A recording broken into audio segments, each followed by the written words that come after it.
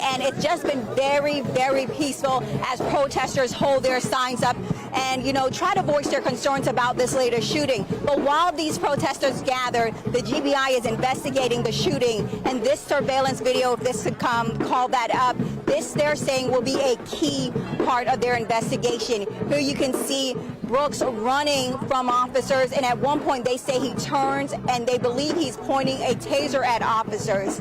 Now, seconds later, he's shot and he goes down. Now, we asked the GBI director, Rick Reynolds, if pointing a taser is enough use of force, or it constitutes enough use of force to shoot with deadly efforts. Not passing the buck, but that's a question that's going to have to be answered by the prosecutor in this case. What our job is to gather all the facts we can, do it as thoroughly, as completely, and quickly as possible, and then give it to him. And then that DA's office is going to have to make that call. Now, as they try to make that call, they say they are, again, investigating this, and they're going to try to do a very thorough investigation as quickly as they can. Again, that video that they just showed is going to be one of the key points they're using. They're also using some videos that have been turned over by eyewitness. They say when they gather all of that together, they will turn the information over to the district attorney's office, and they then will determine if, charges will be filed against that officer. Live in Centennial Park, Bobeth Yates, CBS 46 News. Bobeth, thank you so much. This is still a fast developing story. We have reporters posted all throughout the city, so certainly we are keeping you up to date with the latest developments in this case. Be sure to download our CBS 46 streaming app. If you enjoyed the weather today, you're certainly going to enjoy it again tomorrow with another day in the 80s, and then we'll stay in the 80s as we go throughout the week. One day, though, Tuesday, we might even dip into the upper 70s. A small chance of rain every single day for the upcoming week, but no one day looks like a washout, and no rain for tomorrow. So get in all of those outside plans and enjoy the slightly lower humidity that we have right now for Sunday. And then as we head into next weekend, the first official weekend of summer, looks like it's going to be dry and hot too. Brittany? Molly, thank you so much. And I want to thank you at home for joining us for the CBS 46 News at 6. We have a lot to get through throughout the night. We have reporters posted all throughout the city as we continue to cover this breaking news story of the shooting death of Rashad Brooks by an Atlanta police officer. Mayor Keisha Lance Bottoms calling for that officer's termination. And we'll have the latest on CBS 46 News at 11.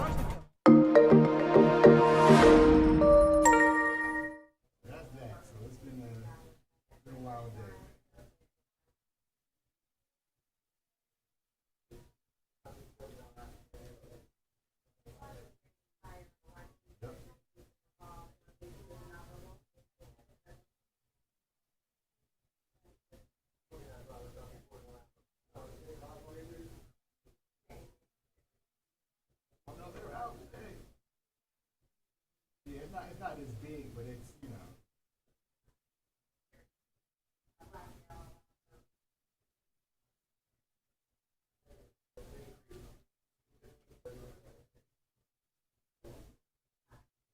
That's because the Nika didn't know. This morning, I saw the video, whatever, I was trying to get people on. Are they black or not? I have to watch it. So, then after the Floyd, like, anytime a white cop does anything,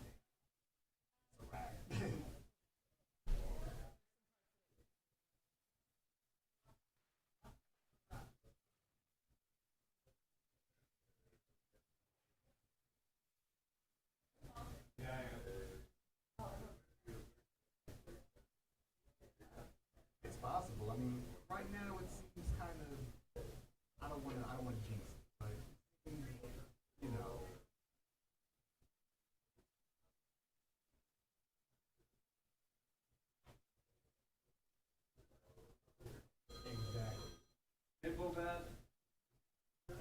Exactly. Stand by. I just talked to Eric. I need all crews to stay powered up and stand by and let me get a grip of what's happening next. This should literally just ended, so we need to say something right away. Cool. Thank you, ma'am. Bye. We can wait on something like that. We'll see. I'll keep you updated. All right, Dad, I'll call Maurice. Hey, man. Next week, and How are you? I'm okay. Bye, Dad. Yeah. Yes, it is. CBS 46.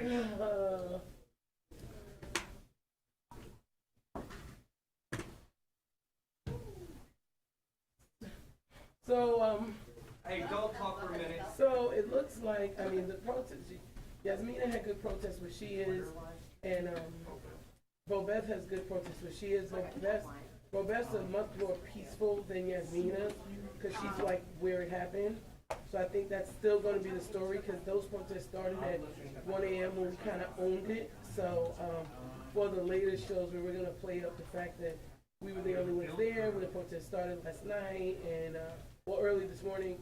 And with the, protests is still out there now. That video, the surveillance video and things came down really late, so there wasn't a whole lot of time. Yeah, it wasn't a body cam, that's surveillance Hey, from we like hear the the Wednesday. newsroom audio, that's why I was asking y'all, can we wait just for a Yeah, second we didn't get to body audio cam. in here? Like, we hear everything she's saying online. Why? I don't know, I'm trying to figure it out, I'm trying to give y'all, I need a minute. What? You're online. Hold on, I'm on, what? They can hear you online. Can we just? I'm not online. What? I need a minute, ma'am. I'm not online. You are very much. Okay, I'm on my cell phone. Whatever's happening in the newsroom Well, is being we're streamed. hearing news. Oh, I see what you're saying. On all live streams, apparently. But So, can we kill the stand by, audio because Barry somehow needs the and why attention. that happened? Hold on, please. Let me just put the news director on No, hold. but I think it's the fucking mic over near the wall. Yeah, please. So is it off now? I'm just unplugging it.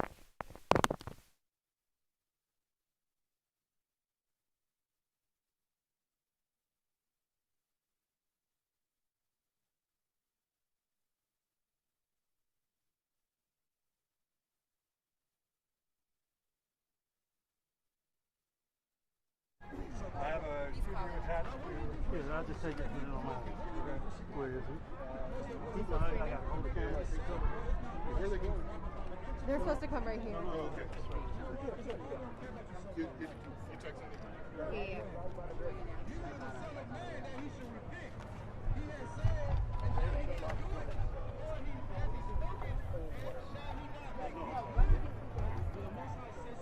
All reporters sit on the ground and get out of my shot. I was just joking, please. No, my head is in all the... All photographers. Have you called his, what's he do? Natasha. Huh? No. No He way. in my shot now. There you go. There you go.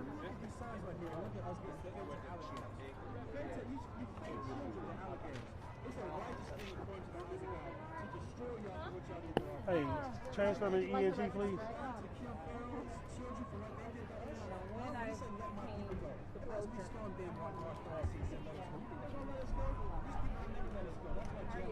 Hey, I'm on David Brooks's TVU. I don't know which one. Yeah, I don't know which one he have. We're about to do a conference presser with the. It's the one Doug was on.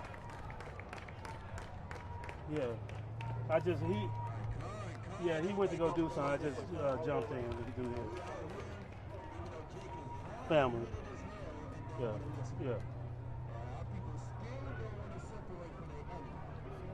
Okay.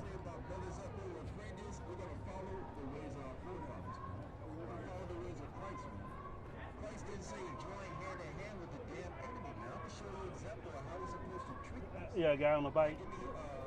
Okay, bro. Okay, thank you. Bye.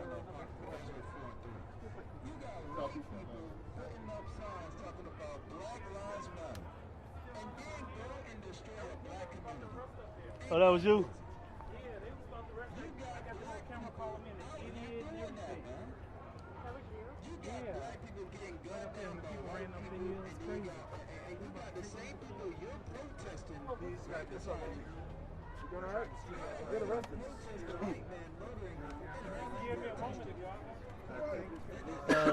Yeah, you're lucky you're not arrested, buddy. Yeah, you're lucky. You're lucky they just. He was proud he was about to get You're arrested. lucky they only just called you an idiot.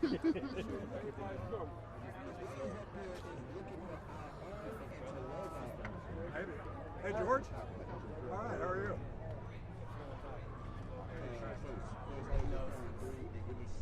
Oh, that's the family member right there. Isn't that the nephew? Oh, no.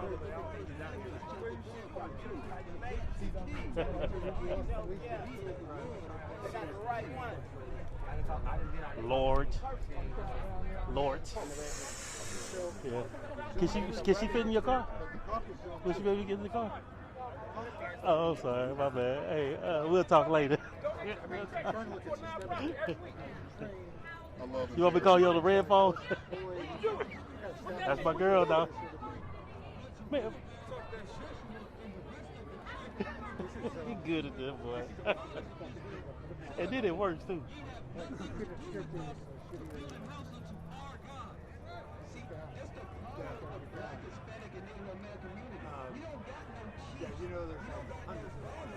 Hey, you gonna get the, I mean, if you want.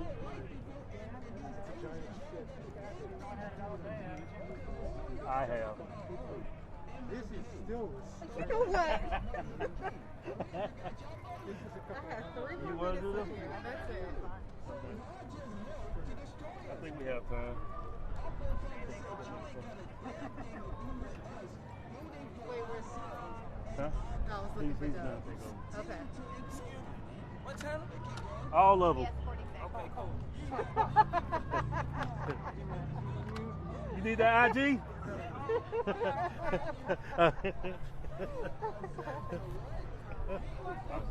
Have your ceremony? Bring it in to viewers. Is that what I saw, Charles? Okay, we're gonna go ahead and get started. Did you just have your wedding ceremony? I did. Oh my God. Last weekend. He's married pretty. now. I don't mean I can't stand next to her. Where did Mary Pat go? Just saw it. 1, 2, 3, 4. 1, 2, 3, 4. Charles. Yes, sir. Man, there's lots of extension. What is this, like a 20-foot pole? These are my brothers and sisters.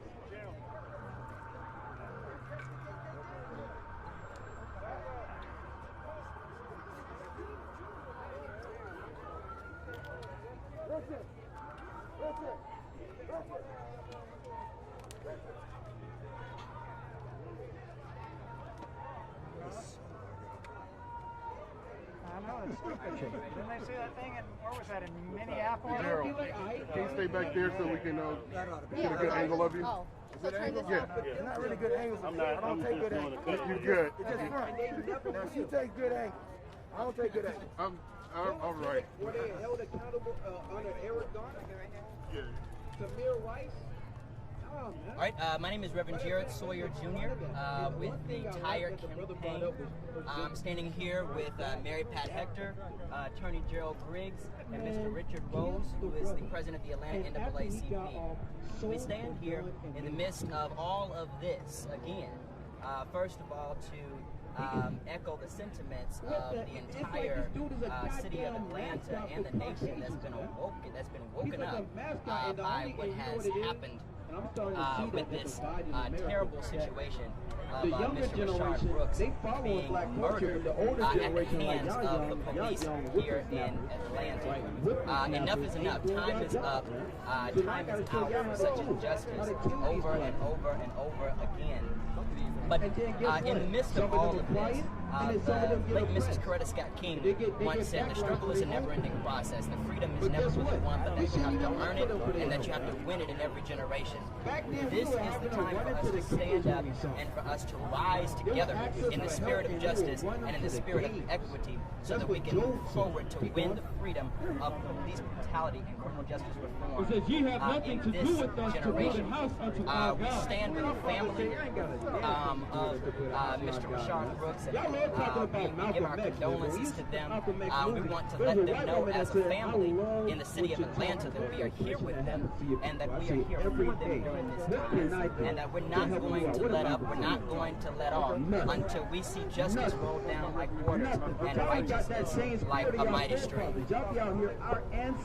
Like for me, I really hate that we have to be here literally a week after the mayor talked about the fact that these issues don't happen in the city of Atlanta. This is a black city. This is Wakanda. But it's obvious that black people can't even go in their black neighborhoods and just be, and we have these issues happening. It's completely ridiculous. And I feel like as an activist who's been out here for the past few days, it's a complete and utter slap in our faces. The police department, Shields, and others talked about the fact that they were going to work to fix these problems, especially after the students from Spelman and Morehouse were pulled out of their cars. But it's obvious that the APD has not learned proper de-escalation processes. It's obvious that, you know, whether it's up against the wall in Oakland, stop and frisk in New York City, or assume the position in Chicago, that the police feel like we don't have any rights. It just breaks my heart that this is happening right here within our community. And you see this shit all the time in different cities and different states. But the fact that the mayor would get on the news and talk about this being a black city with black leadership, yet this black leadership does not stand up for us. And I am completely sick and tired. And it's sad that on a Saturday I have to even be out here, but I'm going to be out here for as long as I need to be, because my brother should have a right to go to the windows. My brother should have the right to go down the street if he wants to, and I shouldn't have to fear for his life. And so I'm just hurt, and these emotions are raw, and you can see it out here. And it would be different if this was an isolated event, but black people are out here because this is our existence. This is what we deal with and have to go through each and every day. And I'm tired. Jared has a shirt on that says I'm tired. I am tired. I shouldn't have to deal with this. We shouldn't have to I shouldn't be afraid to be within my own community. And I just have to let y'all know, I know it was white officers in that video, but Atlanta does have black leadership, but we're not just fighting against white racist cops. We're fighting against the black cops too. We're fighting against the system. And I'm so tired and I'm so emotional, and I have every right to be. I have every right to be emotional. We have every right to be angry. I'm sorry. My name is Mary Pat Hector. Gerald, can you react to the resignation of Chief Shields? I think that it was definitely necessary because there's a culture in this town that wants to brush police brutality under the rug. We have 17 open cases, 14 with Atlanta police, 7 involving police-involved shootings that are currently under investigation, 38 total cases that have been resolved. So when you start talking about police brutality, it begins and ends with Atlanta. And just the names that are on my shirt, I'm ashamed to have to add another name of my dear brother Rashard Brooks. But we have a serious police brutality problem in this town. It's time for Mayor Keisha Lance Bottoms to recognize that. That's one of the demands of the NAACP, is that she formally acknowledge that Atlanta has a police brutality problem. We already called for the resignation of the police chief. But we want more than just the resignation of the police chief. We want the implementation of the Obama 21st Century Policing Initiative, which we called for after the death of DeAndre Phillips, which was in 2017. So when you realize that we have been having this conversation for darn near 5 years under 2 administrations, and there have been no changes. So at this point, I think that it's time for wholesale change, and we at the NAACP are calling for that. So I will turn it over to our president, Richard Rose, and he will outline what we are calling for. Yeah, I'm Richard Rose, president of Atlanta NAACP. That's like you trying to save a woman from an abusive relationship that she don't want to leave. Of what we call That's what the Most High is not dealing with a lot of people. They don't want to if your house is on fire, you call 911, they don't send the police. They send the fire department. So we are calling for a complete restructure to add psychiatrists, sociologists, social workers to deal with non-threatening issues that come into the 911 system. We are bigger than that. And we need to start from top to bottom. We want a complete restructure. We want every policeman to use their fitness to serve a diverse community. Apparently, we do not have that. There are several other things. The NAACP has been in Atlanta since 1917.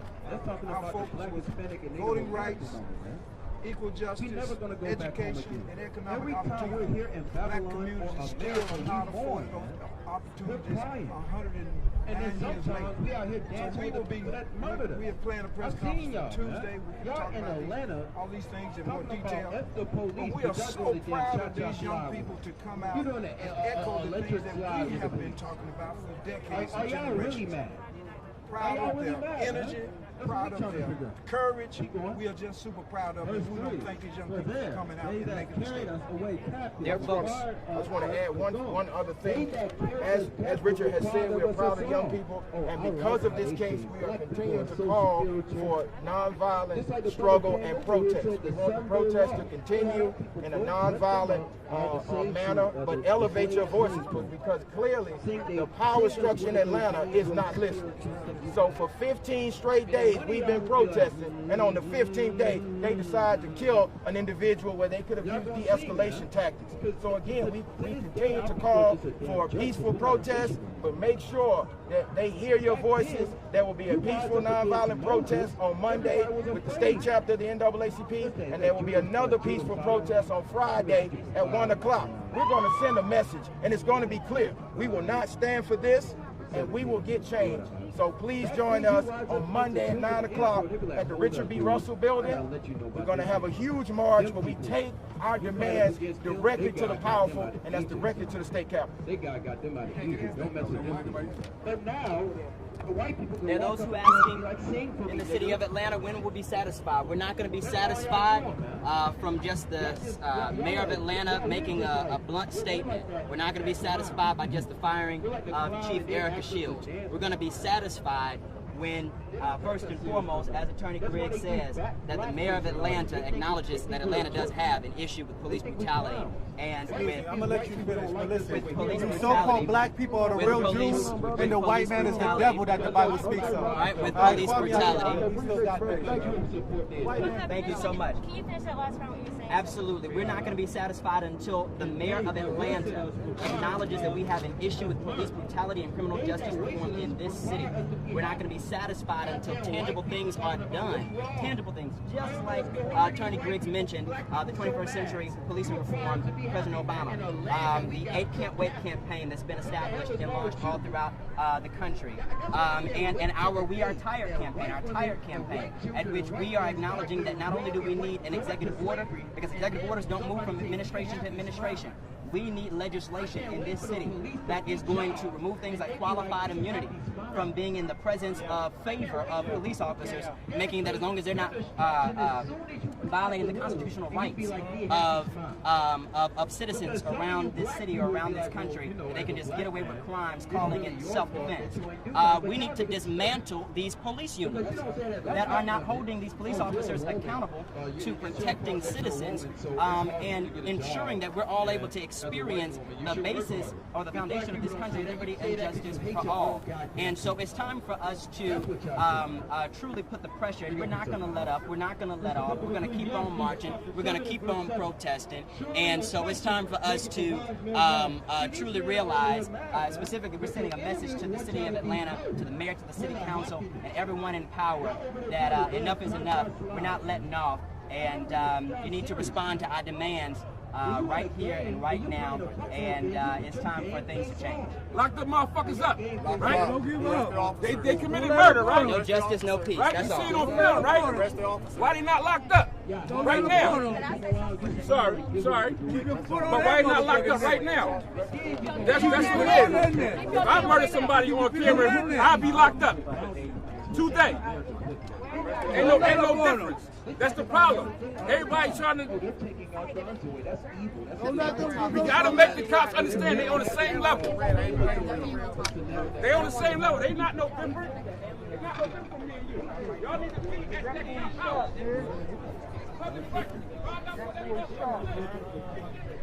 Yeah, America's bad. That's what white people say. America's bad, but I'm not black, so I'm a fool. That's it on your piece of art? It's in this camera here, so Truly oppression makes the wise man mad, and a gift will shoot the heart. And they'll let you know, oh my God, I've seen Jake be like, oh my God, all white people are the devil. I haven't given it to nobody, so They are the devils. Then white people come out of protest, they'll get destroyed their heart. Well, you know what? Before I was not put me in one. handcuffs, and then I don't know if you captured, your cameraman captured the people running up the hill. I was almost. But when I saw that white man horse outside, that's when I began to wonder why. It's not. Stop letting them confuse you, man.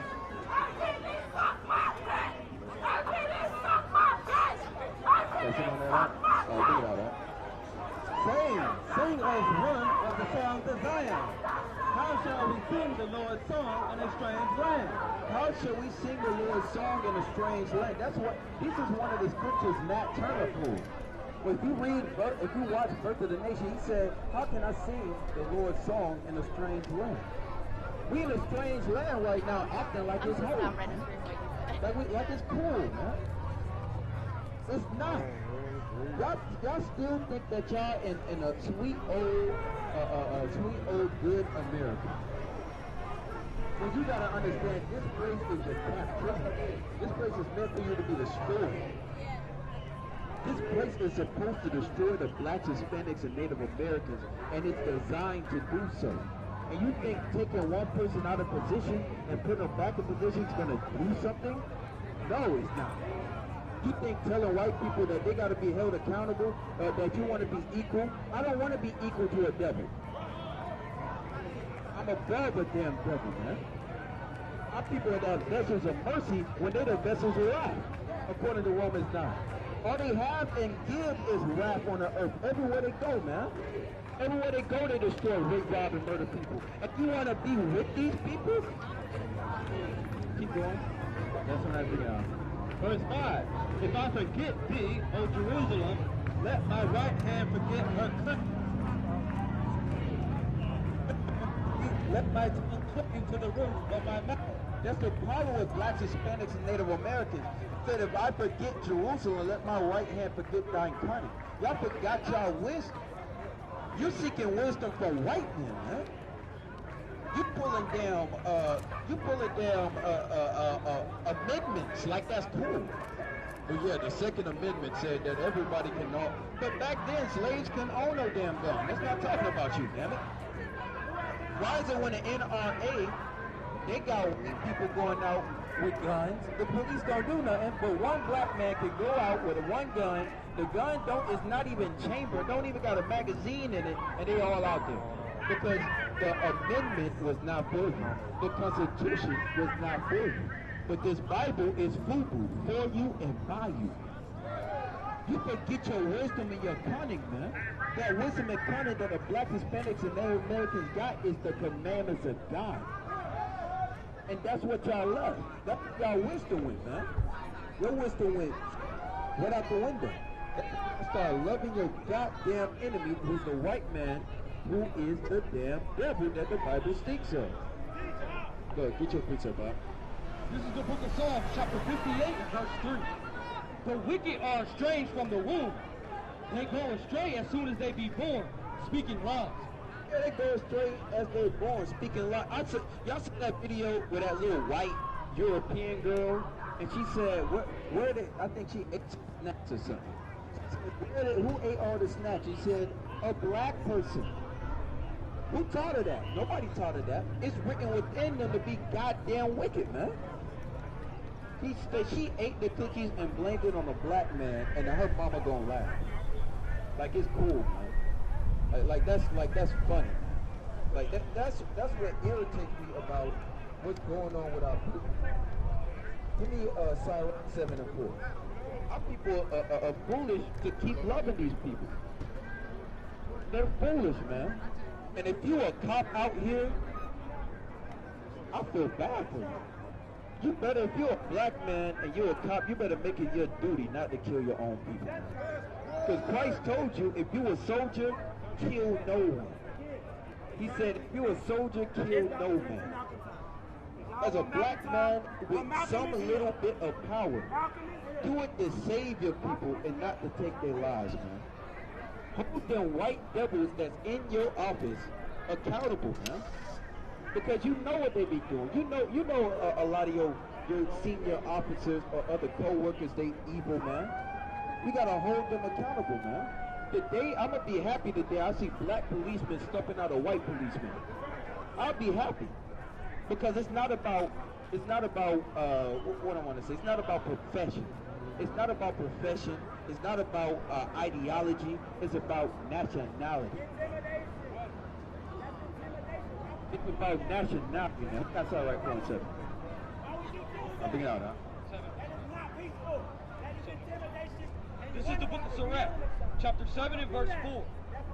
Seek not of the Lord preeminence, neither of the king the seat of honor. Justify not thyself before the Lord, and boast not of thy wisdom before the king. So you gotta understand, y'all seek preeminence, man. As a black man, you think that always being, how you seek preeminence to be with the king, and then don't do nothing to help your people, man. Right. You a judge, don't do nothing to help your people. You a cop, don't do nothing to help your people. You a business owner, don't do nothing to help your people. That's ridiculous, man. You think white people band together to make sure they people get something, man. Something. Matter of fact, these white people, they band together to gentrify a lot of the black businesses that you thought it was cool to knock out their windows and destroy their businesses, if they don't have money to renovate, let the white people hate black people. I got the money to buy your business. And now it's a white people.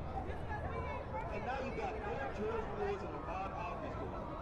Because our people don't use wisdom. You gotta use that preeminence or political power you got to help your people. I'm seeing too many political players these days. Too many, man. Thinking like it's cool.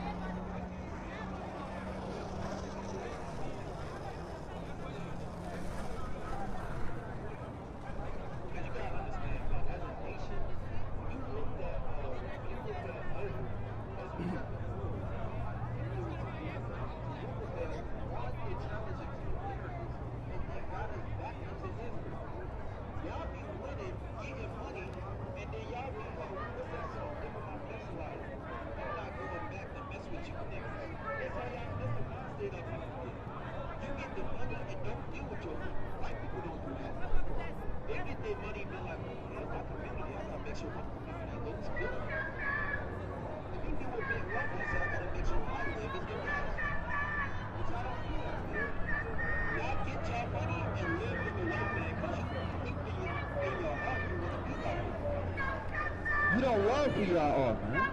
Y'all don't place value on what y'all are, man. Holding a sign is not going to place value in your life. What's going to place value in your life is keeping the law, statutes, and commandments, man. Because the law says you can't hate your brother, man. The law says you can't kill your brother, man. The law says if your brother is not poor, he got nothing to eat, take a meal. Because once you start keeping the commandments of God, that's when black lives really matter, man. I'll bring that out, Doc. This is the book of Isaiah, chapter 30 and verse 15. For thus saith the Lord God, the Holy of Israel, in returning and rest shall ye be saved. In confidence, verse 16. Verse 15. For thus saith the Lord God, the Holy One of Israel, in returning and rest shall ye be saved.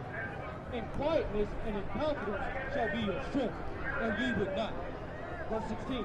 But ye said, no, for we will flee upon horses, therefore ye shall ye slack. Therefore shall ye flee, and will ride upon the swift, therefore shall they pursue you, shall they that pursue you be swift. See, those that pursue us is swift, man. When the Lord said, in our quiet and our confidence, man. Some of us, we don't even know. We know that the white man's the devil. The cop pulls up, and then we acting all sporadic, giving them a reason. Because you know, white people, they're going to go on the comment boards and do what? Oh, you see, he moved around, and then he wasn't complying, and then he deserved to die. Like, all you white people deserve to die, because you ain't complied to the commandments of God. You ain't comply to the Native Americans, all the treaties you made, then all y'all deserve to die, damn it. All you. But yet we still got to use that wisdom. We think we are arrestable. We keep forgetting that this is our enemy land, man. We behind enemy lines every day. We got to use wisdom, man, and that comment is a lot.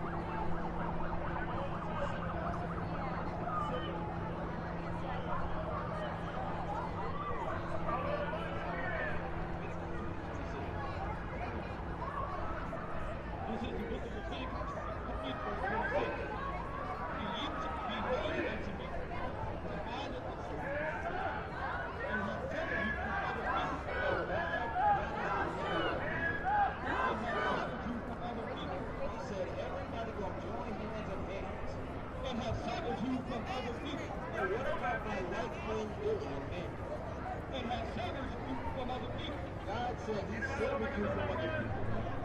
When you was in Africa somewhere, you was not worried about white oppression. You wasn't worried about colonialism. You wasn't worried about Planned Parenthood trying to commit genocide on black people. You wasn't worried about you wasn't worried about the black Jew that you enslaved and joined hands with you. You wasn't worried about that. And yet you still think that the man that you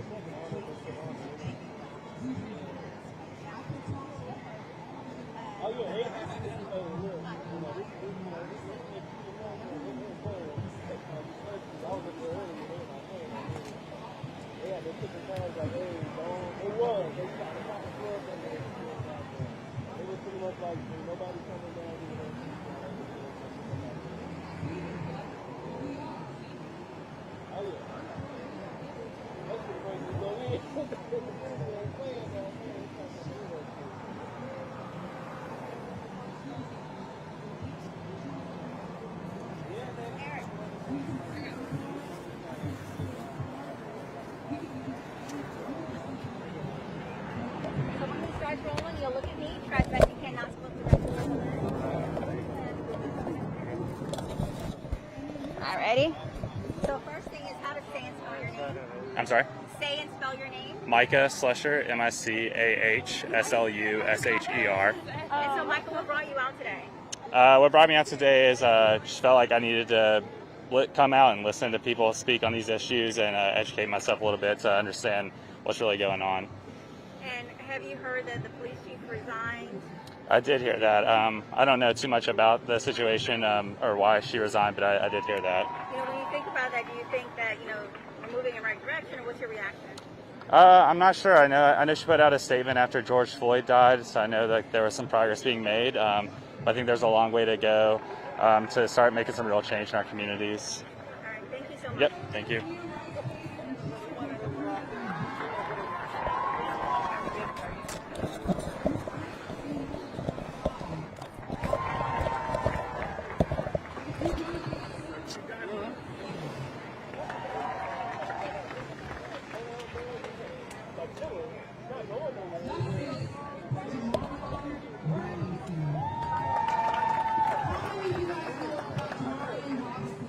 I didn't pass out in the parking lot.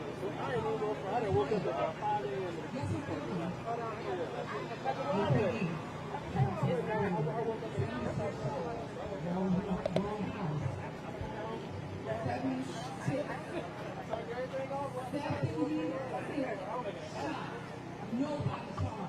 And guess what? A couple days ago, I had to work.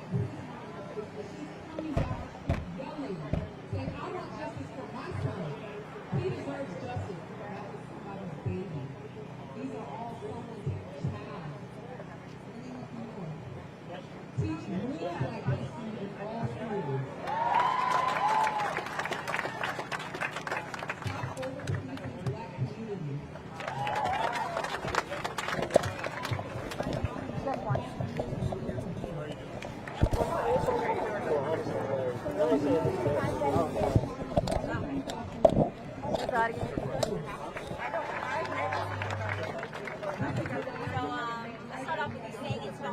Sure. Jennifer Dodd, first name Jennifer, Jennifer, last name Dodd, Dodd. Okay. Well, my fiance Reggie and I, we wanted to show our support and stand in solidarity with everyone you see here who believes in the lives of black people. And so for us, we've been trying to figure out a way to express just our support and our interests and, the love that we carry, especially as men and women of God. We believe that, showing up today demonstrates our love for him and also shows how we care about the lives that we're seeing slain sadly in Atlanta now and across America.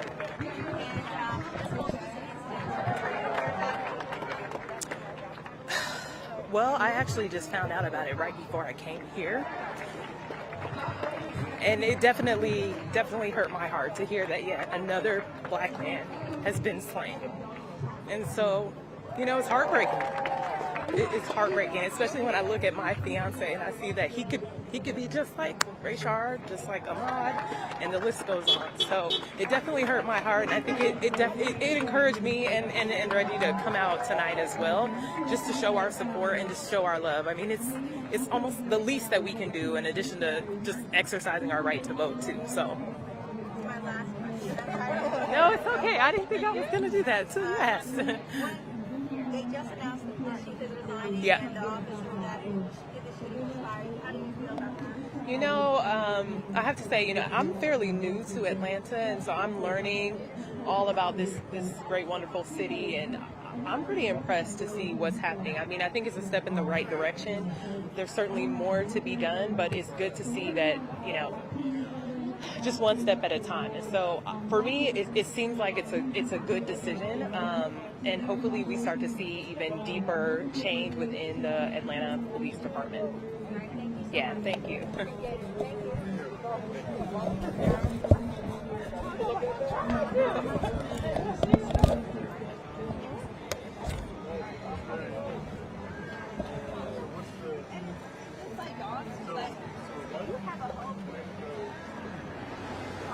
Told me when we're done with it, just call her back and let her know. But apparently she's going to be moving us to Yasmina soon. But I'm coming.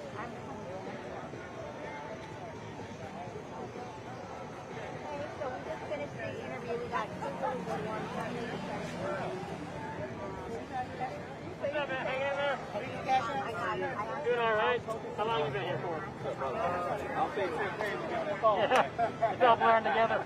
Okay, yeah, man. Anything too crazy going on here? I heard a group went to APD.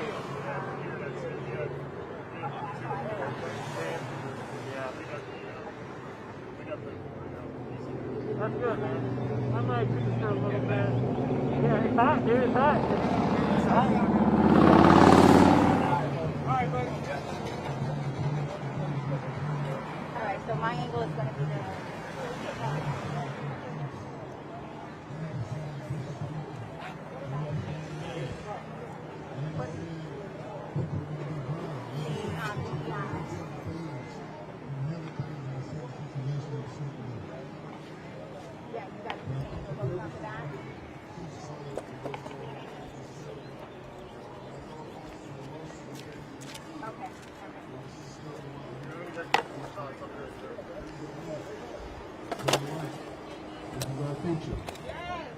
And we don't want them to grow up. We don't want them to think that violence is the way or the answer. Because he's going to be somebody's husband one day, or a father, and he's going to be doing the same thing that we're doing. We want to make sure that the message is heard for him in that way. Because I know how we feel when people do the disrespectful men, and we don't respond to that. And you know, a lot of times we may not want to hear that, but there's still a right way to do things. And I salute this. You know, I've been coming out here, I've been doing my thing since everything started, but I've been getting different energy because I've been doing walks. I've been coming out here with Hannah. I've been even serving food and feeding people. I've been up that way, which is a lot more rowdier. I get it. I get it. I just want to stand here as a child of God, just to say, continue to run, continue to do what y'all are doing, continue to stay consistent, because y'all's voices are being heard. Whether you think it is or it isn't. Keep having the conversation. But it's also important. Okay. So we are going to the press conference with the attorney. They want us to keep.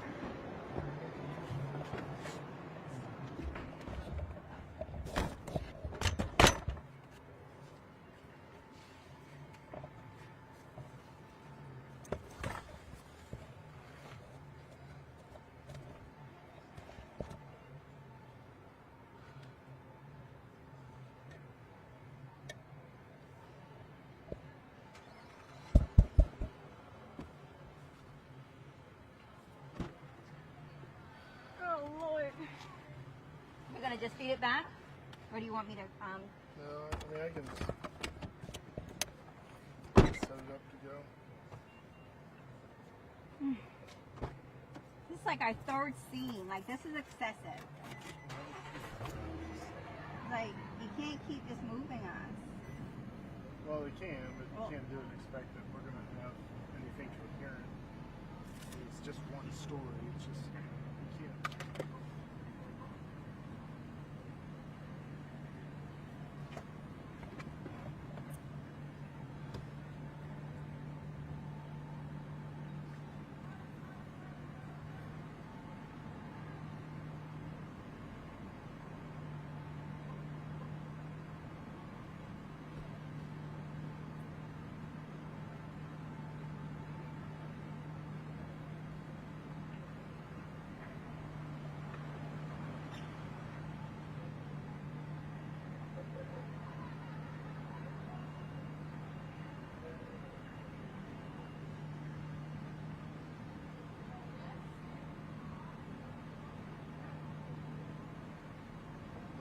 There's nobody there to record it.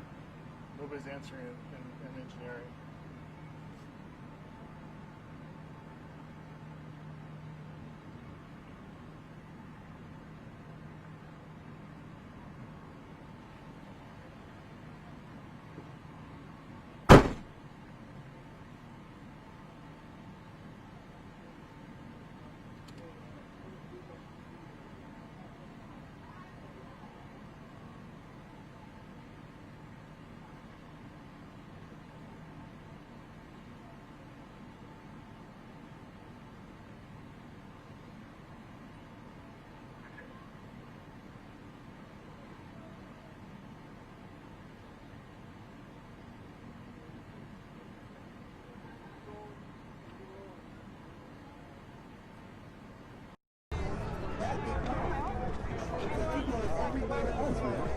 We don't seek that power. We seek command. We seek unity.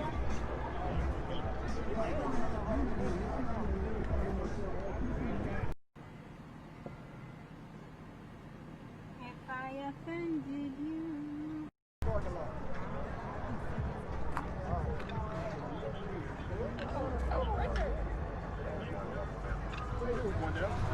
Hey!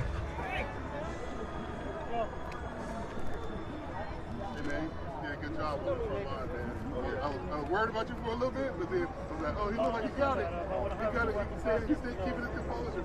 I was praying for you, brother. Yeah, I'm good, man. Be safe out there.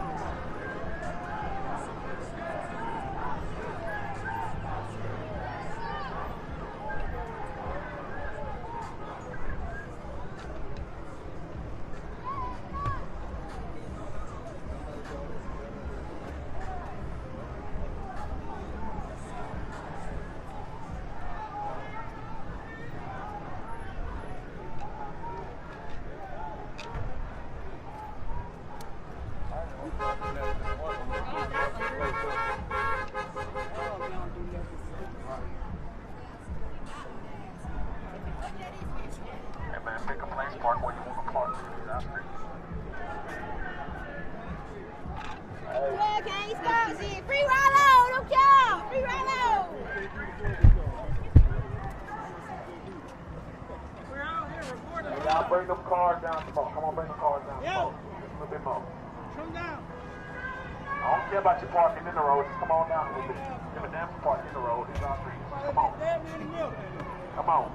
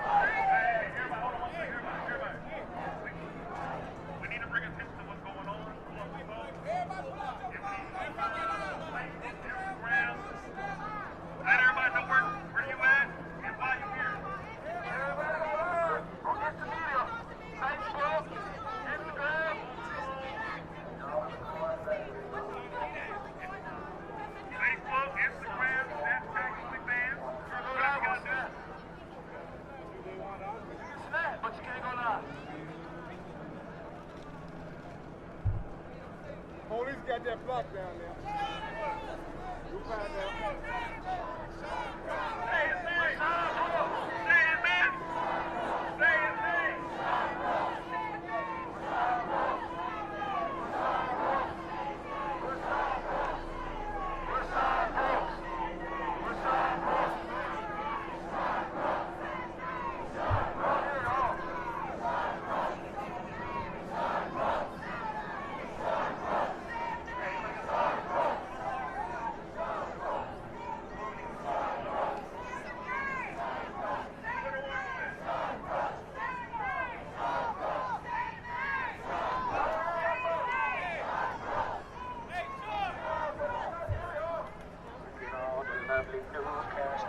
How y'all doing? I'll sing for y'all. We all need somebody to know.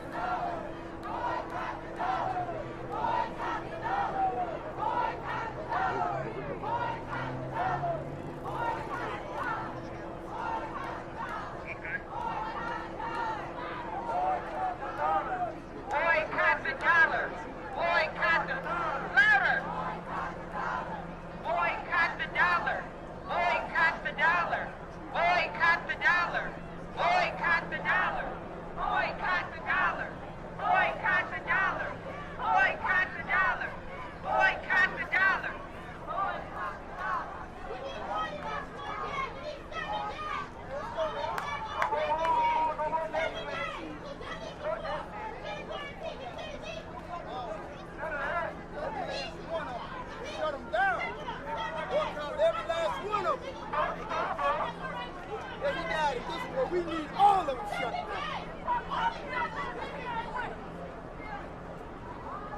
Shut all of them down.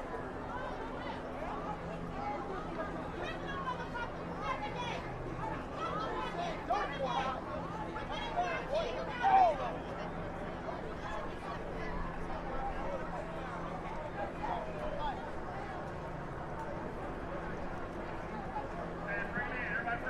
Bring it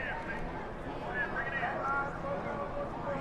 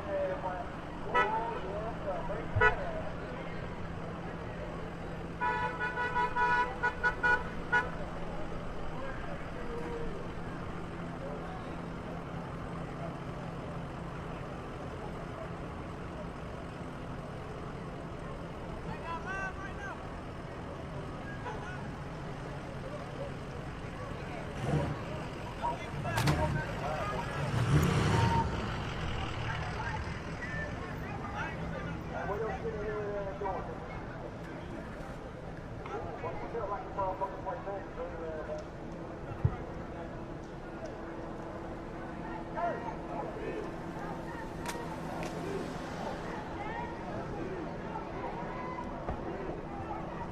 I got the Pop Tart. Yeah, I got the Pop Tart. You feel me? We got them Pop Tarts out here, you know what I'm saying? Yeah, we got two.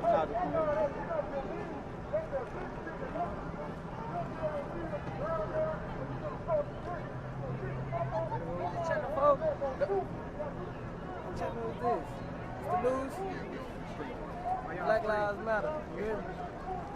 Black Lives Matter. Get out here and protest. If you ain't protesting, don't say nothing.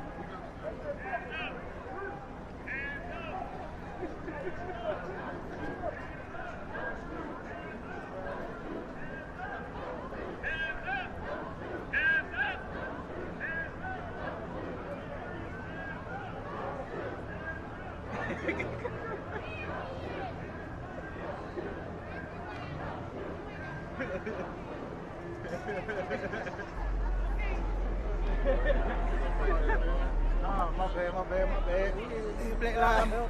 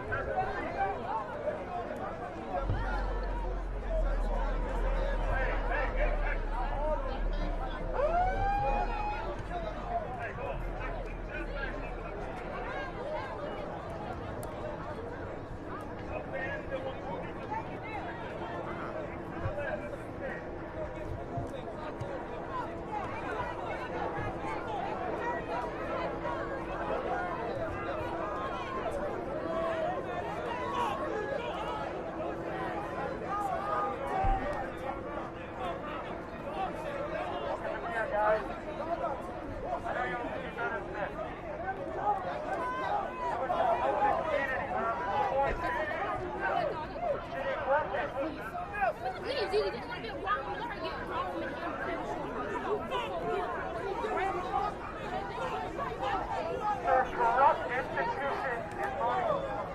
You do not serve the people.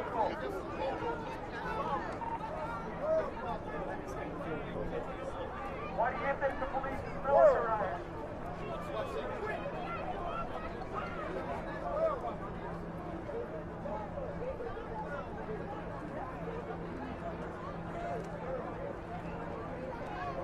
You have any sense of morality, you will quit your job. You will turn in your back.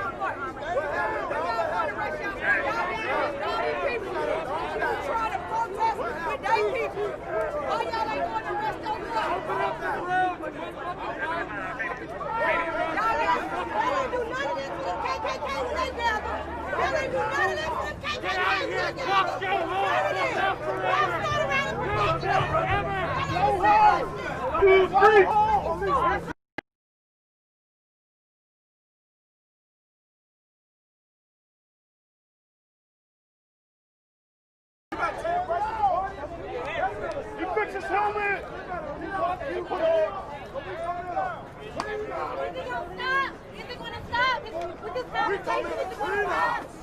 Are y'all gonna feel remorse for these guys that y'all laying out in the floor for us to see? When data On social analytics media? come, What it's y'all gonna see Is they everything. next though? Is that really apprehending people? Is that really what they train y'all to do? To kneel on people's necks while they say I can't breathe and cough for their mama? That's modern day lynching, man. It's lynching. Modern day lynching. When they running for you.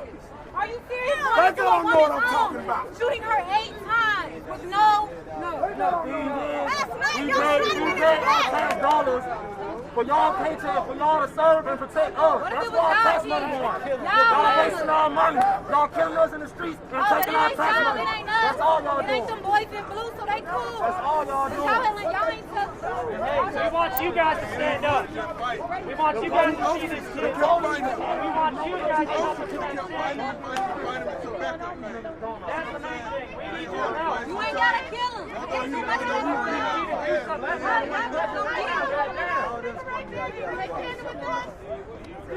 Can we get a statement? What y'all gonna do this? How you feel about it? Oh, you don't care? You don't care? All you care about his family. If you was fucking killing your family in the streets, you will have something to say. Sorry.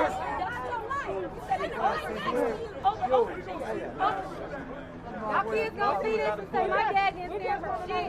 My brother didn't stand for shit. Nothing. You look scared, man. I'm proud. You might want to get you a new job. Get you a new job, man. It's okay to cry. You out here, man. You out here because you hurt. You out here because you $40K? Are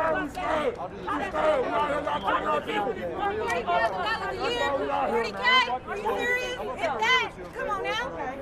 Y'all niggas put Shot up each other. 7 people got shot.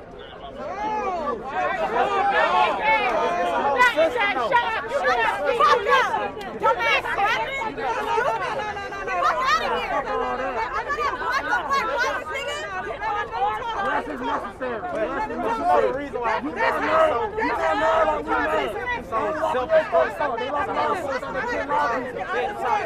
So are you willing to tell on your death destruction, man? You got white players come on right now. Name from your told on. Name one. You said you didn't go name one. Just name Jonathan who? Wait a minute. Hell no. Wait, hell, you got our names on TV and everything. They ain't following your ass in the store and you going that motherfucker. The best way to try to rebuild the relationship between the community and the police, the dialogue has to start somewhere, and this is a beginning. You know what I'm saying? It has to start somewhere. That's you how know it what was. I'm saying? That's Because at one point, you know what? I know they did, and they're going to pay. That's last Wait, hold up. Y'all gotta change on me. Y'all gotta change a lot of things. Y'all be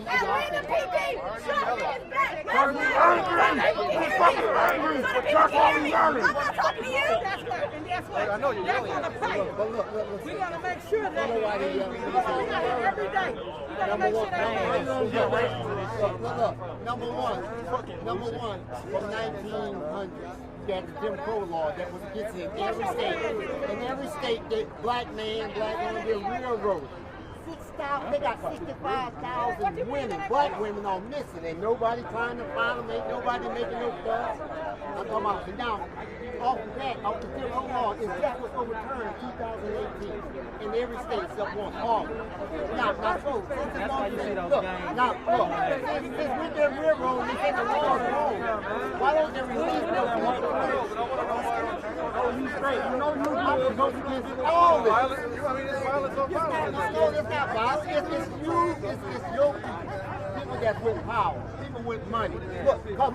White people, you don't know what the fuck you talking about. White people, you don't know nothing about me. You don't know where I came from. The police. I know this. One sport. Look, you can't walk where I can't walk, and I can't walk where you can't walk. You can go in some hoods, they won't mess with you. I can excuse me, baby. I can walk down the street, and they right there, like this is. Just because I'm what? Just because I'm what? Black. Talk to you, like, come on, man. Don't be. Come on. Why you think you're here? Why we here right now? Black, white, Chinese, or whatever. I can't speak for every other white officer out here. That's me. You can make a change. I grew up in something to change, so I know you can make a difference. Like I said, take a stone. Okay, you're right. But you know your past, right?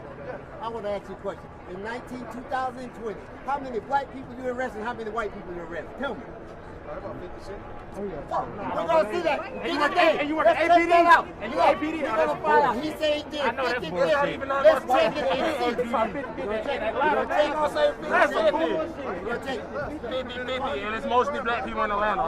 It's recorded. Pull it up. It's already in America. One side. It's been all of black. It's been saying, and they don't see it in ABC, CBS, that we've been 29% more targets. But you sitting here talking while I'm listening. I understand because everything you say is kind of like, shooting down everything you're saying. Your body language, your body language saying you're trying to push off the goddamn. I want you to agree with this. Now, you got the police officer. You get arrested. You'll call the DA. The DA say this is a case or whatever. So a lot of things is also probably with the DA and the government. You know what I'm saying? So we need to work with them. We need to defund that too, don't you think? You know what I mean? Because it's not right. And then look, then when we go from there, look, then we got the judge. He in cahoots with the DA, and you see why he all together. So look, so we got another hookup. Now look, we don't have a chance. No, that's true. That's beyond me. But look, this is why these people are standing here. Because they have no rights. Injustice.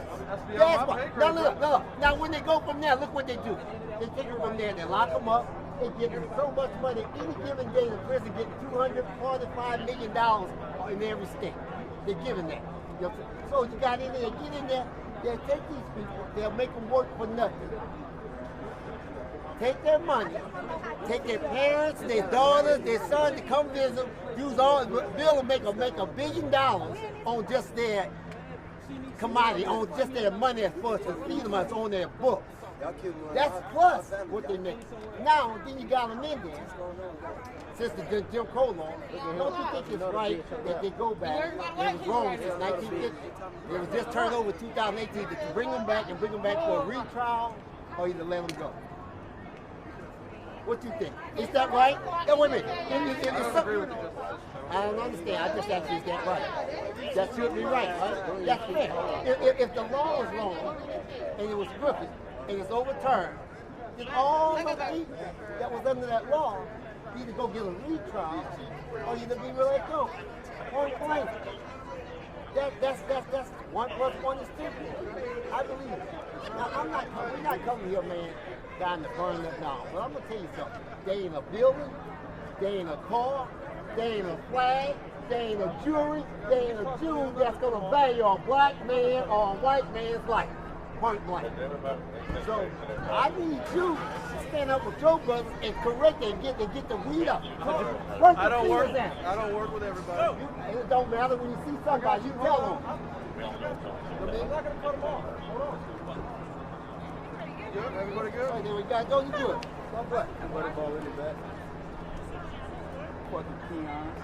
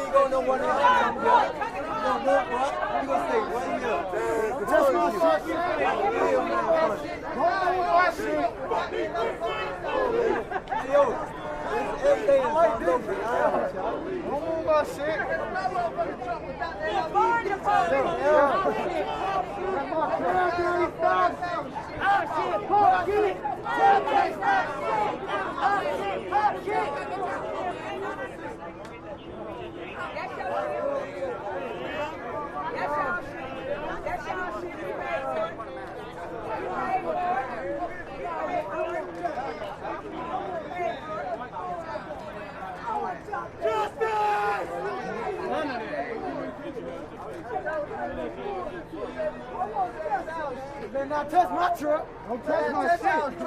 Touch my shit. They went on to the street.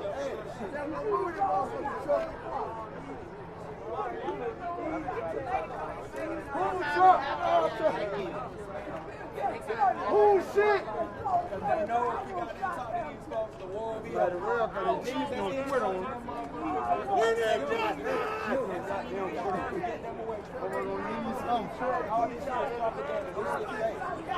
First question they really need to be asking anyone, so why did you quit? You left us out there to dry and then you quit. Still is like, that's the question they need to be asking. But shit, nigga, you need to understand you a guy. Right in your head, quit in the midst of all of this. I got internal problems. Got nothing to do with us.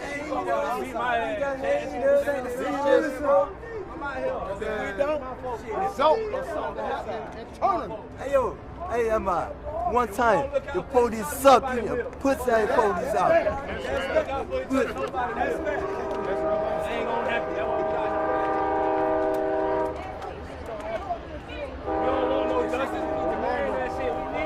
Local time. You can't beg your oppressor for shit. You can't beg your oppressor. You can't wait for change. You gotta take that shit. Man,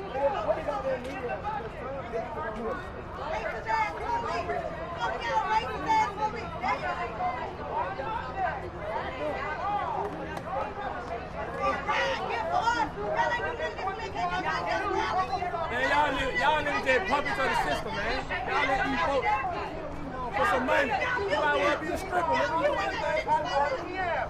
On Monday, there will be a Monday. $222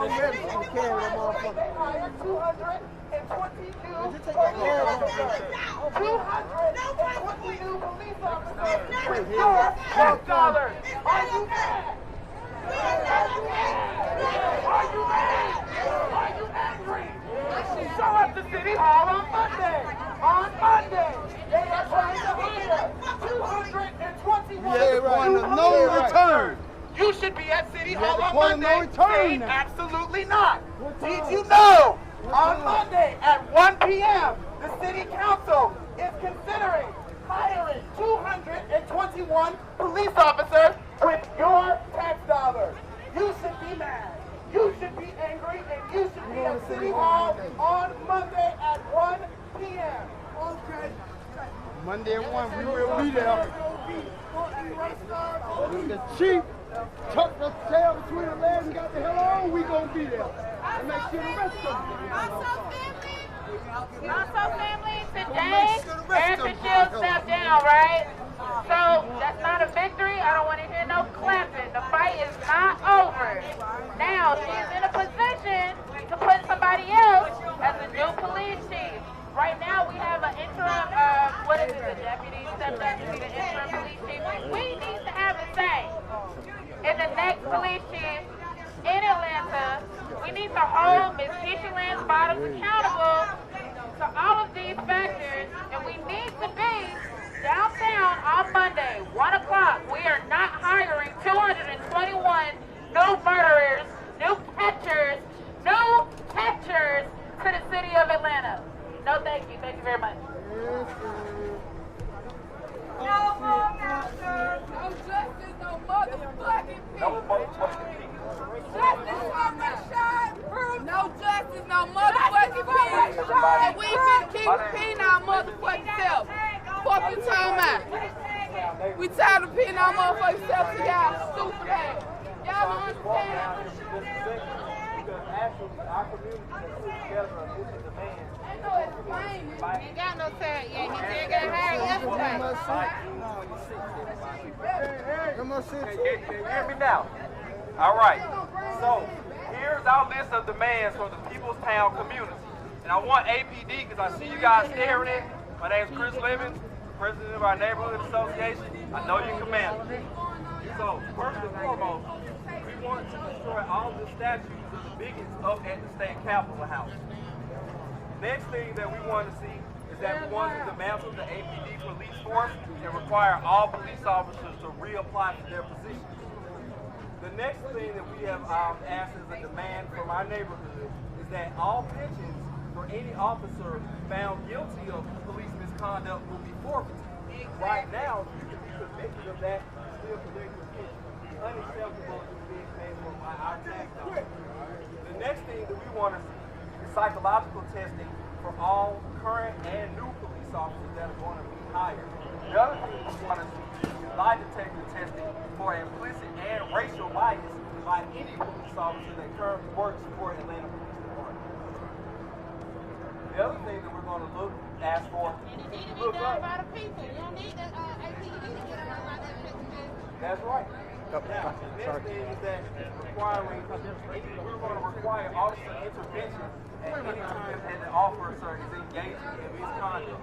So if an officer beats up somebody doing the wrong thing and another officer sees it and doesn't do anything about it, they're liable for that as well. The last thing on our list of demands from the People's Town community is that we want a 120-day moratorium on the use of all military-grade equipment by APD, including helicopters and militarized vehicles. Demilitarize the police. Demilitarize the police.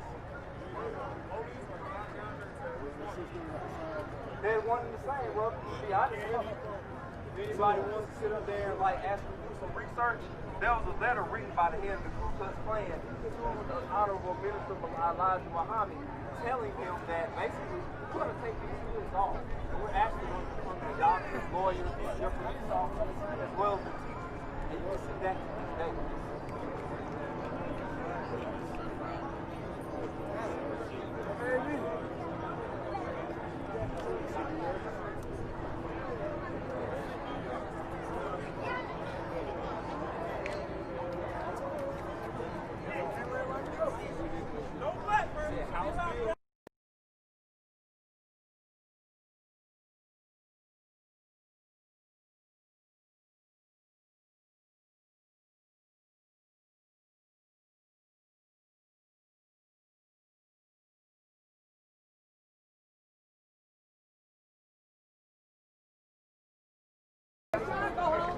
They ain't let him move. So he can stay right here. The fuck? Everybody gotta move out that goddamn way. You just don't sit on that damn car. Don't move my shit. I'll talk to him 20 minutes. Then let him go. Did they let that boy leave home last night? Did he go home? Did he go home? He wanted to leave. He just wanted something to eat and go home. Did he make it home? He still took both on him. Both of y'all last on the ground. Back of y'all. I'll be everywhere. Check this out. One-on-one. Ain't no one-on-one. Ain't no one-on-one. Ain't no one-on-one. Y'all didn't have one-on-one last night. Ain't nobody talking to me. Exactly. All thing we said was he ain't going nowhere. We talking to you if we said something. He can run us down like they did in the other video. So he want to run us over, then go ahead. Go ahead. Tell me run us over. But you can't make nobody damn move. Y'all chose to come down here.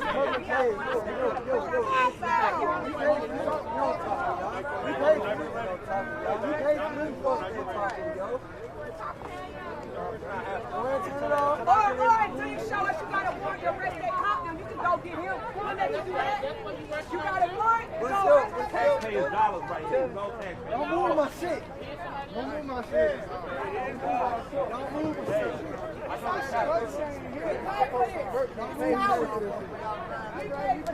You can change right now. Don't move my shit. Yo, catch you on Uber, bro. Right. Go ahead and catch you on Uber. They got the street block. Get over down here. Go ahead and catch you on Uber.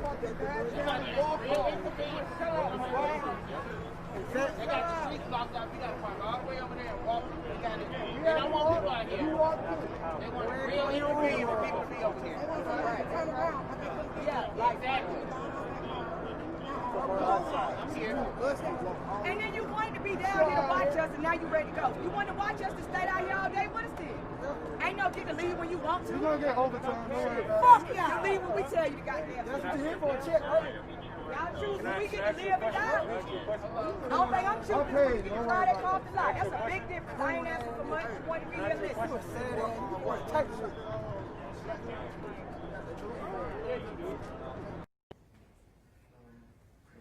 You're the best. Thank you, Michelle. God bless you. 30 Rock. You know how to get there still? I ain't never seen nobody get fired for killing somebody and still sitting at home. They just lost their job. What the fuck is that happening? How do you get fired for murder but you don't get arrested for murder? You just get fired for murder. How does that equate? Oh, I murdered a black man. I just lost my job. But I do know that Florida gonna hire me. Florida gonna send me a message to say anybody that got fired for killing a black man, come on down here, we got you. This is the mecca for goddamn corruption. You shot him. Had them motherfuckers out when they put listen. And then y'all sitting down here like we trying to fuck with y'all. Y'all ain't got to worry about us doing nothing. We good. We good. Y'all go up the street. Y'all ain't never where y'all supposed to be. And always somewhere you ain't. How? Yeah, y'all just casually leisure around doing the hell y'all want to. Sit up at churches in the parking lot in the back doing God knows goddamn what till you ready to fuck with somebody.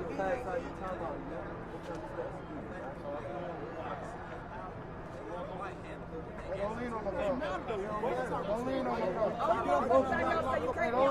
Hey, you don't drive a whole goddamn computer driving. That don't even make sense. You want a whole goddamn computer driving, but I can't be on my phone. They want to kill another black man. We got the video. Then they send a simple one that don't got nothing to say. These ones probably rookies. They don't even know what the fuck they got into. They just, the head dog just sitting them down here. They just sitting there stuck. Ain't even got a good word to say. Nothing. You okay with that? Your whole life you want to be a cop? Oh boy, you a sellout. And you the one to take it.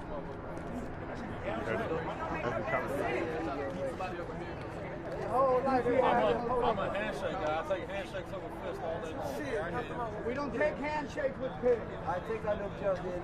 My handshake is your own. That's right. That's right. 100 deep right now. Fuck that. The only thing y'all ever wanted from us was our hands and chains. Y'all ain't never What media outlet do you work for?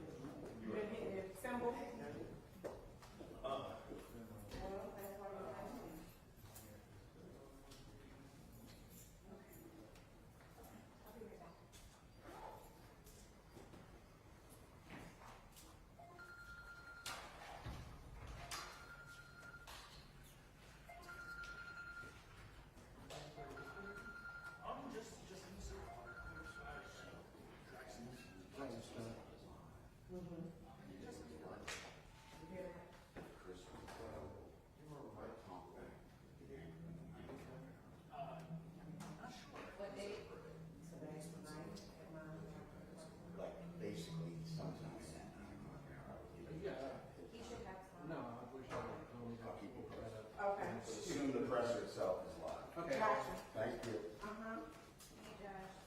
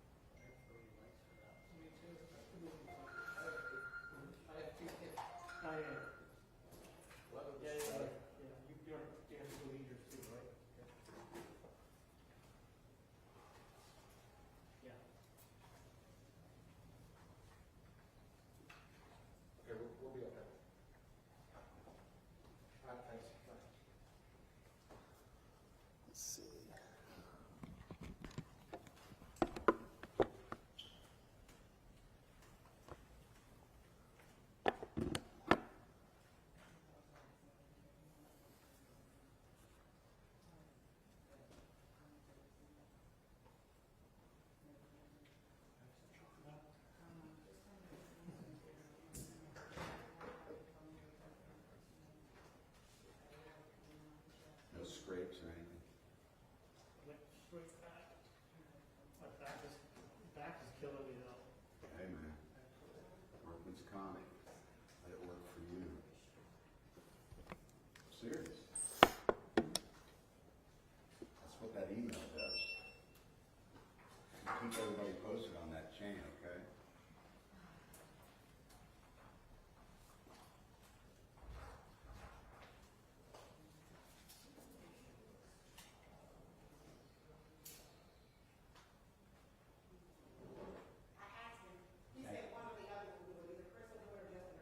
That's fine. Yeah, he said they'll figure it out, they work it out. That's Yeah, cool. the answer is yes. Thank you so much.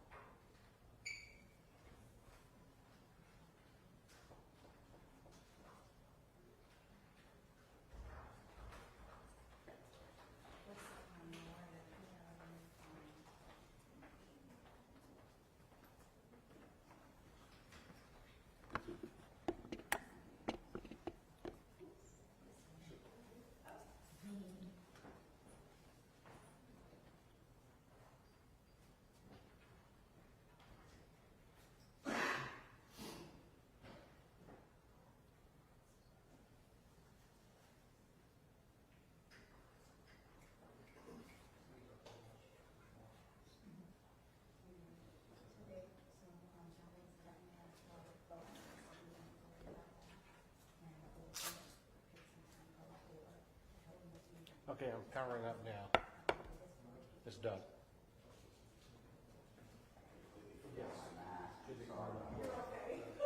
I'm like 6-footing everything.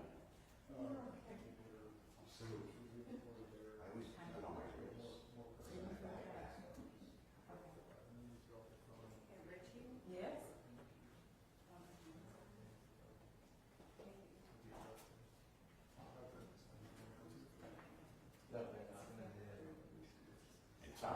It's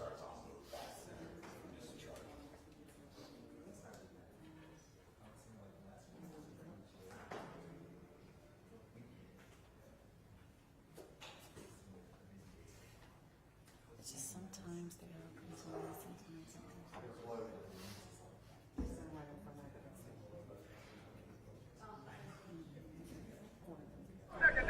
You know, took the pictures with the drone. You see what the death toll to be. You go in a crowd like this and grab somebody like this, it's over.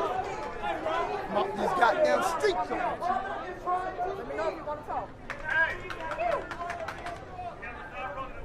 When they come, I need everyone's attention. Can you get somebody's attention? Can I have everyone's attention, please? Can I have everyone's attention, please? Can I have everyone's attention, please?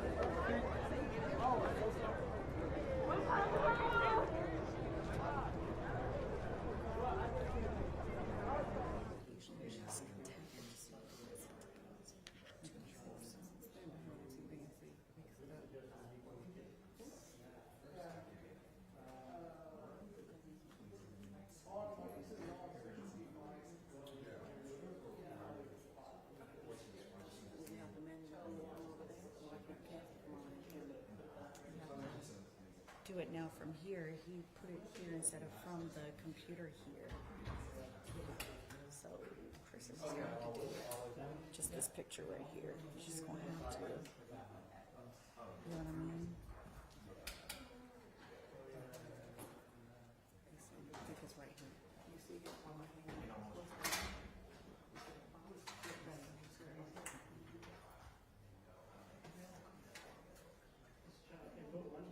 Yes.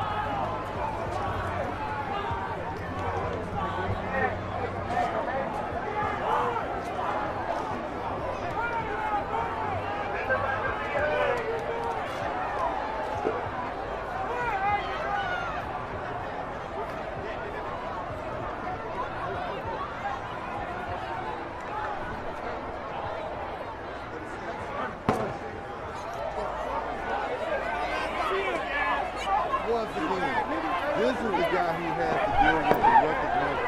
He disappeared. Up, we're throwing smoke bombs. It's getting wild. Smoke now, really important.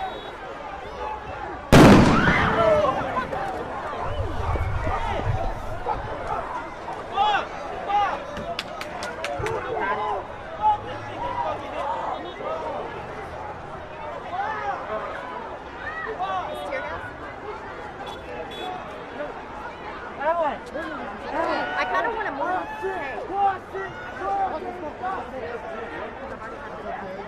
Your gas together. God damn it.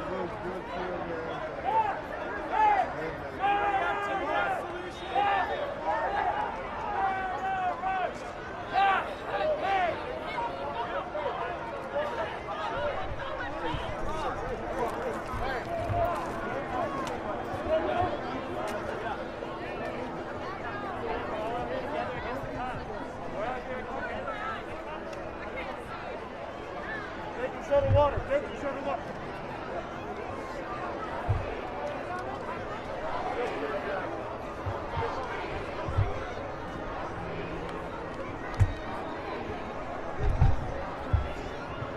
And we sadly represent the 4 children that will never see their father again. We just literally landed a few days ago from the funeral of George Floyd, where we represent his youngest daughter, Gianna. Days before that, we were here fighting the Ahmaud Arbery case, where we're Georgia counsel. And then I could go on and on about DeAndre Phillips, another murder down here, which involved APD, which still hasn't been decided or resolved yet. I could talk about Desmond Marrow, which still has not been resolved here in Georgia. I could go on to Alton Sterling, which we also represent, which years later still has not been resolved. And all of the other cases. And what it boils down to, black, white, Hispanic, whatever you are you not tired of seeing cases like this happen? We see from the protesters, we see from the people in the streets of all races now that people are sick of watching black men murdered. And before we even get into what happened last night, the one thing that nobody can disagree with is that it shouldn't have happened. But it did because the value of African-American males' lives in the inner city or wherever doesn't mean too much to officers nowadays. And it's sad because we look at things not just for the emotional effect of how horrible it is, but legally. In Georgia, a taser is not a deadly weapon. That's the law. That's what the cops are trained to do. It's not a deadly weapon. I've had cases where officers have used tasers on victims and they argue with us in court that tasers aren't deadly, that tasers aren't harmful. That's the case law here, that tasers are not deadly weapons. So before we even hear from their lawyers who are going to say the same old thing they always say, you cannot have it both ways. You can't say he ran off with a weapon that could kill somebody when you say it's not deadly. You can't say you don't have other options. Where was he going to go? He was barely jogging away. You could have boxed him in. Support came in, I think, 2 minutes. He would have been boxed in and trapped. Why did you have to kill him? Was the officer embarrassed that he got his taser taken? Well, let your pride linger. Don't pull your gun quickly. Was he upset that he lost a little scuffle and out of spite he shot? We don't know yet. But the one thing we do know is that he had other options than shooting a man in the back. And we don't want to hear anything about, oh, he even pointed it backwards, because it's not a deadly weapon according to police officers and case law. He wasn't close enough to harm you with it. You could have run him down, but instead he got bullets in the back. A man that earlier that day was celebrating his daughter's 8th birthday at the arcade, who has 3 little girls who are 8, 2, and 1, and a stepson, 13, who we sit with today and watch them play and laugh and be oblivious to the fact that their dad was murdered on camera. A scene that we keep repeating as we watch Gianna Floyd play in Houston, oblivious to that her dad was knelt on and murdered.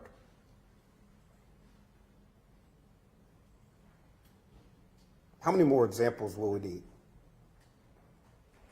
The cameras aren't doing it. Y'all filming it isn't doing it. Covering it isn't doing it. People protesting isn't doing it. What is it going to take?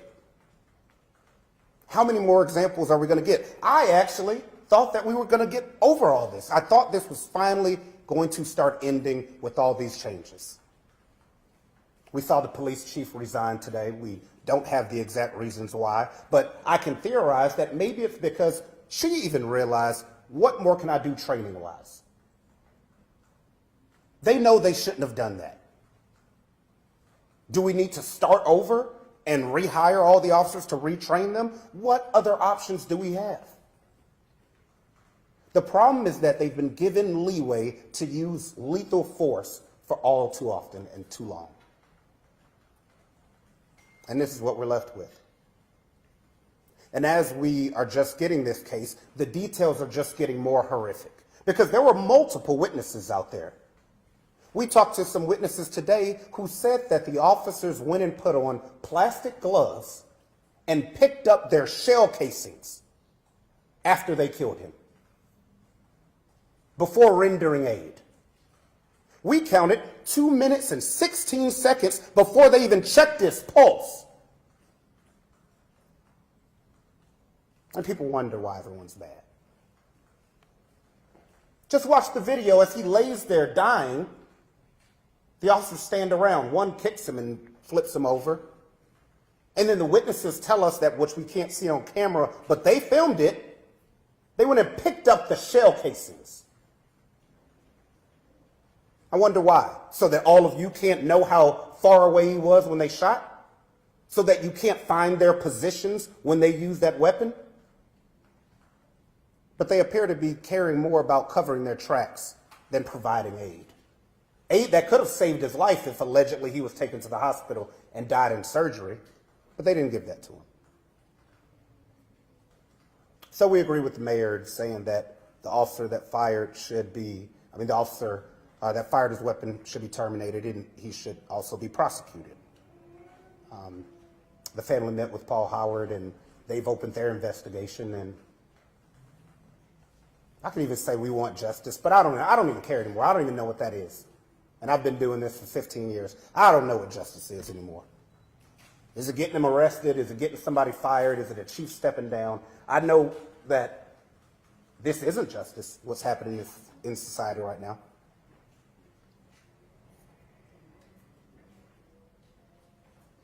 You know, it's just not much more we can say or do as a society. So people that are refusing change and not understanding why the time is now for complete systematic change,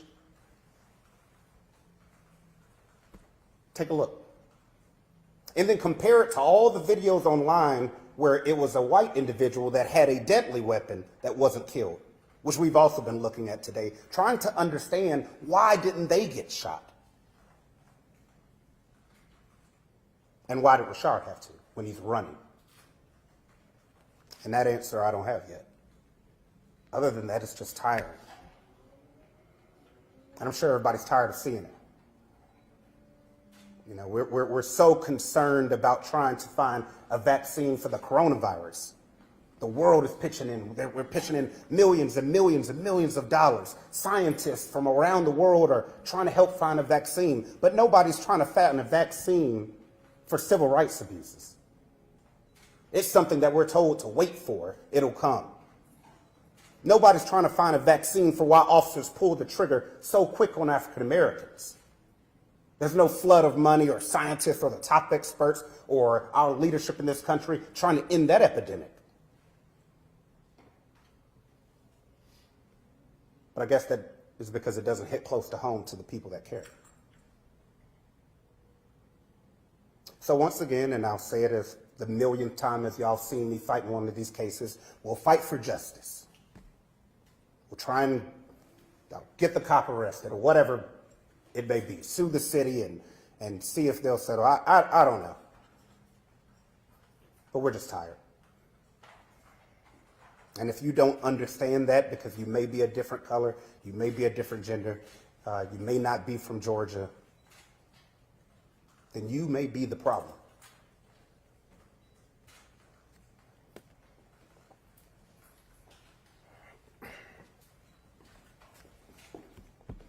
I think the word that encapsulates everything that Chris just said to you is empathy. This is all that all of these families are asking for and that we're asking for as representatives of these families. Just a little empathy. If this officer today had been a little more empathetic and a bit less scared, then we probably wouldn't have a dead client. And we wouldn't be here talking to you like we are right now. There are a lot of things, systemic things wrong with policing in this country. And I think that over the past few weeks, we've talked about a lot of them. You've seen a lot of them on tape. And like Chris said, we're tired. I mean, we will keep doing this as long as there's a need, but we don't want there to be a need to do this anymore. The first failing that I saw when I saw this tape was training. Because just as Chris said, if a taser isn't a deadly weapon, then it's not a deadly weapon when I have it. It's not a deadly weapon when an officer has it. It's not a deadly weapon when anyone else has it. When our client has the taser, they're going to say it's a deadly weapon, and it's not. There were two officers and one of him, and their training failed them. That's number one. Number two, leadership failed them.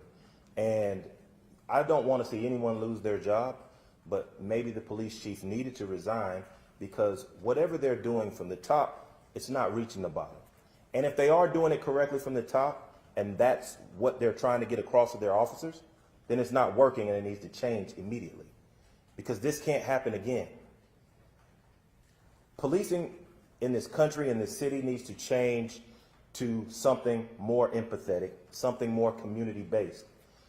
Police are necessary, but the way that they are policing our communities is wrong.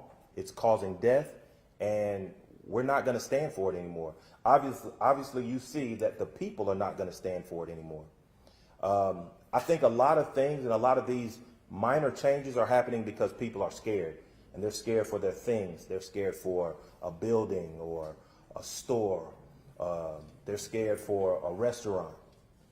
But the lives of these people, of our people, of Americans, of black people, of human beings, in my opinion, are more important than any store or restaurant that is in Buckhead or Bankhead or anywhere else. That's number two. And then the third thing I will say is fear. Listen, I don't know those two officers personally, right? But just from watching the tape, I could tell that they were scared. And it's understandable. That is a hard profession, policing. But if you have fear, you don't need to be a police officer. If you do not understand the community that you're policing in, you do not need to be a police officer.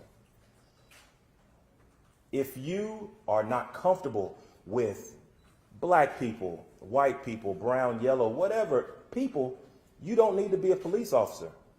A police officer is as much of a counselor as they are anything else. And I believe that if we go back to the leadership and the training that I spoke of earlier, you'll see that these officers aren't taught that. They're taught to crack heads. And when they can't crack heads, they're taught to shoot. And that's resulting in death. And we can't have that anymore. And we won't have that anymore. So I don't think this is going to end anytime soon. And frankly, I want everyone watching and everybody here, to understand we're not asking for protesters not to go out and protest. We need to keep pushing. We need to let everyone know that this is unacceptable and we're not going to just move on to the next tragedy. This probably won't be the last tragedy, and that's a sad thing. But we're going to treat every single one like it shouldn't have happened.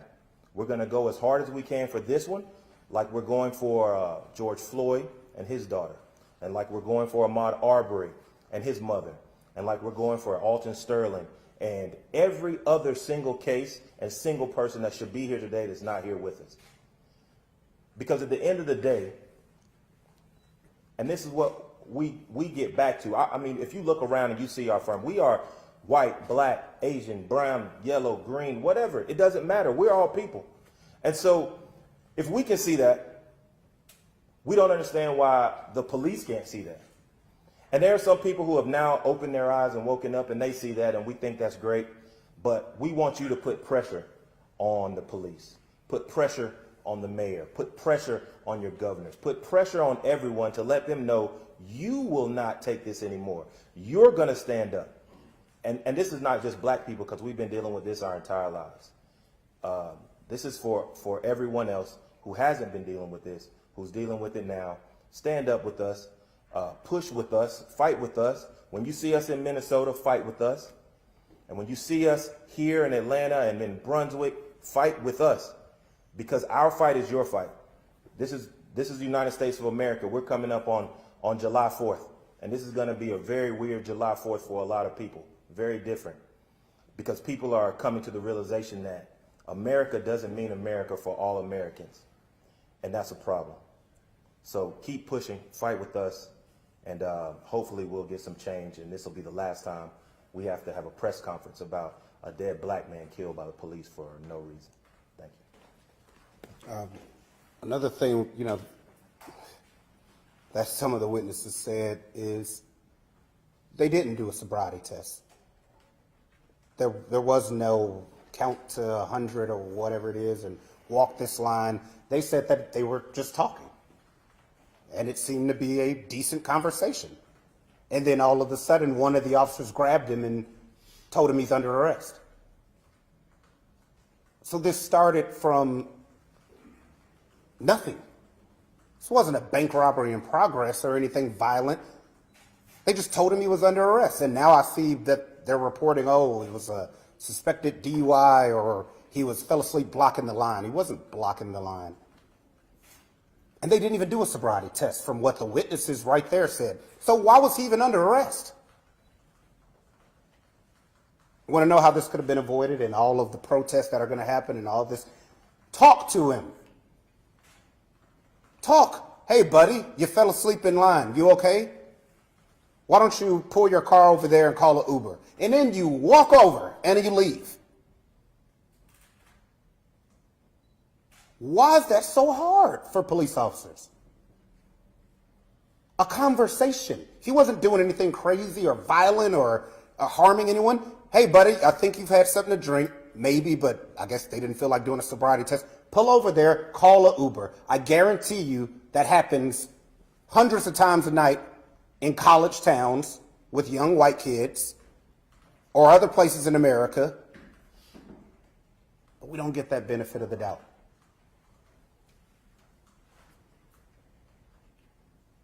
So not only do officers like that destroy the image of policing, which I have always held in a high standard, even though I'm always going against the officers, but y'all are even starting to break me. And most of y'all know that I'll get up there and I say I have respect for officers and, policing, but Jesus, y'all, like even I'm starting to lose hope. And that's hard. But y'all got any questions? It's not much. Chris, the resignation of the police chief, how does that sit with the team? Is that a step in the right direction? I don't care. So, Chris, earlier today, GBI released a video, the surveillance video from Wendy's, and one of the things they pointed out was what you mentioned, the taser in Mr. Brooks' hand, him reaching back and pointing. Why do you think GBI released that video, and can you go into more detail why you think that a taser isn't a deadly weapon?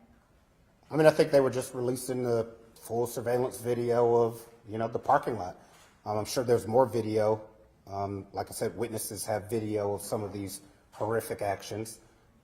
In that video that GBI released, you also can sit there and count how long they let that body lay on the ground before touching him or even trying to assist him. So, the video is helpful for us. It's also helpful to show that they were far apart when he's running and pointing it backwards. But the case law in Georgia, a taser's not a deadly weapon. So they can't say it's not like he was running off with a gun. It's not a deadly weapon. I lose cases against officers who use it on my clients because it's not a deadly weapon. And I'm saying that, they shouldn't have done it. But you just can't have it both ways in this. If it's not a deadly weapon, his life was not in immediate harm when he fired that shot. Just was not.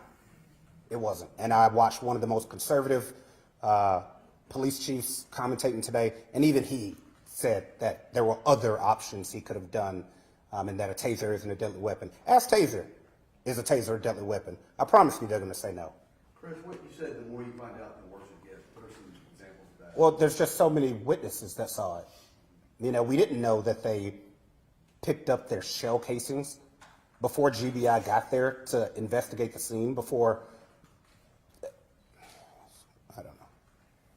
I'm sorry, Chris, I haven't seen the video. Is there concrete audio of any of the conversations between law enforcement and Mr. Brooks? We haven't gotten all of the audio yet. I think the district attorney's office is also talking to all these witnesses. So he did run, Mr. Brooks. Can you speak to why that might have been, or the reason behind it, and possibly know? Yeah, there could be 1,000 reasons for someone running from the police, right? So just imagine that if you're sleeping in your car because you're trying to drink something off and you get officers knocking on your window hard, right? The current climate of police officer and black male interaction is not the best, right? So that might scare you at that time of night. So yes, you stand up and you're talking to them and then they're telling you they want you to do something. That might not be what you want to do at that time. And so yes, he tried to get away. That's what it looked like. We don't know because we can't talk to him, right? But it looked like he tried to get away and they would not let him get away. They were hell-bent on stopping him and they stopped him, right? So yes, getting away from a situation that could be detrimental to you also turned into another situation that was detrimental to you. It's a no-win situation. You can't get out of it. And so that's probably what happened, but like I said, we can't speak to it. And I always try and look at, from these situations, to look at how, was it justified for the officer? Because I don't ever want to look at something just totally unfairly. And there's just no excuse in this one. If they had maybe shot while the tussle was going on and, they said, oh, he reached for my gun and, that's normally how these happen. They're rolling around on the ground or there's a fight for the gun and then they shoot right then. That's not what happened. If this would have happened while they were all rolling on the ground and you hear someone say gun and he's reaching for my gun, okay, maybe. That didn't happen. They didn't feel like their life was in danger while they were tussling on the ground or rolling around and grabbing things. No, they waited until he ran off.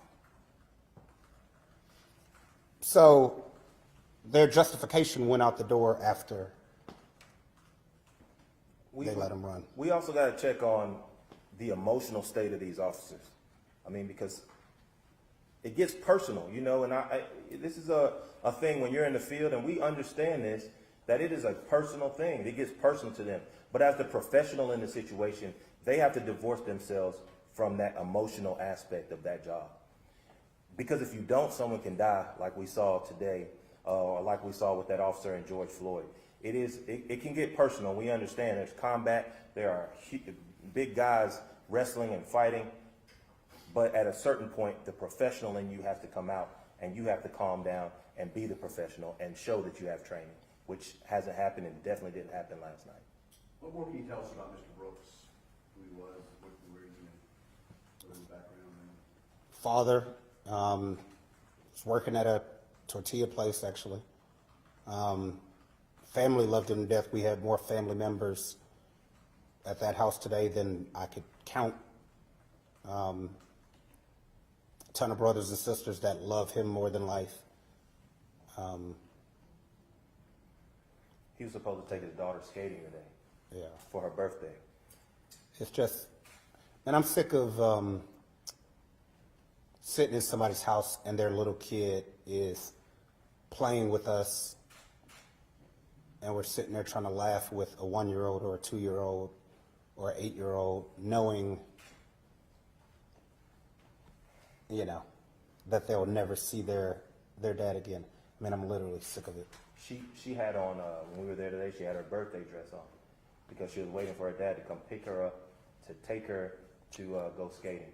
Yesterday, her and her dad went. She got her nails done and her toes done. They got something to eat. And today she was waiting on that. So while we were over there, they had a birthday party for her.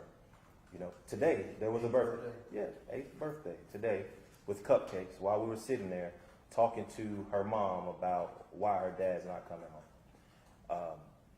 That's the part of it that we see every day that everybody doesn't see. And that's the part that just, it hits you right here. It's terrible. Chris, when you think of Walter Scott and you think of 5 years ago, a little over 5 years ago. That's what this Slate is. here 20 years. 20 years for killing a man. What do you say about that? I mean, that's literally the case that popped in my mind the whole time I was sitting there today, and Justin and I talked about it. It's just like Walter Scott. You know, people forgot about that case because it's been so long and it was so horrific. They said the same thing. Oh, he took my taser, and I shot him while we were wrestling for the taser. And then once we got our hands on the video, we saw that he shot him in the back, 30 yards away. And in that case, they tried the whole taser, he could have killed me with the taser argument, and it didn't work. So it literally brings back memories of Walter Scott, even watching him get shot in the back, just like Walter Scott. And then it was really horrible hearing the witnesses say that they were picking up shell casings or tampering with the scene, whatever they were doing, because that happened in Walter Scott. The officer went and threw the taser close to the dead body. So it's just horrible to be reliving the Walter Scott case again. And one thing we want to make sure people know, we don't think this is, these are one-offs. We know they're not. We're seeing them more and more, and that's not because society is getting worse, just because technology is getting better, right? There are more cameras everywhere, so we're seeing more of this stuff. But it's the same stuff. It's been happening. The difference is you can't lie in your report because there's a camera that's going to get you, right? You can't make up some story because there's a camera that's going to get you. You can't throw a taser close to somebody because there's a camera that's going to come get you. We saw today what happened last night. We saw it. And while Mr. Brooks was not perfect, he could have done a couple things too. And we're not saying he couldn't have. But the officer had the last best chance to stop that from happening. He had the most training to stop that from happening. And he didn't do that, and that resulted in our client's death. Is there anything the witnesses were able to tell you about what led to a struggle? Like what was said in the car? Or what No, they're confused because they thought that the conversation appeared civil or decent. They didn't, see him screaming at the cops or doing anything. And then out the blue, they said they just tried to arrest him. And of course, he got upset and pulled away. Like, why? What are y'all doing? And then it went from there. And I see it too many times. Is if you're not going to explain why you're going to arrest somebody or why am I getting arrested? I can ask what's going on. Why can't you have a conversation with them about why he's being arrested? You saying a witness told you he was dragged out of the car? No, they were speaking outside of the vehicle from what they said. So he willingly got out. But like I said, this just happened yesterday. We're still talking to people, but every witness, white, black, they're just blown away because they said it should not have happened, and that there was no reason for him to shoot him while he was running off. This wasn't a violent crime. They had his ID. They knew where he lived. They knew what kind of car he was. They have the car. Where's he going? But it's just because, the value of life is gone somewhere.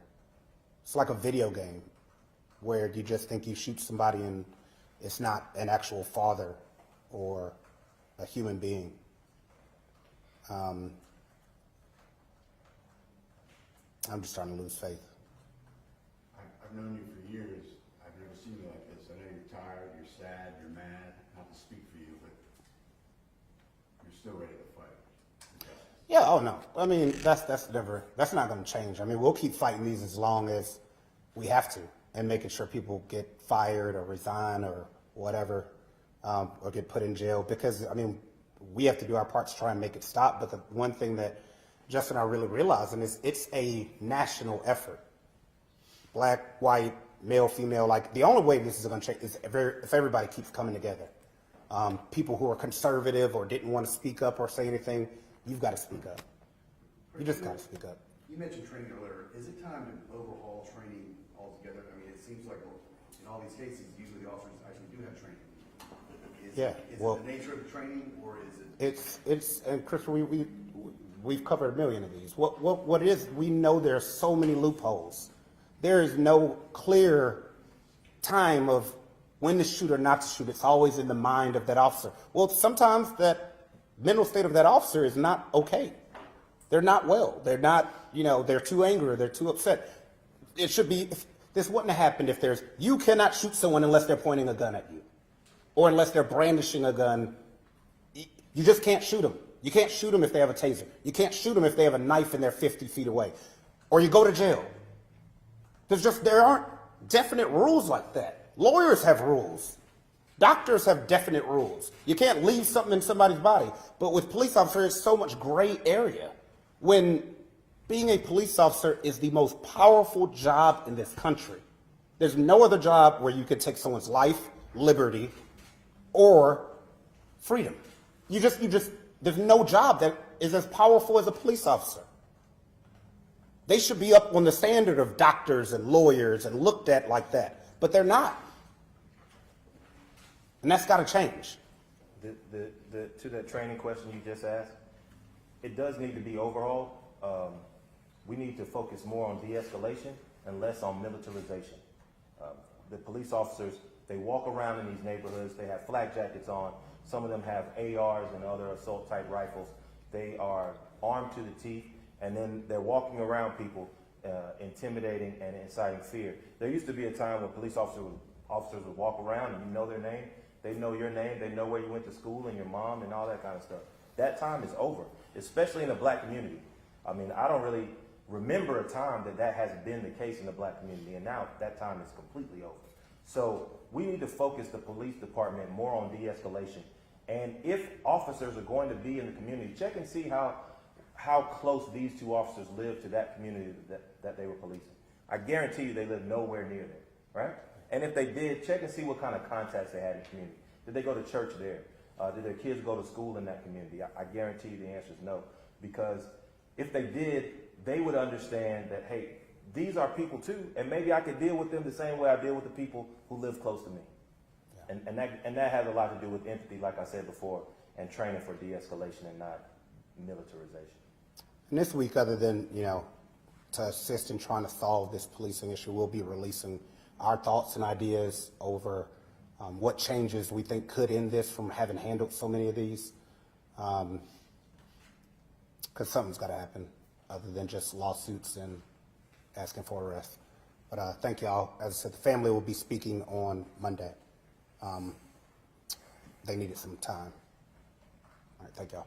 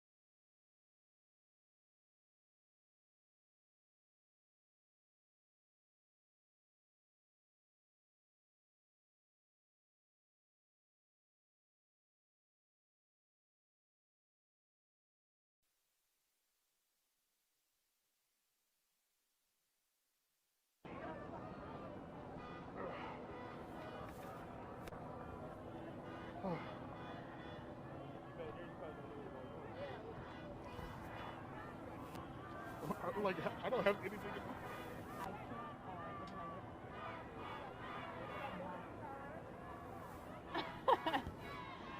we Can you hit mute on your phone? Yeah.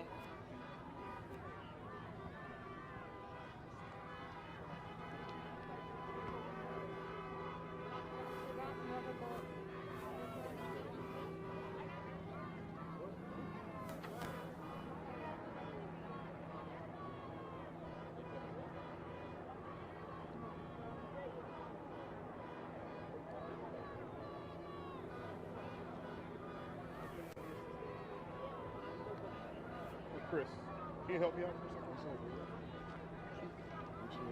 I'm trying to get these headphones off. Thank you.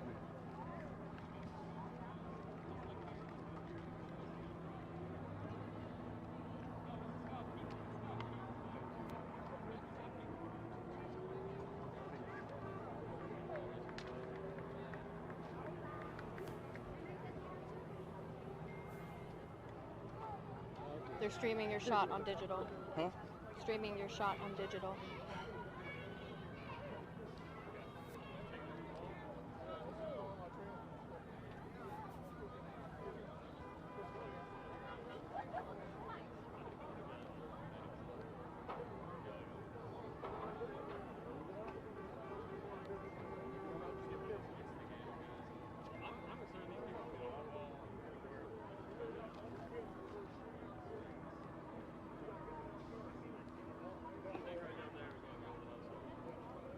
It'll be after weather.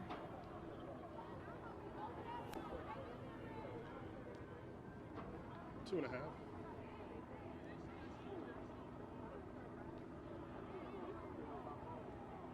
Okay, there's a bunch of APD apparently coming this way. Copy.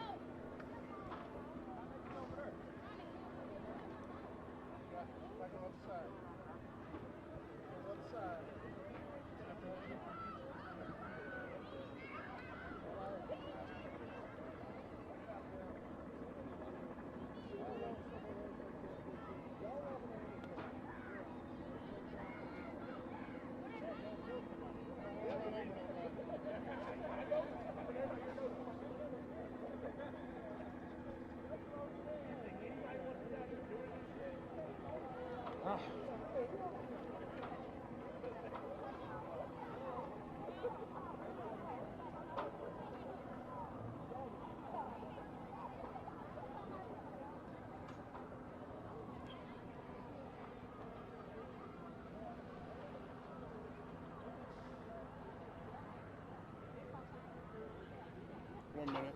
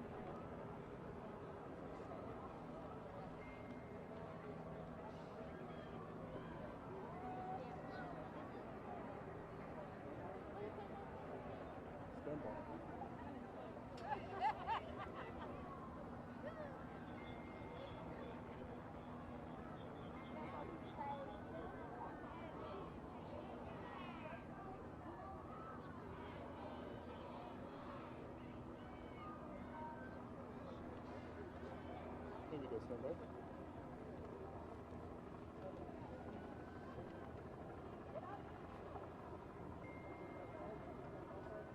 Brittany, what you're looking at right now is 75 South near the University Avenue exit, where traffic is at a complete standstill. You can see right here at the beginning, there is a group of protesters that have shut down the highway. This is that same group earlier when we talked to you at 9 o'clock that we showed you moving up onto the interstate. Now we're getting a different view of the protesters actually on the interstate. You can see traffic is completely backed up going towards downtown, towards the city. And then you can see 75 North, there's no traffic, because if you look down here, you can see that Atlanta Police as well as Georgia State Patrol have set up here on the opposite side of the interstate. We're not sure what's going to happen next. We've been up here for maybe 15 minutes or so while police have been on this side and the protesters have been on this side. So this is one of several scenes going on near the scene of that shooting last night near the Wendy's. We've got the protesters here on the interstate. We've also got another group of protesters that are near one of the other entrance ramps to the interstate. So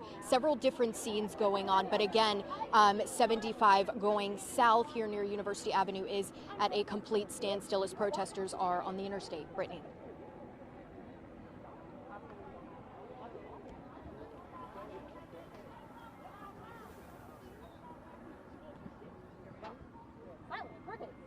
But they was bodies, right?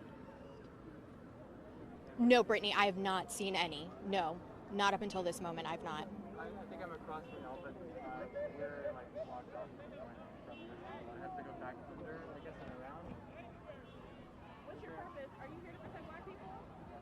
Okay, then get out on the fucking highway. I know, I'm trying to figure that out. What do you mean? Grab these other white people and go start the barricade right now.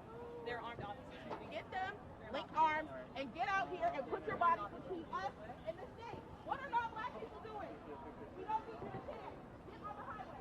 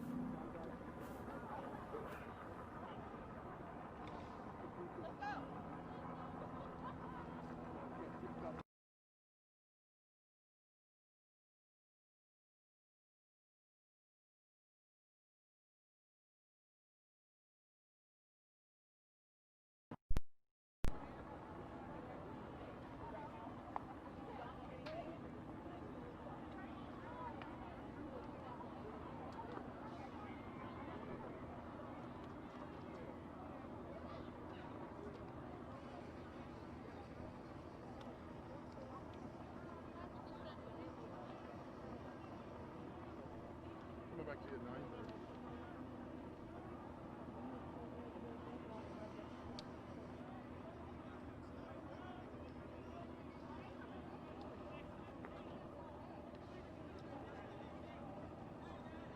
With your fingers.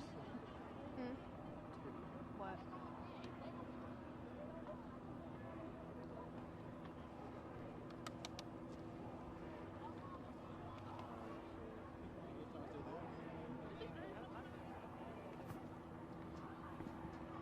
want to stay up here? One more hit. Let's see what happens. They're on the other side over there. Still.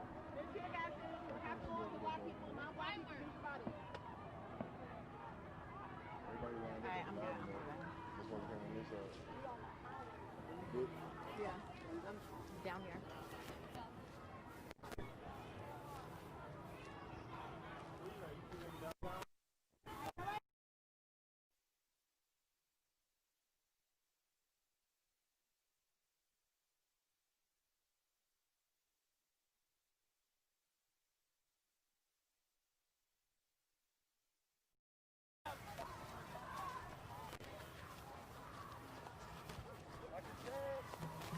If you need to use my shoulder, you can.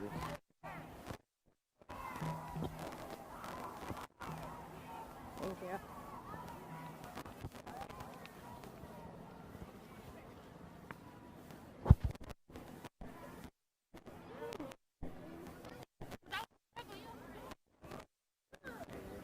Shot. That's a hell of a shot right there.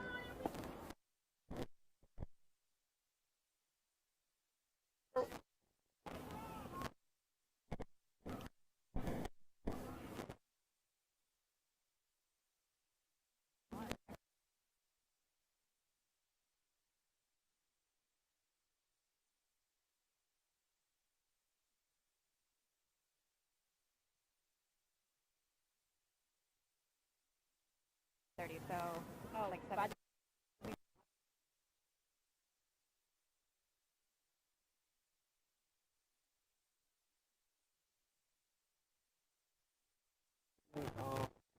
I'm from Clayton County. I've been on TV out here. Put a couple stories on me a lot, but I woke up this morning and it's like completely about. Out of breath right quick, but if you wake up.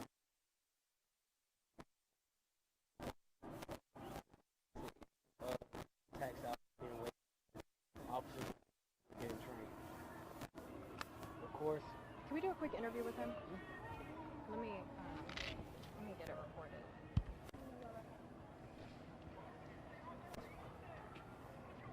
Check, check, check, check. Mic check, 1098-765-4321, check, check.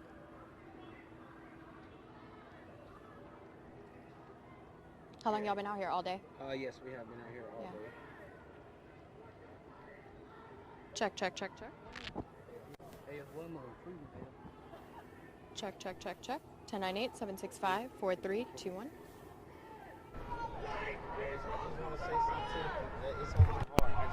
We want to hear it. You can look at me the whole time. What? Your phone case? Yeah. All right, go ahead and give us your first and last name and spell it. First name Gary, last name Stokes, G-A-R-Y-S-T-O-K-E-S. You were just explaining to me why you were out here today and what the issue is. Tell me about that. I feel like the issue that's going on right now in society.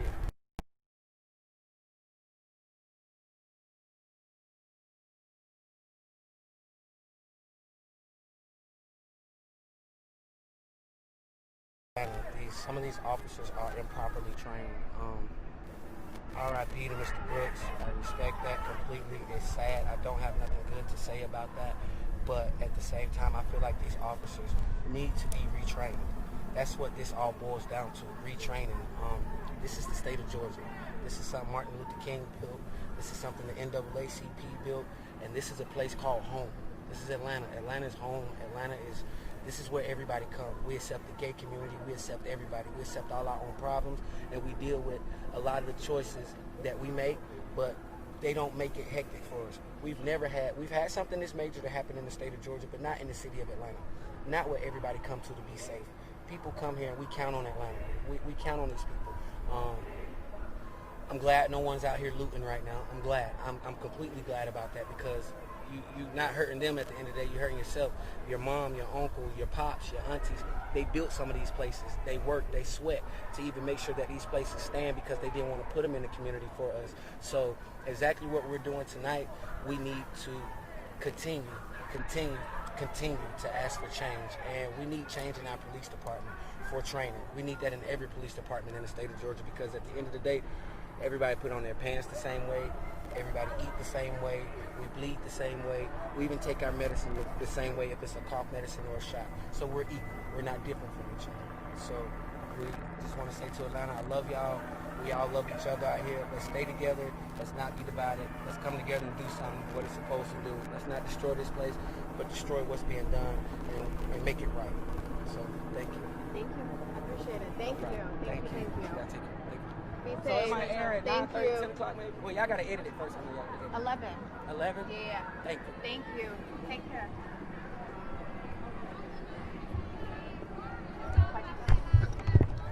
I'm done. Car, I need to get some more into space, and then the audio's not working out. I need to fix it. Oh crap! 15 seconds. For a hit? Yeah. It's 9:30.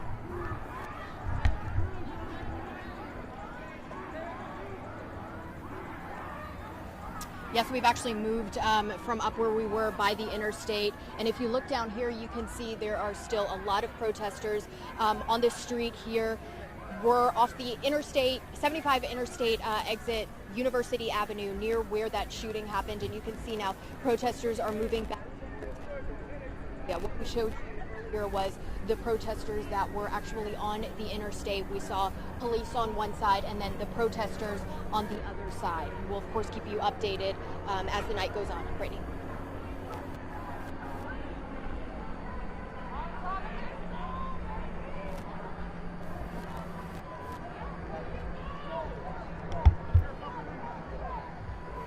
Oh, jeez.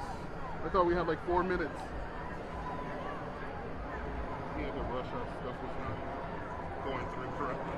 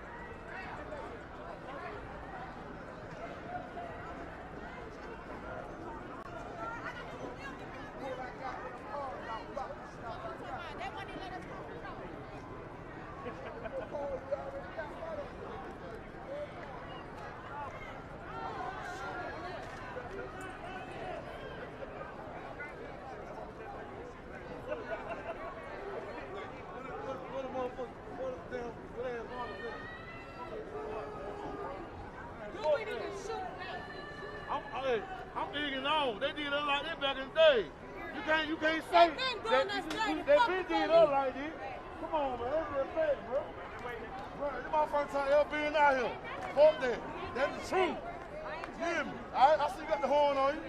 You hear me? I ain't doing that. I'm egging it on though, bro. Fuck that. If you go do it, man. Fuck that.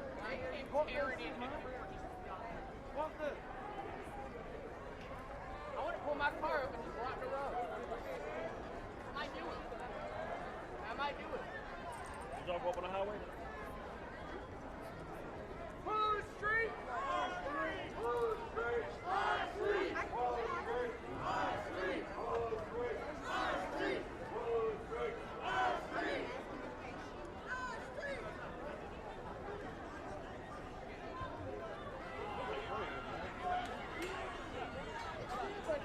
Y'all know what this was?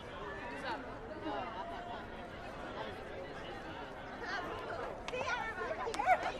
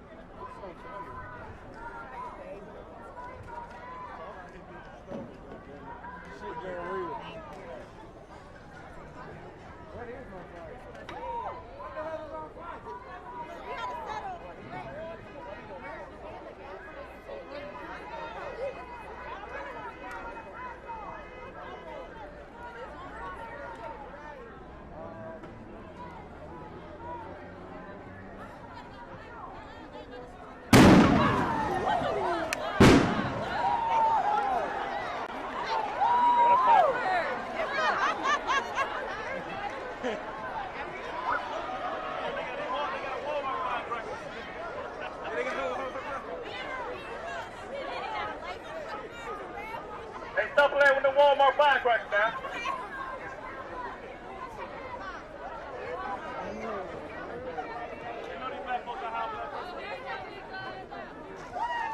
I'm not the size man out here moving.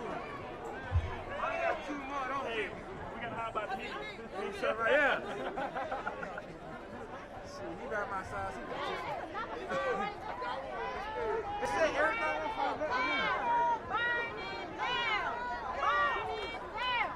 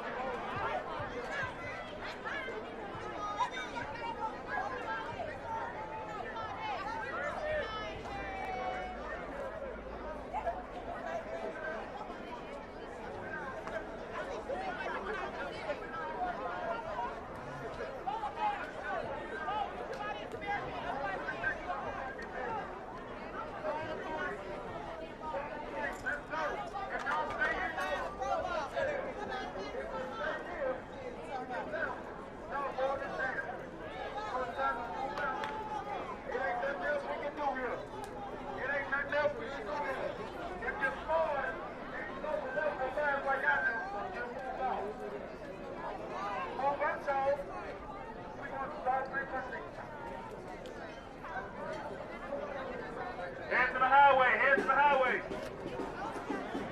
Head to the highway. To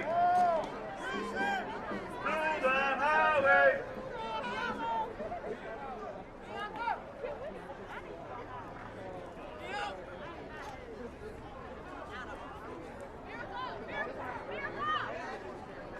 To the highway.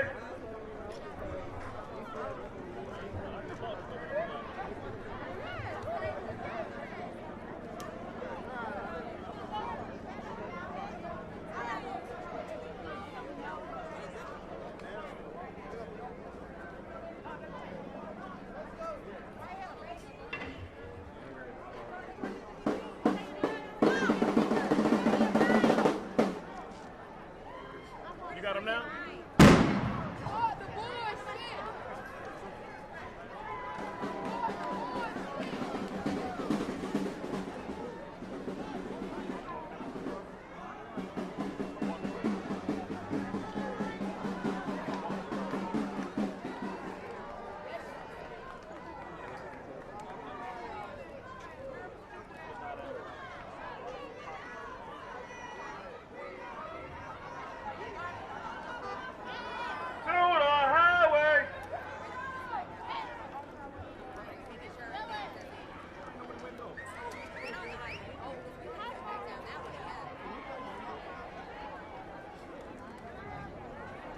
To the precinct.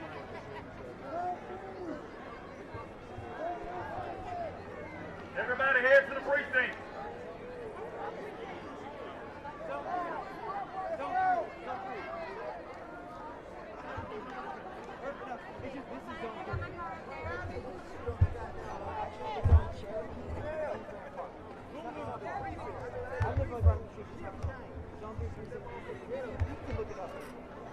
The new one's on there.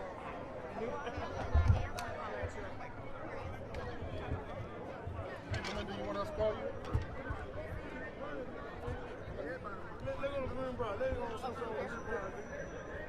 Hey, Belinda, you wanted us to call you? No, they wouldn't. No, they wouldn't, bro. I'm with it, bro. Okay, yeah, we're moving right now. And as soon as we get something safe for you guys, we'll be back up.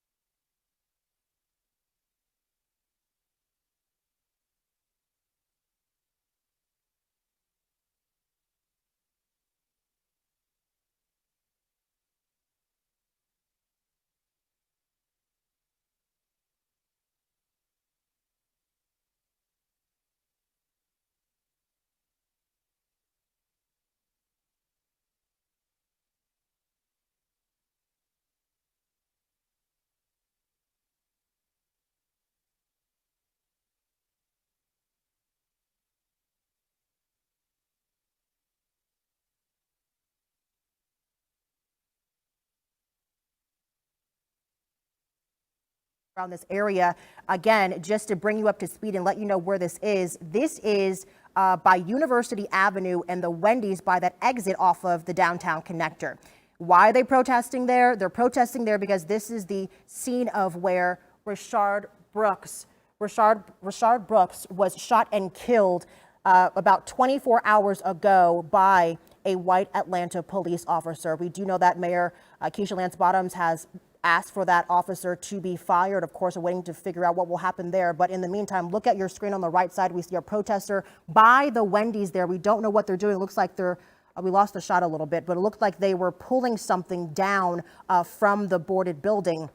We also know, in case you missed it in the last 20 minutes, one of our reporters told us that someone had broken into that Wendy's, that people or protesters broke into that Wendy's. They busted windows. At one point, there was smoke coming from that building. At one point, there may have been flames coming from that building. And that's where we saw the response from the fire engine from Atlanta Fire Rescue at the time. But there are still flames outside of the building. As you can see on your screen, those flames are continuing to burn. So the question is, when will authorities step in to extinguish those fires as protesters just walk around these huge flames? Right now, it looks like they're in the gas station. I can say from protests that we have seen in the past 2 weeks, this is very different in that it is very spread out. You have protesters at the gas station. You have protesters outside of the Wendy's. You have protesters in the street on University Avenue. You have protesters on the highway. Don't forget that. You have protesters on the highway blocking and shutting down traffic right now, 10 o'clock at night on a Saturday. You can see just how many people have really taken over the streets here. Law enforcement on the ground there is really hard to see from this vantage point, although we do see law enforcement on the left side of our screen as that highway is blocked off. But it looks like our Chopper 46 is just giving us another perspective of that highway that is shut down. Look at all of these cars. Protesters have not moved, and it looks like they will not be moved anytime soon right now. Looks like there may be an interaction, actually. It's hard to see because this is an aerial view, but it looks like protesters and police officers are having some sort of interaction. We're going to head to our reporter on the ground, Bobeth Yates, who can give us some more details as to what's going on. What are you seeing from your end, Bobeth? Well, Brittany, traffic is completely backed up right here. This is 75 southbound, and you can see it's backed up for miles, like all the way. If you come to the left, this is the university exit right here. You can see nobody is moving at this moment. We've seen a lot of traffic on the outer streets as folks try to bypass getting on 75 South. The delays based on Waze is saying that it could take up to 45 minutes right now. But as you can see, this is blocked completely. So traffic is not moving. All the exits have been blocked coming on to 75 southbound from University and even the next exit up. Folks are not going anywhere anytime soon, Brittany. And again, this is because protesters are on the highway above this University exit. So we're not expecting this to clear up anytime soon until officers get those protesters off the highway. But for the most part, even the outer streets, the streets that are connecting, going around this area, the ones that are like going along 75 are also seeing a heavy traffic of people just trying to figure out how to get around this as they try to make their way north. All the downtown streets are also seeing heavy traffic again because of this very thing as people try to figure out a way to get around. But this the northbound lanes, no traffic at all. Southbound lanes completely backed up for miles. Brittany, I'm going to continue to head out here, be out here and see exactly how long it takes for these cars to start moving as those try to head southbound right now on 75. I'll send it back to you in the studio. Bobeth, let me ask you a question. I know that you were outside of Chris Stewart's office for our earlier live hit as he is representing the Brooks family right now in this case. When you were making your way to your current location, were you able to see just how far all of this traffic sort of extends back into Midtown, or even, is it going back into Buckhead even, you think? I wouldn't go all the way, say, in Buckhead. We did not see that. We actually just started heading now south along some of the southbound streets. So we didn't even get on the north side to see how it's impacting on the north side, because when we looked on the highway, it just wasn't looking good. We got on just by the Capitol and then started making our way on side streets along 75 trying to get to this location. When we got here, we realized some of the other streets, like to get onto the highway, was closed, because our original plan was to try to get as close to protesters as possible. But as we saw, the streets were blocked off, and we saw the traffic on some of those side streets, we just knew that wasn't possible. So we decided to just set up shop right here, as this is the closest we can get. And I mean, when I say backed up for miles, again, when I did the Waze trying to figure out how long it would take, it said 45 minutes. But when you look at the way traffic is moving, it's not moving. So we don't think 45 minutes is even accurate, because the highway was completely shut down. If we were trying to, and this was 45 minutes to get to the station, which is in Midtown off 14th Street. So just imagine from where we were at University to trying to get 2 or 3 miles north to 14th Street. It just would not have been, 14th Street from where we were to 14th Street, 45 minutes would have been a disaster, I think.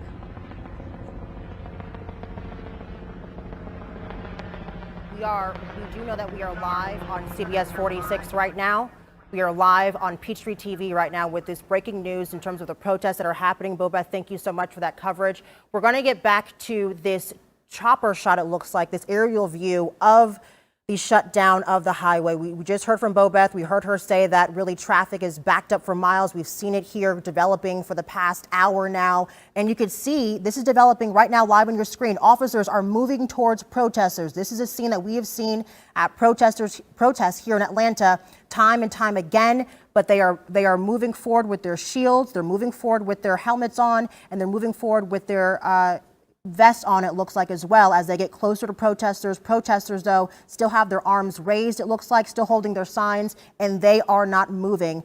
Those officers, though, taking one step at a time. We're going to hang on this shot because we've seen this before, but of course we don't know exactly what's going to happen as officers get closer to protesters. One of our reporters did tell us that tear gas was deployed at some point during this entire interaction, this entire protest today. Keep in mind, this has been going on for hours. Right now, again, we're watching officers on the move as they advance towards protesters. What will happen when they get to that line of protesters that have refused to move for the past hour now? We're going to have to wait and see. I know the images are a little dark on your screen, but just so I can tell you what I'm seeing, I'm sure you're seeing the same thing. Protesters in a straight line. These are the same protesters that have been there for an hour. And there you see it on the left-hand side, officers taking down one protester at a time. It looks like they have they're putting them down on their face, putting their arms behind their backs, and making arrests. They're now moving to the middle of this line. Right now, you're watching this live on your screen as we are live on Peachtree TV and live on CBS 46. Officers advancing towards these protesters that have shut down 75, and it looks like they are making arrests. If I count them right now, 1, 2, 3, 4, at least 4 people on the ground on the left side of your screen. It looks like some people on the right side of your screen have actually been arrested as well. And then you have this group in the middle that officers are now, looks like they're interacting with in some way. I didn't see from my vantage point, of course, we'll have to confirm this with authorities. I did not see any sort of violent interaction with protesters. When I saw what I could see from the left side of your screen, one officer put another person or protester under arrest. It seemed peaceful. They put their hands behind their back. But this middle chunk of people, I'll call them, are now being met with officers on the front lines there. I know it's very dark, but it looks like they are making arrests to get these people off of the highway. They have been there for about an hour at least. Again, we saw a couple of people on the highway. It turned into dozens, and they have not moved. They have refused to move, and they have caused a backup like no other here in downtown Atlanta. But a lot of people have said they're angry. A lot of people have said they're tired. A lot of people have said they have had enough because another black man was shot and killed by a white police officer. That was last night. His name is Rashard Brooks, and he was in the parking lot of a Wendy's on University Avenue. And this is the result, according to protesters, of that incident. They wanted to demand justice, as you can see on the bottom of your screen. So once again, we are coming to you live with these images on CBS 46 and on Peachtree TV. You can see what is unfolding right now. In just the last 6 minutes or so, Atlanta police have advanced towards these protesters, trying to get them off the streets, making one arrest after the other. We don't even know how many people, because it's a lot of people, how many people are on the highway there, so it may take them a while to actually make that arrest. We want to show you this video as well and just sort of bring you up to speed as to how we got here. This cell phone video shows the final moments of Rayshard Brooks' life. We do know CBS 46 was the first station on scene of this tragic shooting, which happened about 24 hours ago. An Atlanta police officer shot and killed Brooks again last night at the Wendy's on the University Avenue, which is really where everything is taking place tonight. Officers say Brooks resisted arrest and even managed to wrangle a taser from that officer. This is a cell phone video, another cell phone video you're looking at on your screen. And we also have that surveillance video from the Wendy's where you see, there it is, you see Brooks running. Investigators say he turned around and pointed a taser at the officer, and that is when the officer fired the shots in Brooks' back. We're going to go back to these live images. We just saw a few arrests happen live on air. Of course, we'll reach out to authorities to ask them exactly how many arrests were made just now. But officers with their shields, with their helmets on, with their vests, have advanced towards protesters. It looks like protesters are on the other side too. This is a new image now that we're just seeing. Traffic, though, has not moved for an hour now. We don't even know what those drivers must be thinking. I wanted to ask Bobeth Yates, and I'll ask her in a few minutes, if any drivers have gotten out of their cars, but we can see if that chopper can maybe go up a little bit. We just saw some people being walked to the patrol cars in zip ties or handcuffs. So we do know that a couple arrests have been made. And just look at how many cars are really parked on that highway there. They cannot move. And surprisingly, look at these images. If you remember, if you've been sticking with us, the fires are still going. And now I don't see one fire. I see 1, 2, 3, 4, 5 small fires on your screen. These really just popped up. I have to say, in the last 30 minutes or so, we saw one fire burning. We got word that there may even be a small fire inside of the Wendy's there, but it looks like outside the Wendy's, more small fires are popping up. So we're definitely going to reach out to Atlanta Fire Rescue and ask them if there are any plans to put these flames out, because we do have a lot of people in the area. So of course that can be dangerous. But yeah, those flames were not there the last time we went over to this shot. What you're looking at, the building on your left, is the Wendy's. We do know that protesters, according to our reporters on the ground, broke into that building, busted out the windows, busted out the doors, broke glass, and that is when they said they saw smoke coming from that building. But again, we have fires outside of the building. This is all really the backdrop for the highway that has been shut down now on this night of protest, Saturday night. We do know that they went out there at 8 o'clock, but that was really the continuation of a number of protests that have been popping up all throughout Atlanta all day. The first protest really was at midnight, and CBS 46 was there. We were the only cameras there documenting all of those protesters as they were there in front of their Wendy's after Rayshard was shot and killed. We're going to go to Molly McCullum now, who can give us more of an idea as to what's going on traffic-wise. Molly. Absolutely. You can see it right there, and you can actually get another view on our GDOT camera. This is right by University Avenue. What you're seeing, all the backup is the southbound lanes. The northbound lanes empty right now because they have completely shut it down with the protesters on the highway right now. You can see lots of those flashing police lights, and this is going to continue until they get this protest off of the highway. So avoid the connector. Absolutely avoid it this evening if possible, because we're going to continue to see these delays, and they are extensive on the downtown connector. In fact, a lot of these delays in the southbound lane extend all the way back just to the Grady curve, so you cannot go southbound on the connector right now. In fact, if we go ahead and take the traffic computer, I want to show you exactly where this is and where we're looking at in downtown Atlanta. You can see where those lanes are blocked, and where you see purple, that's never a good sign, especially on this traffic map, because that means all lanes are shut down. So I do want to show you how these delays extend all the way up to the Grady curve. You cannot go southbound on the connector. You have to take 285. Even in southbound towards I-20, you won't be able to make it to I-20 in the southbound lanes. Now, if you're coming from I-20 and trying to get into the northbound lanes of the downtown connector, you can do that, but you cannot go southbound. In fact, let's look at the south side of these delays near Langford Parkway. As you go, you cannot go northbound on the connector, and of course, southbound, you will not be able to make it in that direction either. So at this point, the best alternative is to take I-285 in any direction you're trying to go into Atlanta right now, and avoid the connector with those delays continuing to stack up. And Brittany, it looks like things are not going to be moving at all until they get the protesters off the highway. A lot of traffic there, Molly. Thank you so much. We're going to give you another live look now at what is causing all of that traffic. The protesters, if you're just joining us, we got to catch you up as to what's happening here live.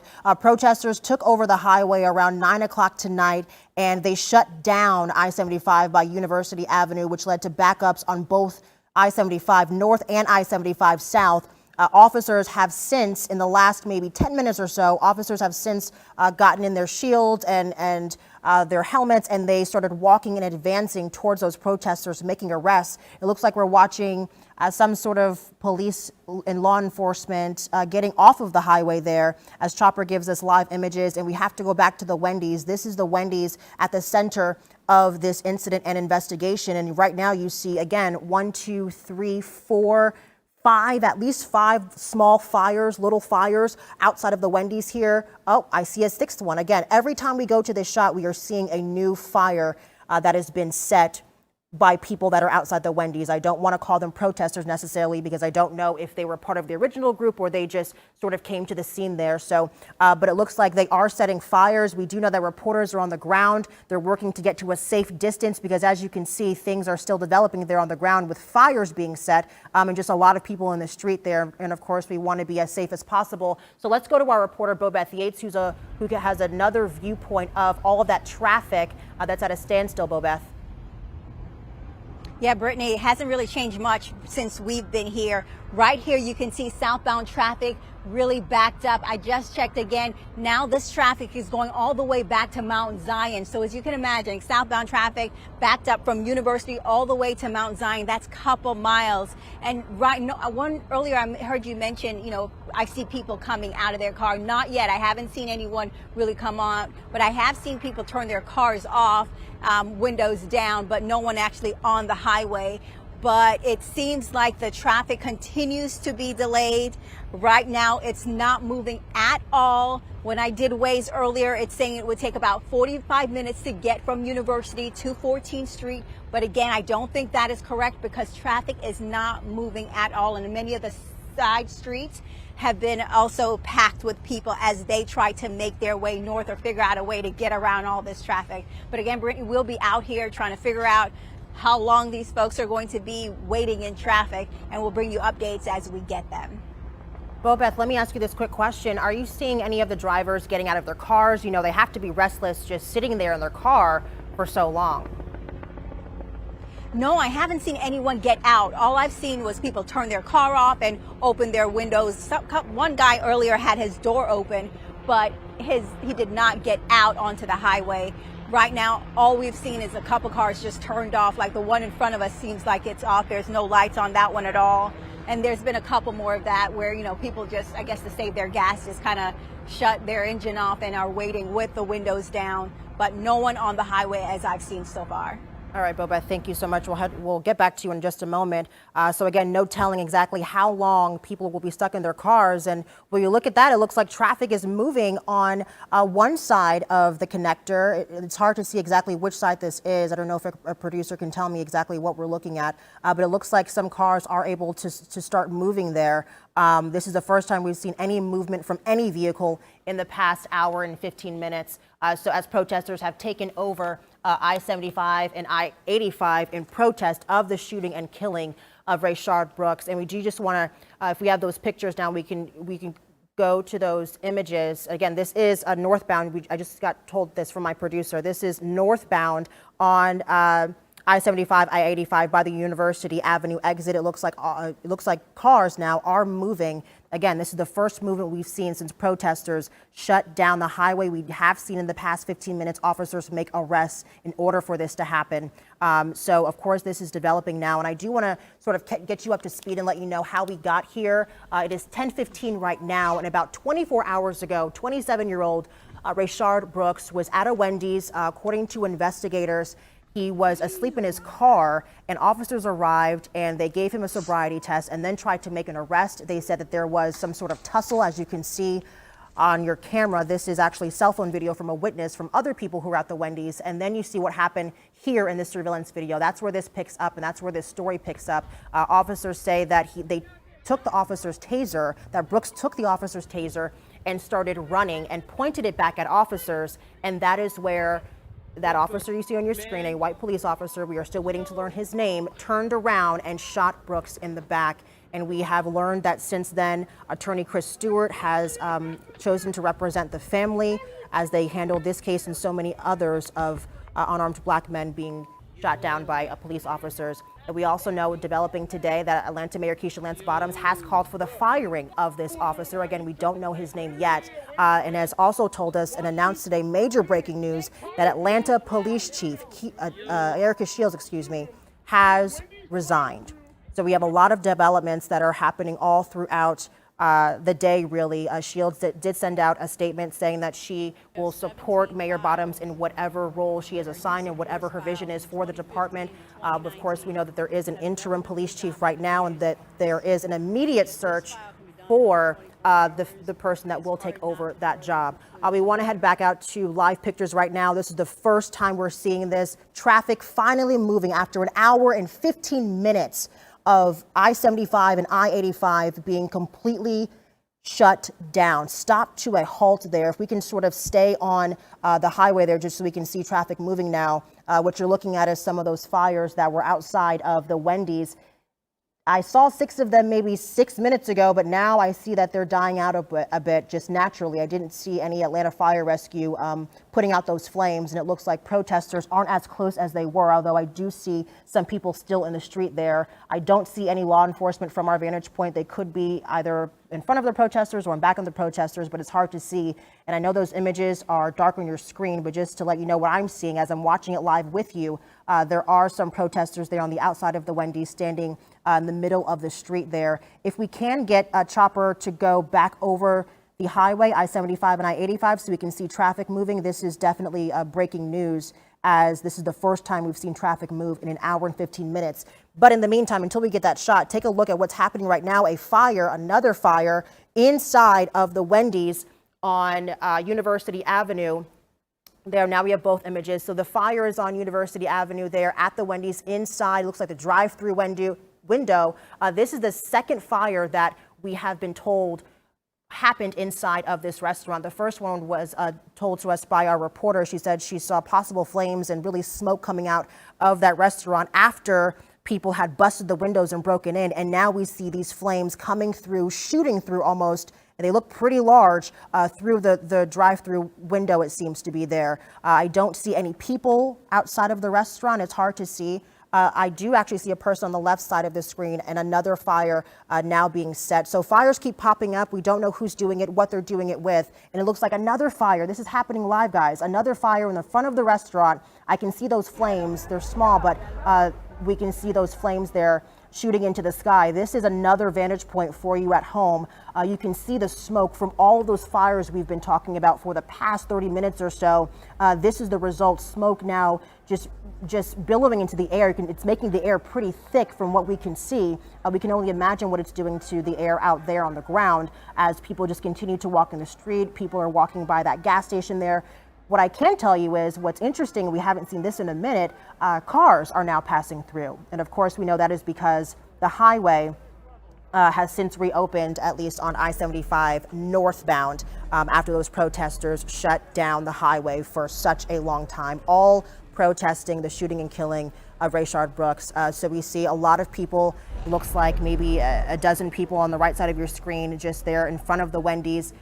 This on the left side of your screen, producers, can you tell me exactly what we're looking at here? It looks like an awning. It looks like a building. Okay, this is a shopping center, according to my producers. This is a shopping center that's next to the Wendy's, and now we're giving you another look at those fires that are continuing to spread in this Wendy's. You can see the front sign, the Wendy's sign is actually charred a little bit from those flames that are just sort of going throughout the building at this point.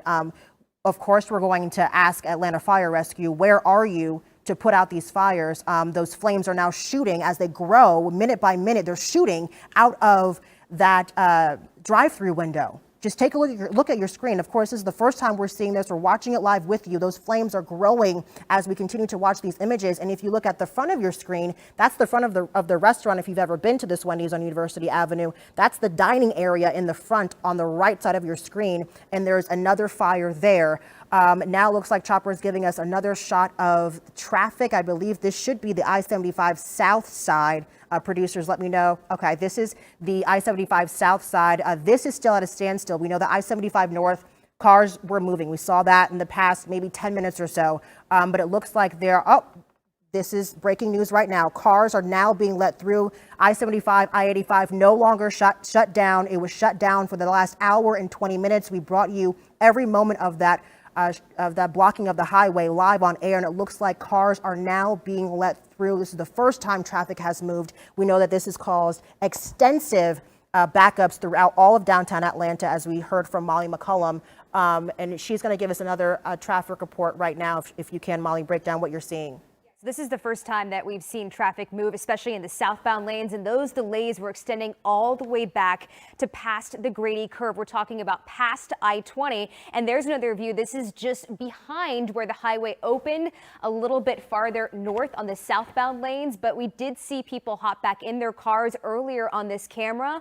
We did see people waiting outside their cars, walking up and down the highway, because as Brittany mentioned, this area has been at a standstill for the past hour and 20 minutes or so. What you're seeing on the other side of your screen where the lanes are empty, that is the northbound lanes. Those are back open. We're not seeing many cars move through there right now because it was shut down for so long. A lot of people started avoiding the highway. We've seen maybe 1 or 2 cars come through, but obviously the focus right now is on the southbound lanes. And Brittany, I think we're going to hand it back to you as we're seeing a little bit more activity happening at this Wendy's on University Avenue. I mean, boy, Molly, those flames are growing by the minute. We're watching this live. If you are just now joining us, we've been watching this fire since it was first set, maybe about 10 minutes ago, and you saw, a few sparks here and there. But now look at this fire as it continues to consume that entire drive-through window, which is what we think that area is. It's basically, you can see pieces of that building just falling off as protesters are now in the street. This is all happening live as well. You see some activity here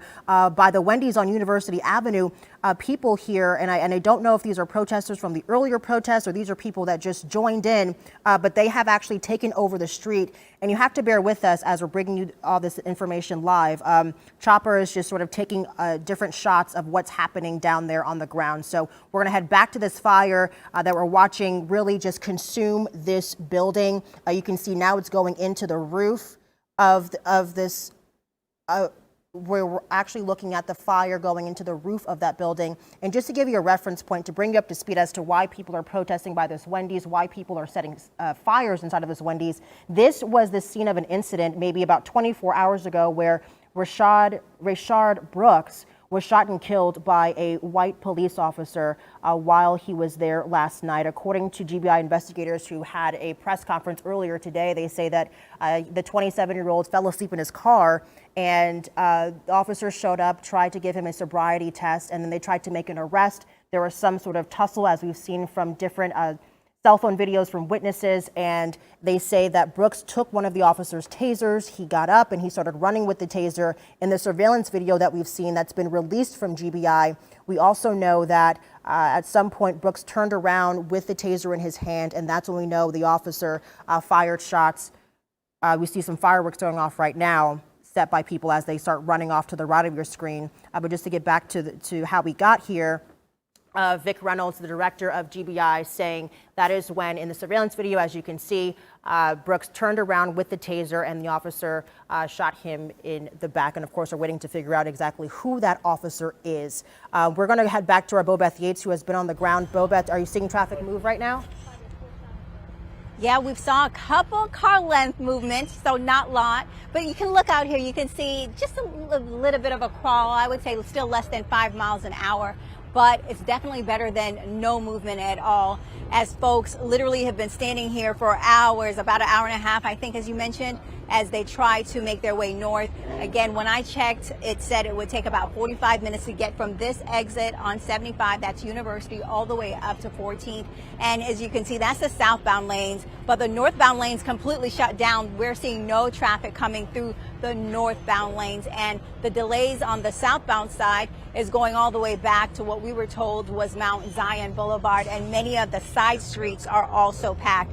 Now, Brittany, earlier today, before we came here to this site, we actually were at a press conference with the attorneys representing the family of Rayshard Brooks, and they told us that the picture that's being painted isn't a full picture. In fact, they talked about earlier that day or earlier yesterday how Brooks was actually spending the day with his daughter. She is celebrating her 8th birthday today. Yesterday, he took her out, had her little pampering, had her nails done. Today, he was supposed to take her to the skating rink as a birthday celebration. And as both attorneys, it was Chris Stewart and the other one, name fails me now, said they were with the family, and while they were sitting there, they were having a party for that 8-year-old, and they were going over the details of their case during this party for that 8-year-old. So attorneys said they were just saddened by this whole ordeal, and they said they're so frustrated that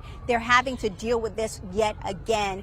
And one of the things that kept on coming up was the video that was released that showed Brooks running, fleeing from the officers. As you can see right now, before I go to that, you can see some police officers heading north.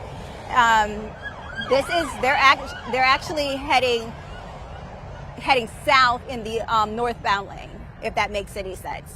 So they're heading north in the northbound lane. I'm sorry. So you can see this isn't good, but they're adding to the scene right there. But as I was saying earlier, one of the things the attorneys were saying is that the video that is going to be one of the key evidence in this case shows Brooks running from the officers and then turning with the taser in his hand. And they said around that point is when the officer shot. But they said that cannot be used as a reason for using deadly force. Take a listen to what the attorney said. You can't say he ran off with a weapon that could kill somebody when you say it's not deadly. You can't say you don't have other options. Where was he going to go?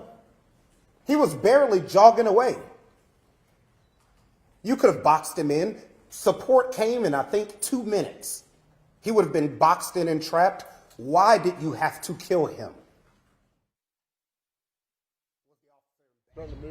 Yeah, so as you can hear, the attorney said he actually lost a couple of cases on the same very issue where officers said that they used a taser and it wasn't deadly force, so they can't turn around and now say that a taser is deadly force. They're saying you can't have it both ways. Another thing they also mentioned was that the time it took for aid to be rendered to Brooks as he was laying on the floor, they said it took several minutes. They said in between the time he was shot and the time that they came over there and checked his pulse, multiple minutes had passed, and that was, time that could have been important to save his life. In addition to that, they said they have video of officers picking up shell casings before they're rendering aid, and they're claiming that act of picking up the shell casing could be a way that could be trying to conceal evidence of how far he was when he was shot. But again, a lot of details are coming out because all of this happened with a packed drive-through, and so many people were watching, so many people were recording video, and all of that now, law enforcement, these attorneys have to compile to figure out what is next. GBI says they're going to be doing their investigation, and they're going to try to do it as quickly as possible, but also as thorough as possible, and then they're going to turn over all their information to the state attorneys, and then they will decide if charges will be filed against the officer involved in this shooting.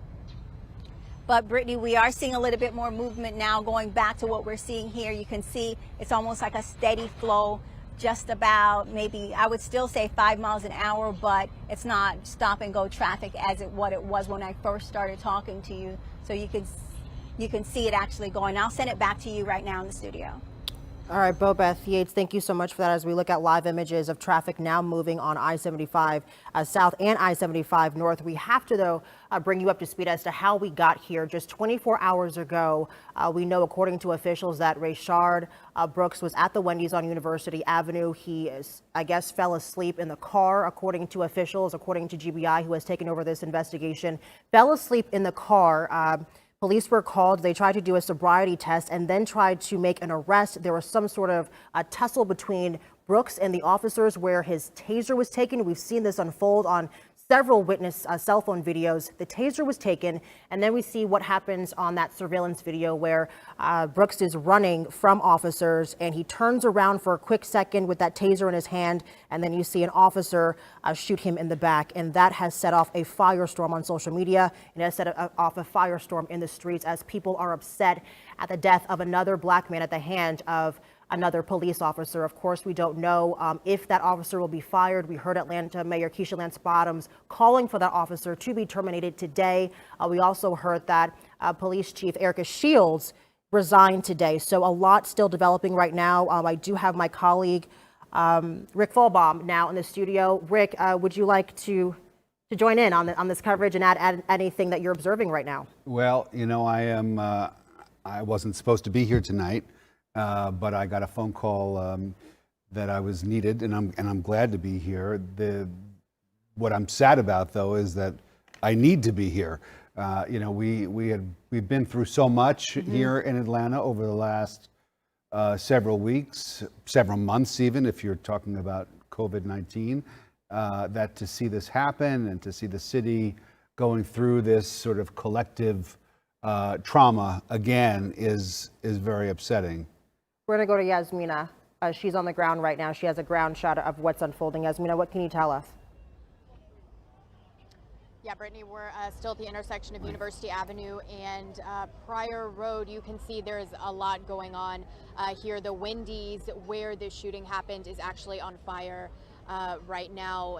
Maybe 30 minutes ago or so, we did see an Atlanta fire truck that attempted to get into this area, but protesters would not let that fire truck through. And in that time, of course, that fire got much, much worse. I mean, even just within the last 5 minutes or so, that is some really thick smoke coming from that Wendy's. There also looked to be a lot less people out here than when that fire first started.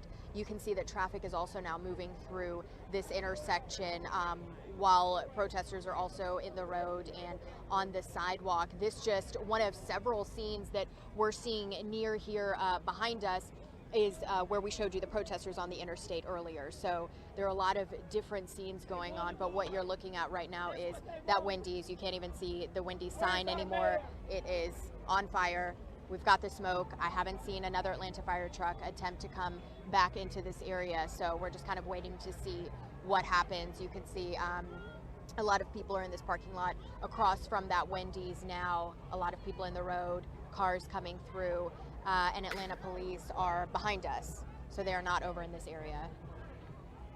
Brittany? All right, Yasmina, thank you so much. Again, several fires popping up out there outside of the Wendy's off of University Avenue. You have to think just, what was it, midnight last night when CBS 46 cameras were there when we saw the first protest, and our cameras were the only cameras that were there, the first protest in regards to the shooting and killing of Rayshard Brooks. And now look at what has unfolded after several protests throughout the day, and now several fires on the ground just outside of the Wendy's there. Once again, my colleague Rick Fulbaum is here and has been following this coverage all day long and is now joining me in the studio. So Rick, what do you think about this, being that, you know, we're now entering our third, I've really lost track of time, our third week of protests, I believe?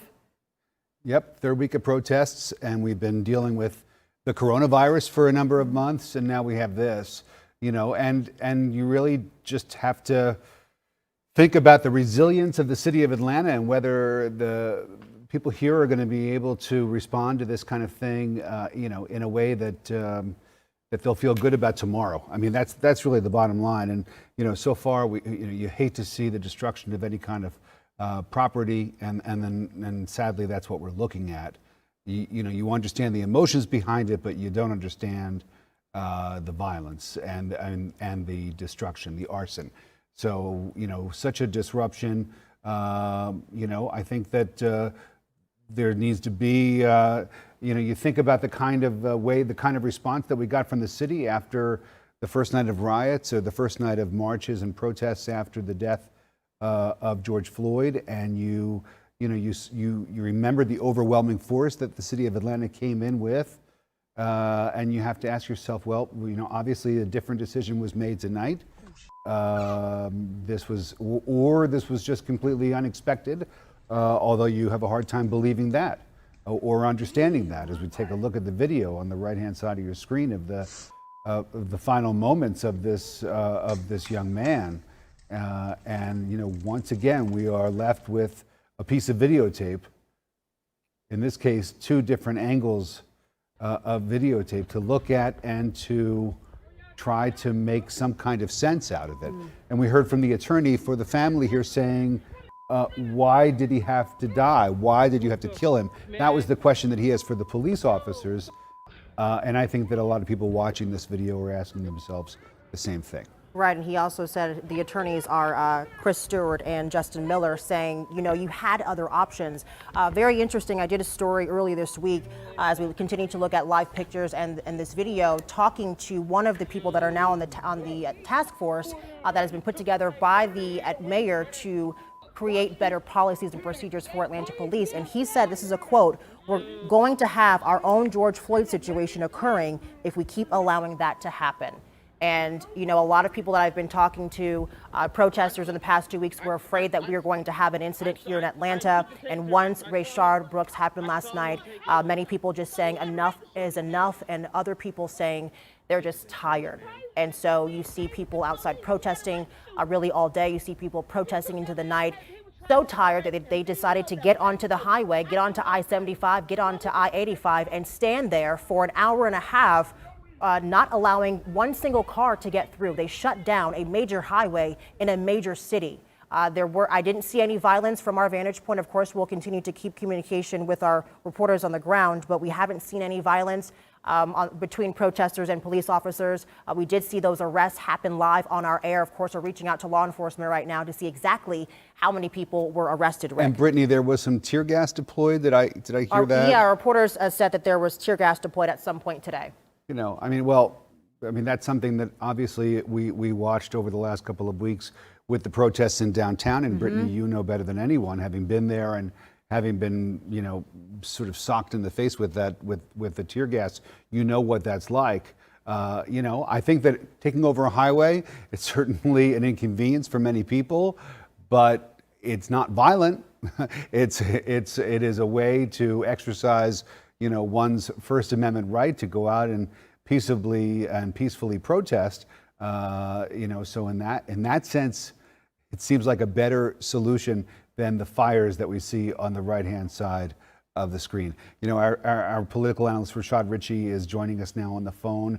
And Rashad, as we take a look at these pictures and we talk about this story, yet another story, Rashad, what are you thinking tonight? I'm thinking that I'm very sad for my city. I'm thinking that policing has to be reimagined. The community is demanding it.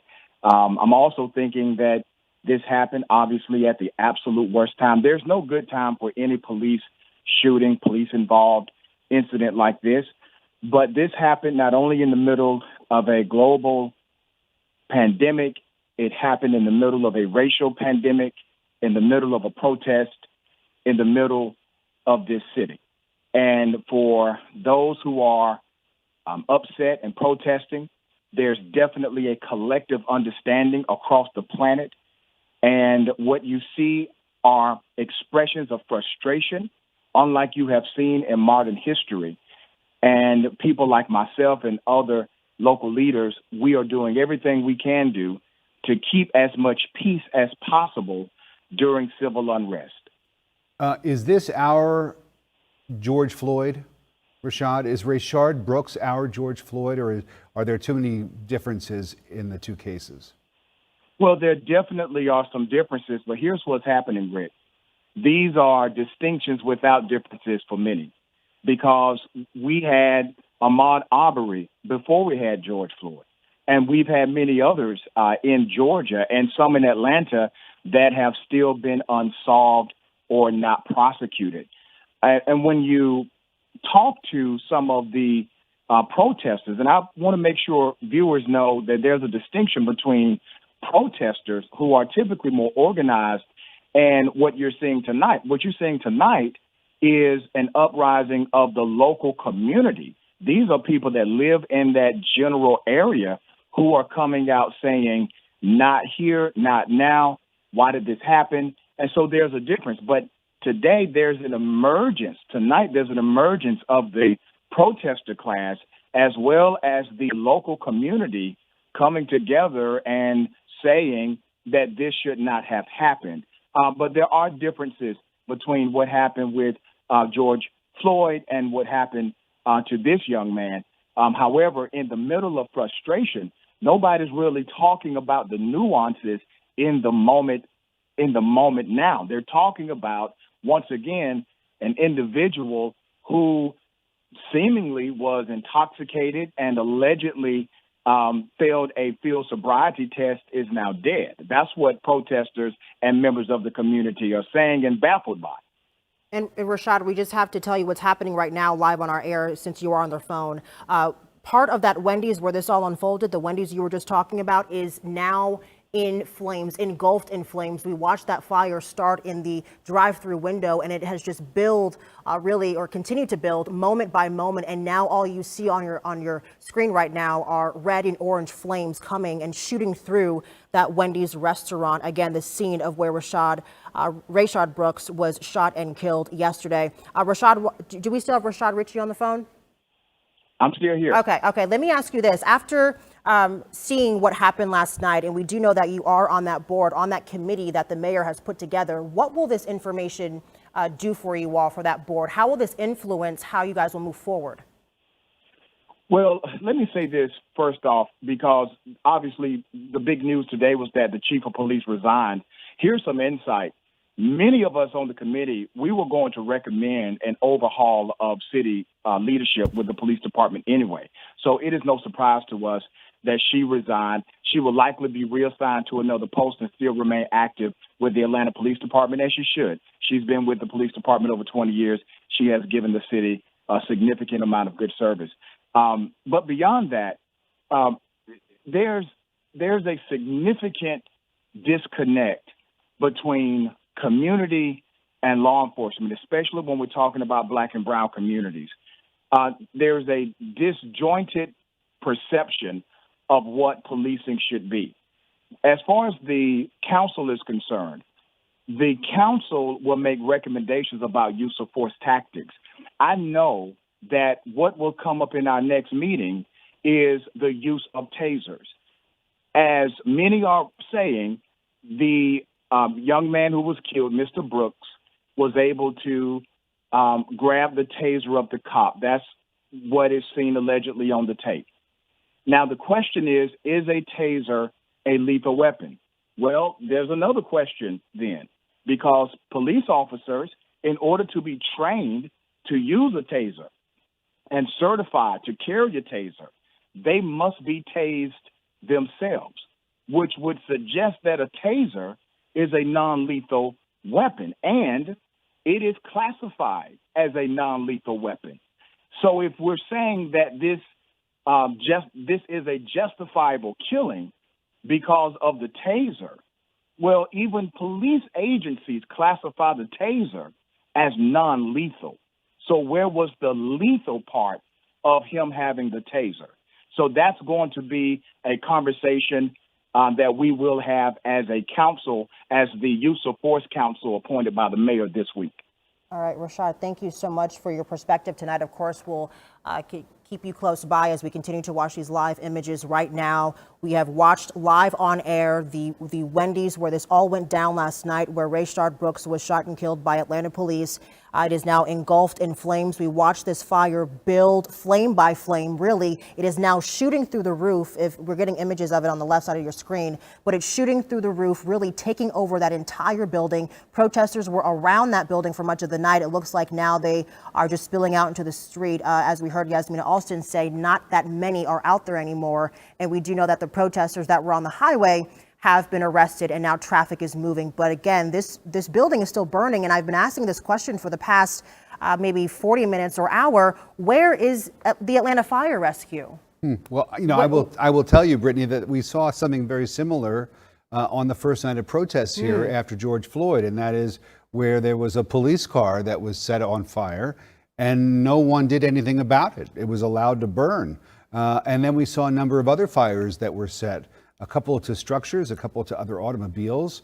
And it seemed like there was, at least on the part of city leaders, the fire department and police department, first responders, some kind of, tacit, decision that was made to let these fires just burn themselves out rather than send crews in the way. We also know that some fire crews that have attempted to respond.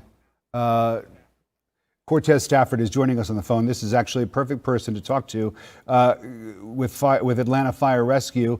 And we were wondering, Cortez, about these structures that are just sort of allowed to burn. Why is that? Well, we can't get to them. I mean, it's too dangerous to try to get through the protesters to get to the fires.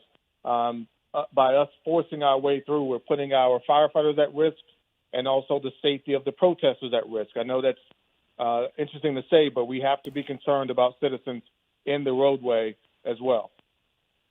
We're talking with Cortez Stafford. I'm guessing, sir, because my producer told me in my earpiece that you were available for us to talk to. You're with Atlanta Fire Rescue. You're a member of the Public Information Officer. Is that correct? That's correct. And Public Information Officer. And your rank, just so I know how to refer to you? Sergeant. Sergeant Stafford. So why don't you give us an update, please, on the work of Atlanta Fire Rescue tonight, responding to these many calls? So we put together a task force just for the protests here at University and Pryor Road in this area that we're working right now that's congested, consisting of 2 fire trucks, the ladder truck, and a battalion chief, and also the escort of law enforcement.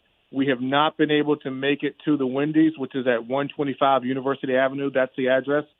The fire started out as a small fire. As a matter of fact, we weren't quite sure if we had a fire inside the Wendy's, but it started out as a small vegetation fires outside, but it does look like the Wendy's itself has been set on fire. It's fully involved. We are not able to access it, and it's too dangerous to try to get our units in there at this time. Hi, Cortez, Sergeant Cortez Stafford. This is Brittany Miller here. We've been watching this fire sort of happen moment by moment live on air. We do know that there is a BP gas station close by, pretty close to this Wendy's here. Any concern that the fire will spread to the gas station and maybe blow up? I have to say we don't know. We're watching it, monitoring closely. Obviously, the gas station is less than 25, 20, 30 yards away. So that's a major concern for us. The concern that we have is that it won't get to the tanks, which are underground. So that's probably the best place for those tanks to be, and that's how they're built. We're monitoring closely, and if we can get in there to put some water on the fire, number one, and save the gas station and any other buildings around it, then we'll do so. But right at this time, it's too dangerous to try to go to that location. Sergeant, real quickly, we know that some first responders have actually come under attack from some of these criminal elements out on the street, as they have tried to respond to fires. Is that something that your men and women have come in touch with tonight? We have not had any cases of any that I'm hearing. When I just spoke to our commander, incident commander for tonight's incident, we have not had any reports of damage to our fire trucks. Now, we have had people stand in front of the fire trucks, and we had to remove one person off of our fire truck while we were trying to get to that Wendy's fire. But more than anything, people are just standing in the roadway, and we are unable to get down University Avenue and Pryor to get to that location. But we have not had anyone damage any of the apparatuses tonight that I'm aware of at this moment. Sergeant Cortez Stafford with Atlanta Fire Rescue. Sergeant, thanks so much. We appreciate your time and the information as we come up on 10 minutes before 11 p.m. and we continue to watch a fire that is burning out of control now at a Wendy's on University site. I'm about to come on the other side. This was the site last night where Rayshard Brooks at the drive-through there his life came to an end after he was involved in an officer-involved shooting. And you can see the fire rescue just sort of standing and watching. Yasmina Alston is standing by right now. Yasmina, tell us where you are and what's going on there. Yeah, Rick, so hearing from Atlanta Fire that it's a dangerous situation to get to. We actually moved from where we were as well. We were on the other side of that bridge and have now moved. One thing that's changed, obviously, is that fire is much larger now, but also Georgia State Patrol is now blocking all traffic from going towards that Wendy's. It's sort of a mess out here. All of the traffic being rerouted, having to come back the other way. The interstate is still shut down. And of course, you can see a lot of police activity still on the interstate and down here where we are. But that fire just massive. I mean, we originally just saw smoke, and then you can see those flames grew. And I mean, it's just a waiting game. We heard Atlanta Fire say it was dangerous to get over there, and that's kind of what we experienced as well. Hearing, talking about all of the people that were just standing in the road and making it difficult to get over there. Once that fire got bigger, a lot of people did scatter just because it's a scary situation. Back to you guys. All right, Yasmina, thanks very much. A scary situation. You don't want to hear that. And you mentioned that at gas station, Brittany, and I think that Right. we heard from Sergeant Stafford that that is a major concern of theirs. He said, we don't know whether or not we're going to be able to contain the fire at the Wendy's and keep it from spreading. But he did say one thing that I think was encouraging, at least, and that is that the tanks at that gas station are underground. Right.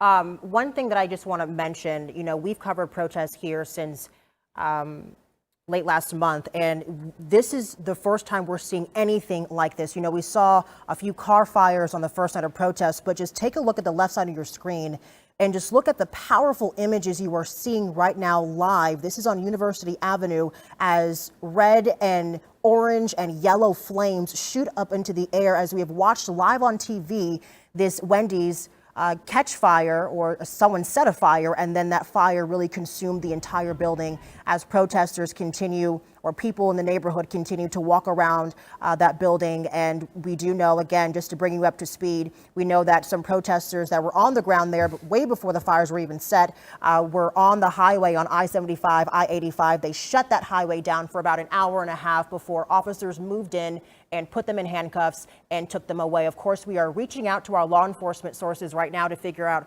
who was on the highway there, who those protesters were, how many of them were arrested. We know more than 500 people were arrested in the protests in the past 2 weeks. So we have to see exactly how many people were on that highway and who was responsible for shutting it down. But you know what? We did not see any sort of clash between officers and protesters when they did meet and when they did put them in zip ties. But this is just compelling video when you think about how we got here, where we started maybe 24 hours ago with the first protest, hours after Rayshard Brooks was shot and killed in the parking lot of the Wendy's that is now on fire, Rick. This is the Wendy's at the center of this investigation. This is the Wendy's that the GBI is now looking into, because this is where, that parking lot is where a 27-year-old Rayshard Brooks, a black man, was shot and killed by a white officer. And of course, we'll get to the details of exactly what happened. GBI saying that he was asleep in the car. They tried to do a sobriety test. They tried to make an arrest shortly after that. There was some sort of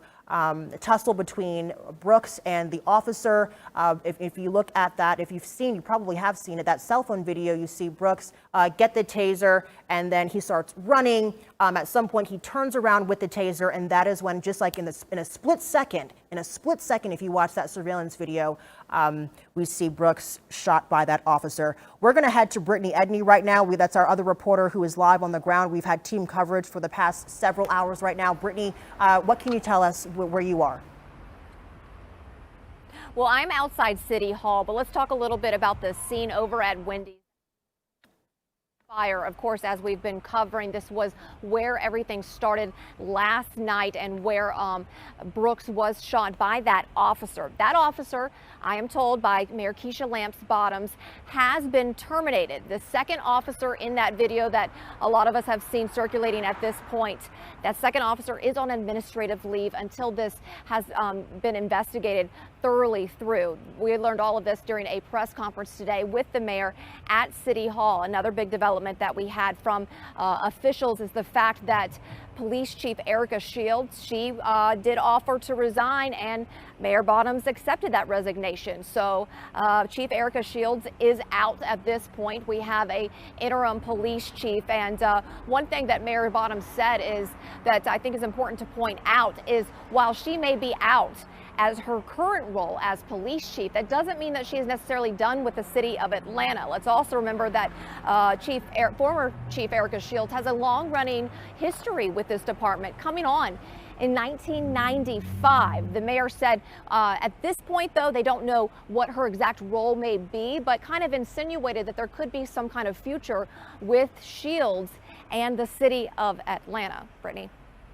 All right, Brittany Edney live outside of City Hall for us, just giving us a recap of all of those major developments that came out of Mayor Keisha Lance Bottoms' press conference today. But we have to just continue to watch these flames right now. And as we watch that, Brittany, any word on if that officer would be fired, and any word on the identity of that officer?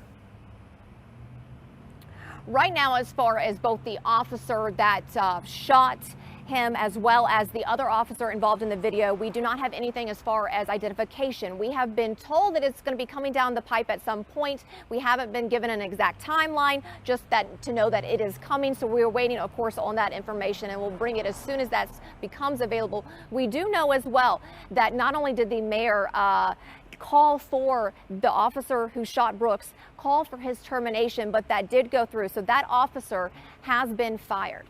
Brittany. You know, Brittany, you talk about Chief Shields, former Chief Shields, and her history with the department.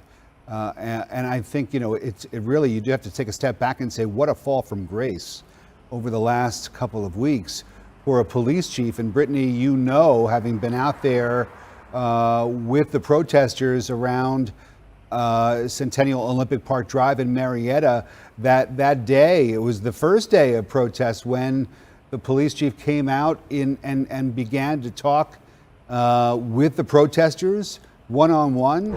She was, you know, okay and comfortable just sort of listening to them. She seemed to be, you know, very understanding of their concerns, and she got so much credit from so many people for having gone out into the crowd and, you know, made herself so accessible and available. Perfect. To have gone from that to handing in her resignation, you know, only a couple of weeks later, it really is a stunning fall.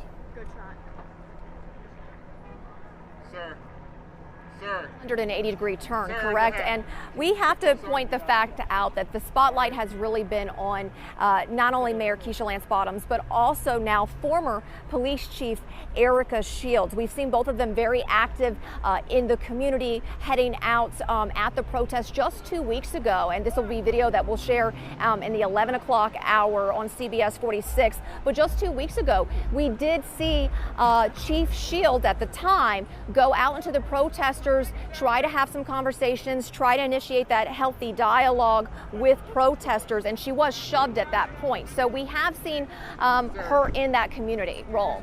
Rick? All right, Brittany Edney, thank you so much. She is live in front of Atlanta City Hall. We are going to start our CBS 46 News at 11 in about a few seconds here and just bring you up to speed as to what we know right now.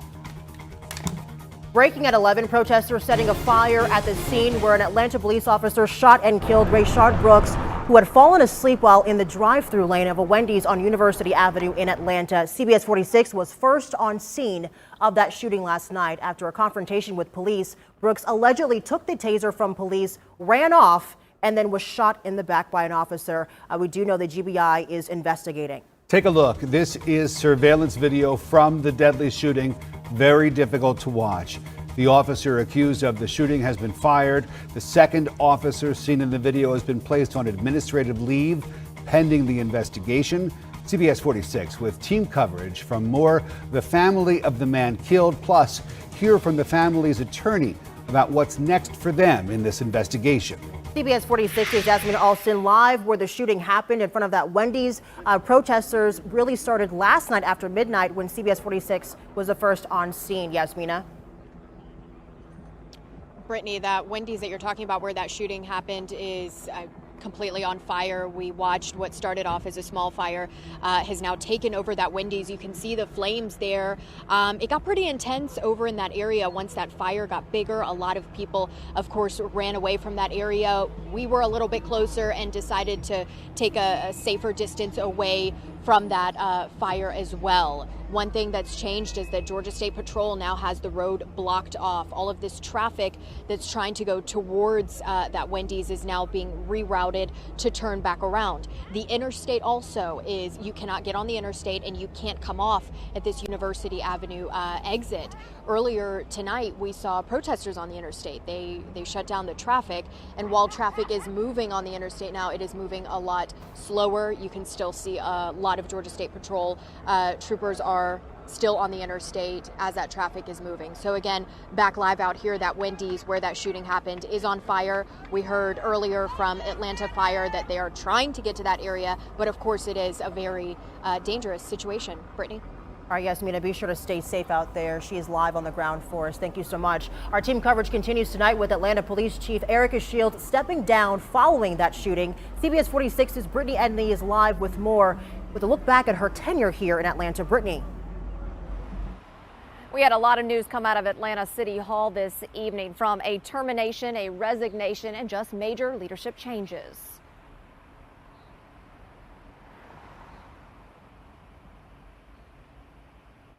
Chief Shields has offered to immediately step aside as police chief so that the city may move forward with urgency in rebuilding the trust so desperately needed throughout our community. Mayor Keisha Lance Bottoms says she accepted Shields' resignation. Here's video from just 2 weeks ago of Shields amongst protesters. At one point, she got shoved. Her resignation also comes after the added spotlight on the department after 2 police officers were fired for using excessive force when they tased and pulled 2 college students from their car during a protest. I firmly believe that there is a clear distinction between what you can do and what you should do. Shields has been with the department since 1995. Mayor Bottoms says Shields' future role with the city is still being decided. There has been a disconnect with what our expectations are and should be as it relates to interactions with our officers and the communities in which they are entrusted to protect.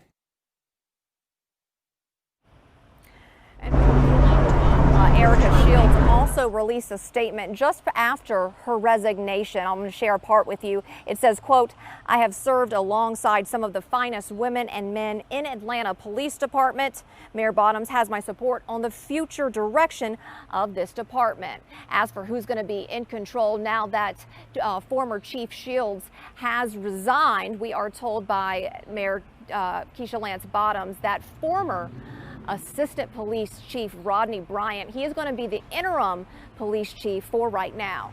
Reporting live outside of City Hall, I'm Brittany Edney, CBS 46 News. And Brittany, we understand that former Chief Shields is going to stay with the department. Well, that's right, Rick. Maybe to some capacity, possibly the city as well. What we were told specifically by the mayor was that while they don't know what Shields' future role will be with the city, it's possible that she has one. So it doesn't necessarily mean that we've seen the last of Shields, because she could have some side of title either with the city or possibly with the police department moving forward. Still very little details about that at this point. Rick. All right. Brittany Edney joining us live. Thanks very much, Brittany. Right now, we have CBS 46 political analyst Rashad Ritchie on the phone. You've been following this story and so much more. You're actually on the committee to bring about change with officers here in Atlanta. Rashad, what do you make of all of this? Well, it's time for a change, and that's why the committee was put together for the city. And we really serve at the request of the community. The community stood up and said, we need to change and transform policies.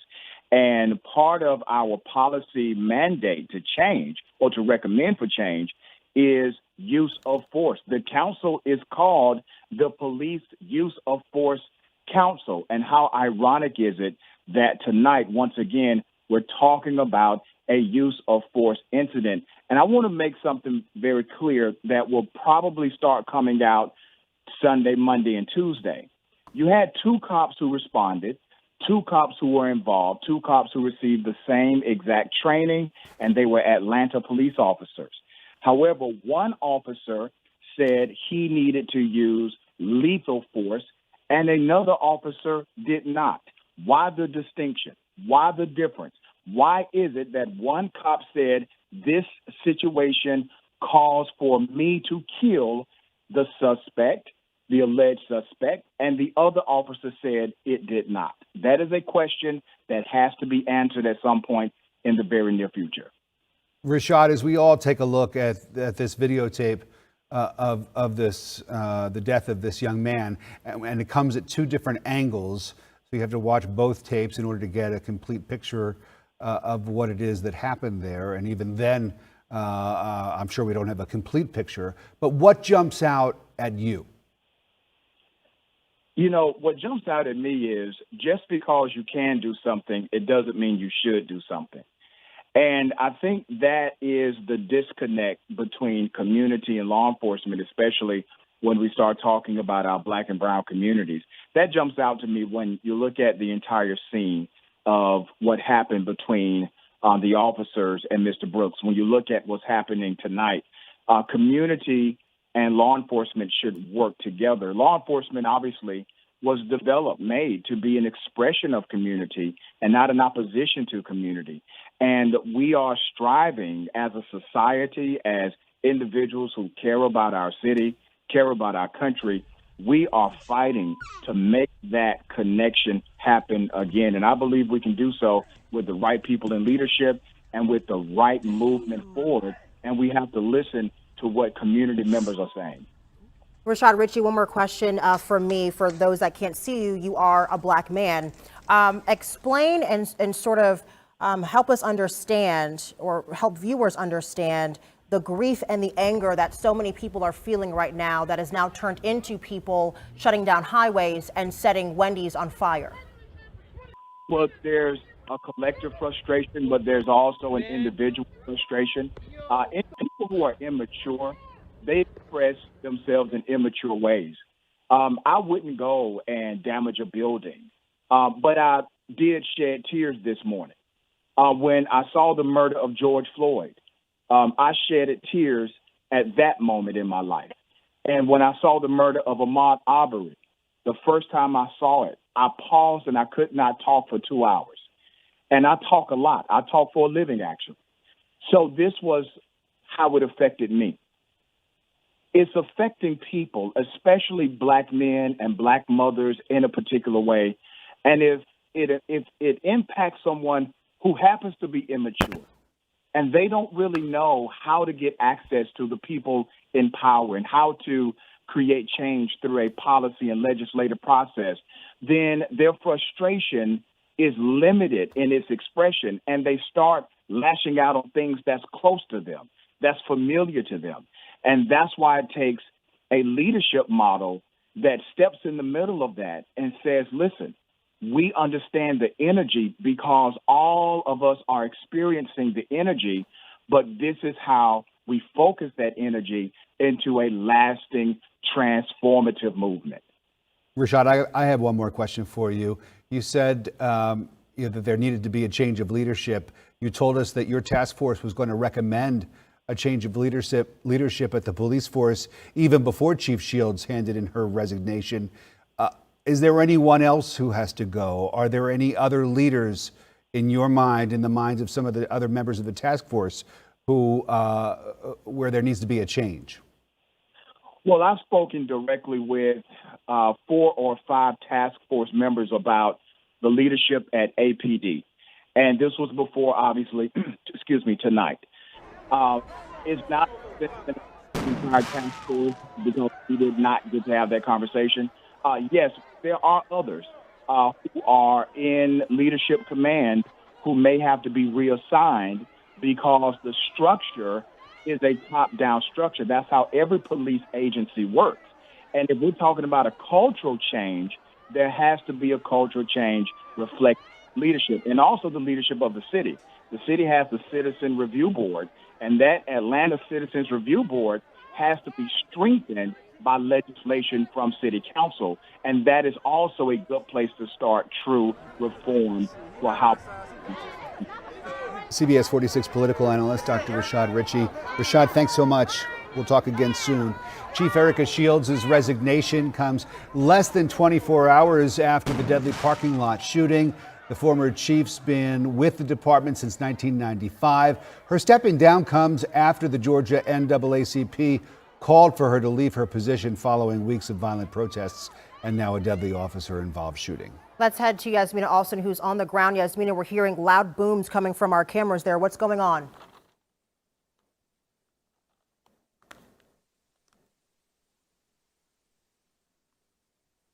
Yasmina, can you hear us?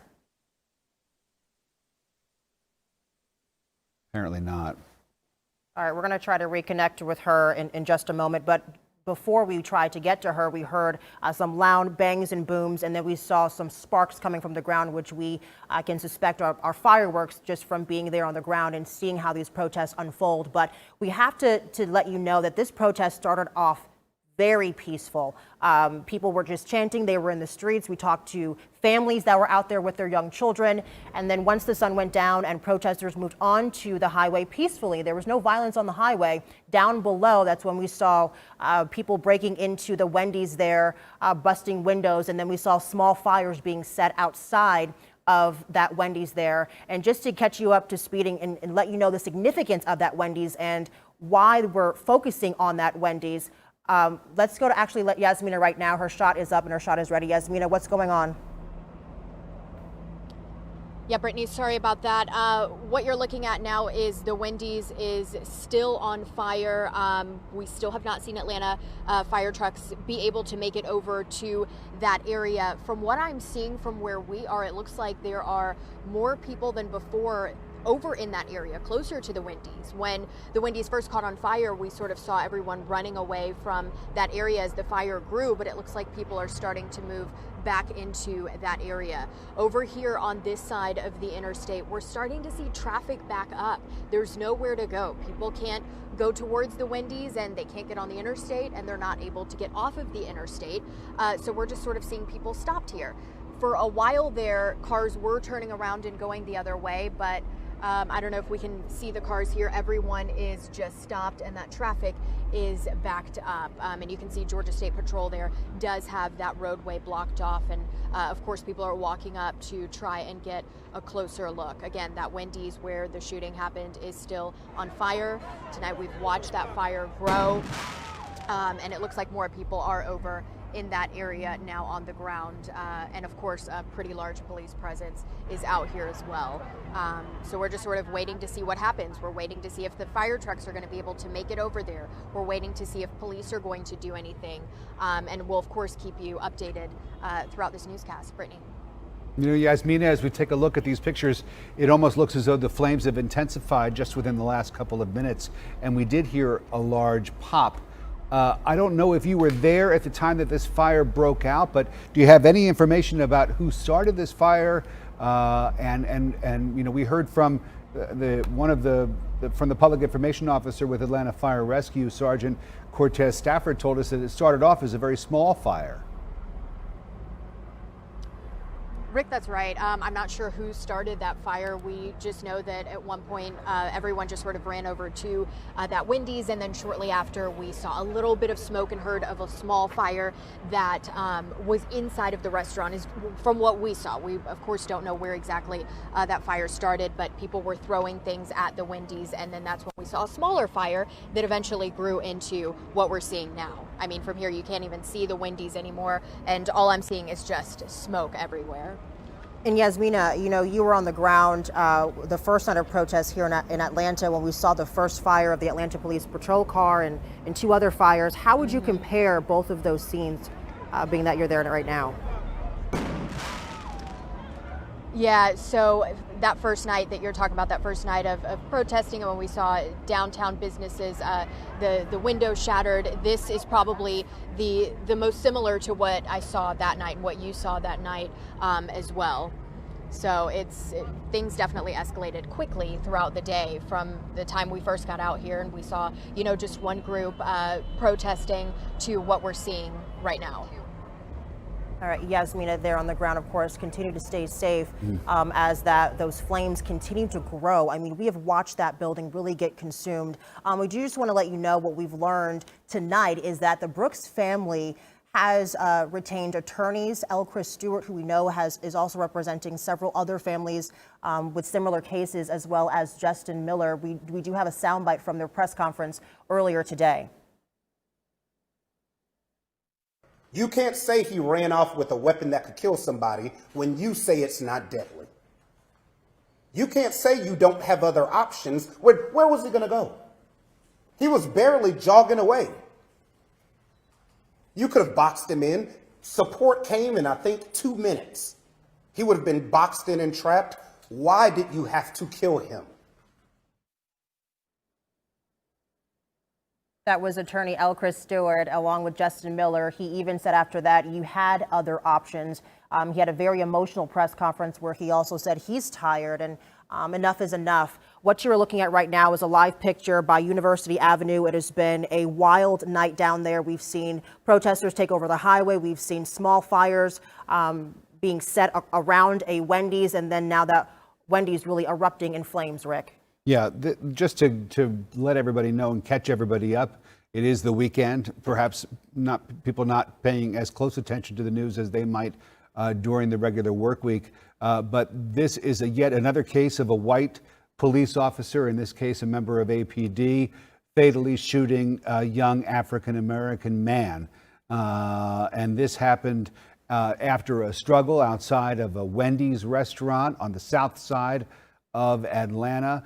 And it happens obviously within the context of weeks of protests after the death of George Floyd in Minneapolis, and also months of difficulties regarding the coronavirus pandemic, which we have to mention is still ongoing and has affected the African American community and the Latina community much more so, disproportionately so, than it has the white community here. So we have all of these tensions sort of coming to a head, and we watched the protests that were taking place here in the city and around the country after the death of George Floyd in Minneapolis. And, you know, now to have another young African-American man, in this case a 27-year-old man named Rayshard Brooks, who had allegedly fallen asleep in his car and was blocking the drive-through window at this Wendy's restaurant on University, you know, to have this happen here in our own backyard is something that, you know, no one here in the city of Atlanta wanted. And to see these buildings burning at the hands of protesters who have turned into arsonists, essentially, is something as well that no one wanted to see happen.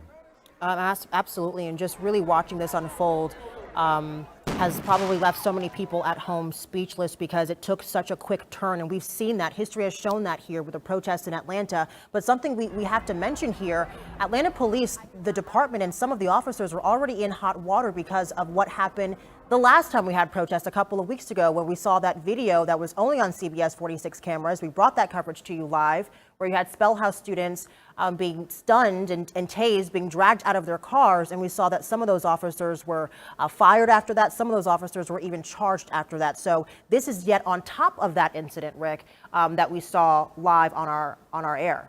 That's right. And earlier today, we heard from Mayor Keisha Lance Bottoms, who announced the resignation of Police Chief Erica Shields as she has stepped down. She, after many, many years with the department, apparently is going to stay with the department in some kind of as yet to be determined role, but stepping down from her position as chief so as not to get in the way of the reforms that she says and so many others say are necessary here in the city of Atlanta. It is Saturday night. It's 20 after 11. On the left-hand side of your screen is a fully engulfed Wendy's restaurant on University Avenue on the south side of Atlanta, where a fast food restaurant that was the scene of the death of a 27-year-old black man last night is now fully engulfed in flames after a day that started off peaceful, protesters around the city, and then, as we have seen in the recent past, Brittany, things taking a turn for the worse. And almost 24 hours ago is when we saw the first protest. CBS 46 was there. We were the only cameras there.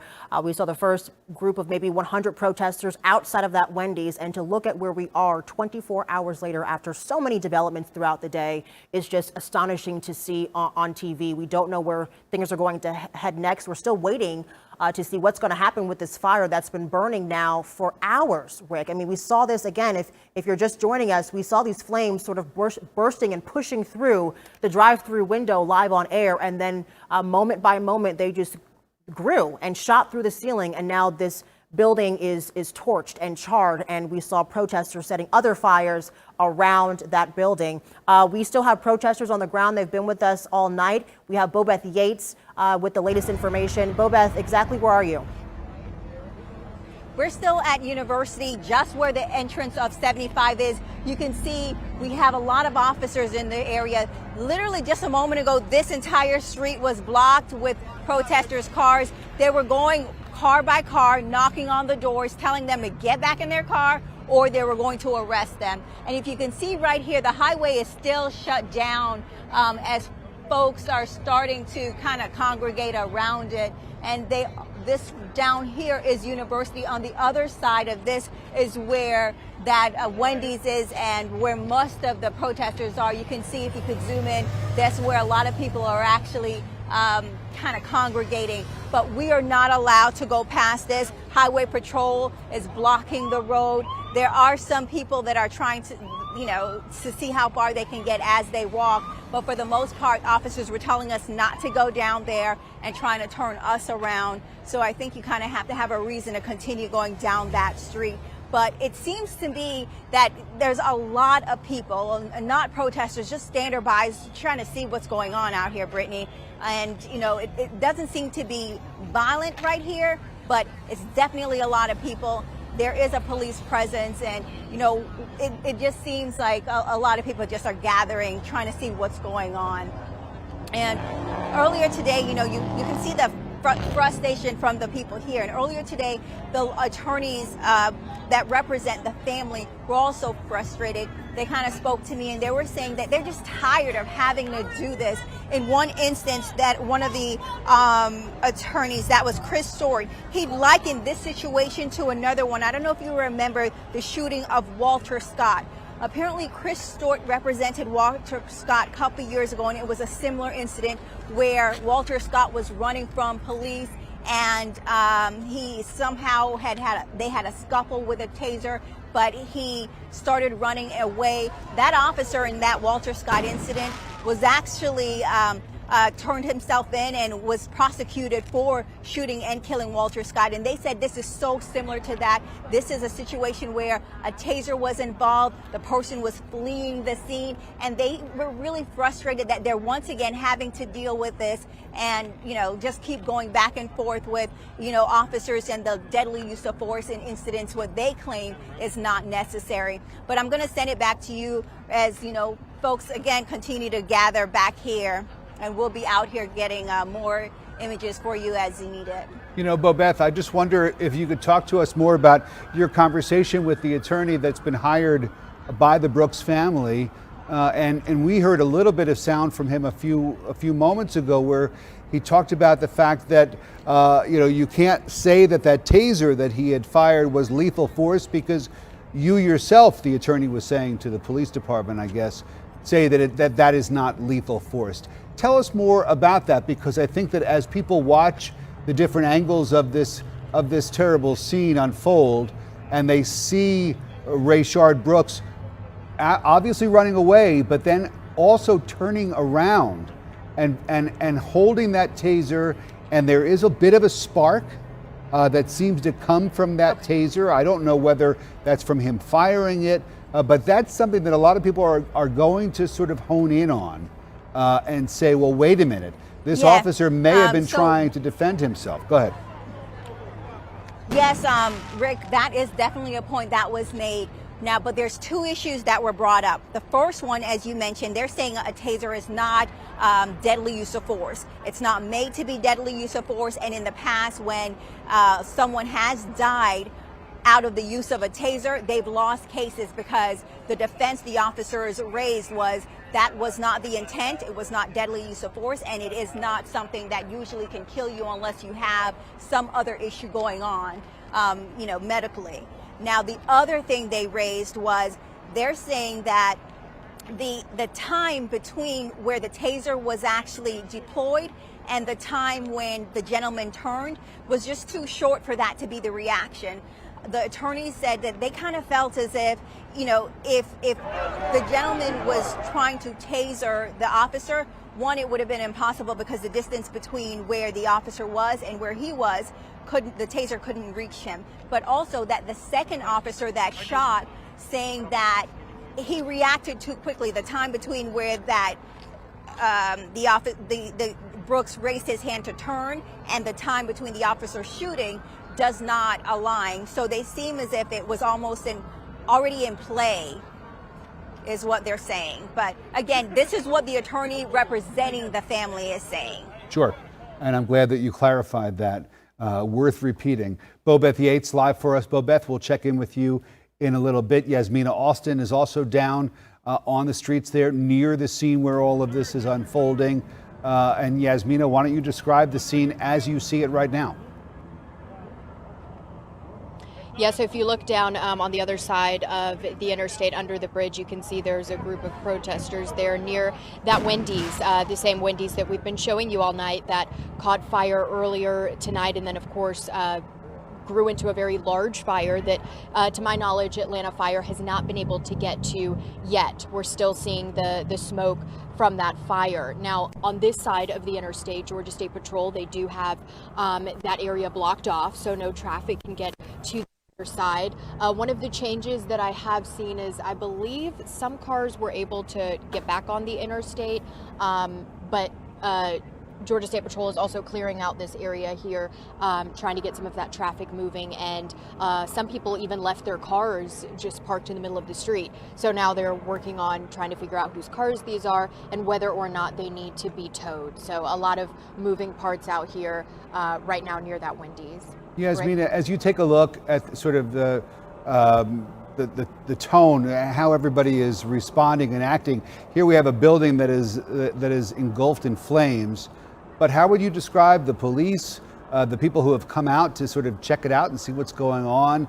Is there a lot of concern, a lot of urgency, a lot of stress? What? Well, we've seen, a lot of different emotions from people throughout the night. As far as police, I have seen them, of course, sort of set up near the interstate ramps, the entrance ramps and the exit ramps. And from what I'm seeing right now is Georgia State Patrol doing a lot of work on this end, trying to keep traffic moving and keep people moving. Yasmina, let me ask you this. You've been there on the ground pretty much all day. What do you think was the turning point for that protest? I remember you interviewing a family with a young child, and then, this is where we are. So what do you think was that turning point where things just changed? Yeah, that was a much different scene when we interviewed that family earlier to what we're seeing now. The turning point really was when that first person or that first group of people started to throw things at the Wendy's. I think that's sort of when everything changed and the mood out here changed as well. And now we've got the Wendy's on fire. So definitely a much different scene than what we saw earlier when we interviewed that family, like you said, Brittany. Okay, and it looks like we can see a little bit, maybe officers with shields. Can you see that, Yasmina? It's hard for us because we're in studio, but I don't know I think we see officers with helmets and shields back there. Let me take a look here at Aeon's camera. Yes, and that's something that we can try to get closer to and get you a better picture of for our next live shot just to kind of see what's going on down there. Okay, of course, we want you to stay safe as well, and we will check back in with you soon. Such a familiar scene, Brittany, for you and for so many others who followed coverage of the protests over the death of George Floyd, where we saw officers lined up in formation, wearing tactical gear, holding shields and batons and getting ready. Although I must say, it does not feel, at least anyway by looking at these pictures, it doesn't feel like those people who have gathered there are ready to charge or anything like that. It seems more like they're just standing by and trying to watch and see what happens. Right. Okay, so my producers right now are telling me that we are going to wrap up our coverage here and continue our live coverage on Peachtree TV. Don't go on CBS 46. Don't go anywhere, of course. Our coverage continues. We have more coverage as it continues.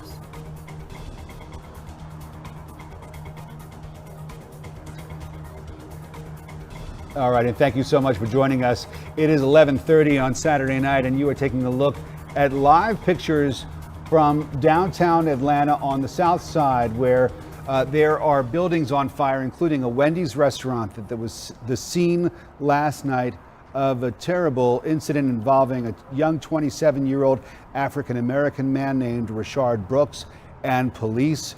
Brooks had evidently fallen asleep in his vehicle, blocking the Wendy's drive-through and causing some problems there when police confronted him, and that eventually led to Mr. Brooks being shot and killed by the police. And of course, what began as a peaceful day of protests here in Atlanta took a turn for the worse when the Wendy's restaurant where all of this unfolded became the scene of a fire. People began to throw lit objects into the drive-through window of the Wendy's, and the fire spread from there. Our CBS 46 colleague Bobeth Yates is out on the street. She's been following a number of different angles of this story, including the resignation earlier today of the Atlanta Police Chief Erica Shields. Mayor Keisha Lance Bottoms announcing that. And Bobeth, why don't you give us a sense of where you are and what you're seeing? Well, I'm at University. The road is blocked off, but the sidewalk just opened up. You can see folks actually walking down closer to where the actual Wendy's is, where the fire started. If you zoom in, we don't see any flames anymore, but we do see the sign. But you can see crowds gathering right there on the other side of the highway. Again, the University and 75 still shut down. You cannot get on or off the highway from here, but the crowds just continue to kind of to grow, and we're seeing even kids out here. Now, we have not seen much violence, but we definitely have seen a lot of people. So right now the crowd is just gathering.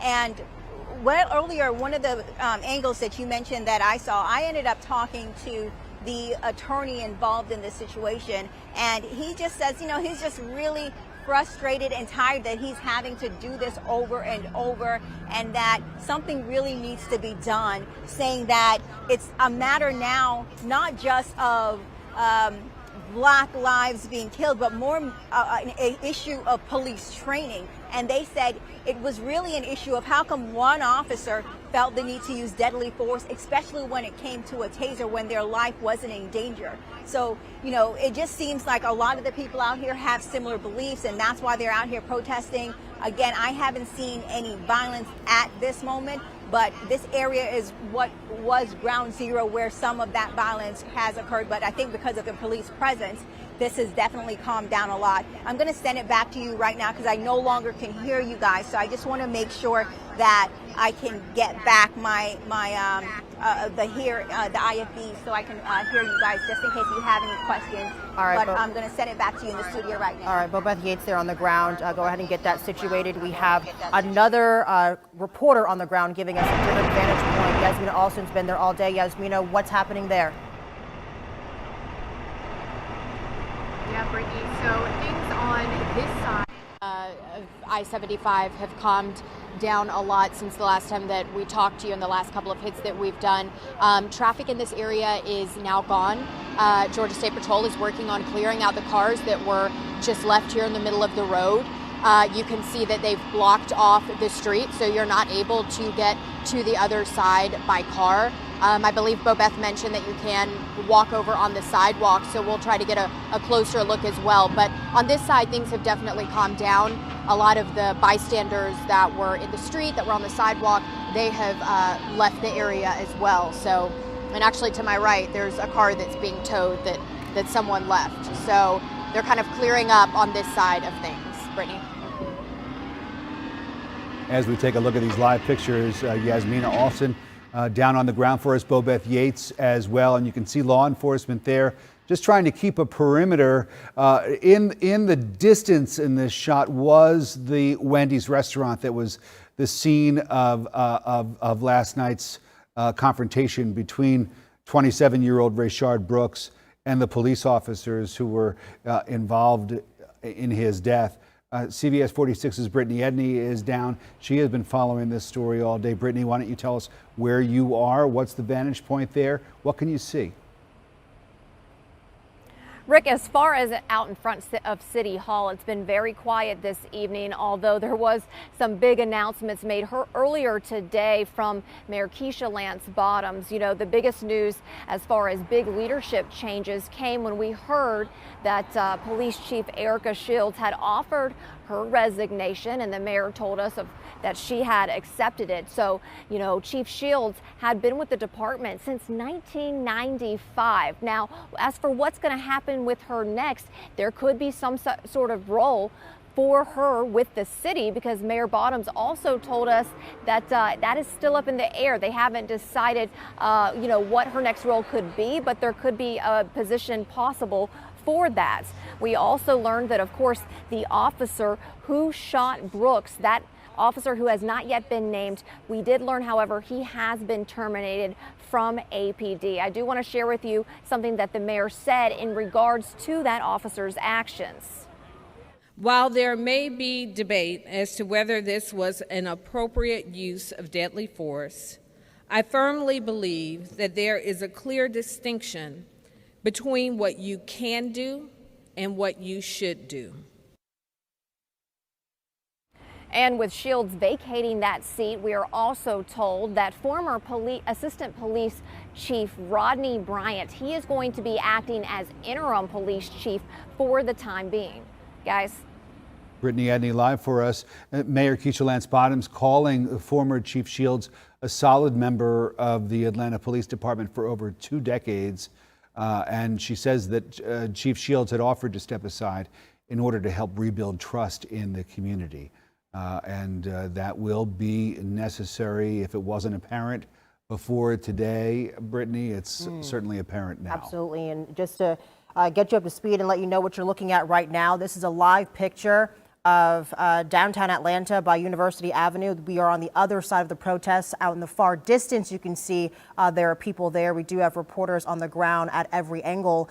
This is the calmest I have seen this area of Atlanta all night long. Keep in mind, we've been watching 24 hours of protests at this point, starting at midnight last night when CBS 46 was the only crew at the Wendy's where the first protest really unfolded shortly after Rayshard Brooks was shot and killed by a white police officer. And then we saw different protests popping up all throughout the city, including Centennial Olympic Park, where we've seen several protests in the past 2 weeks. And then we saw this protest, which started it in the late evening. There was another protest that sort of attached to this one at 8 o'clock. And that's where we saw that turn, according to Yasmina Alston, a reporter that's been there all night. She says people started throwing things into that Wendy's and busting windows, breaking into the building. Right.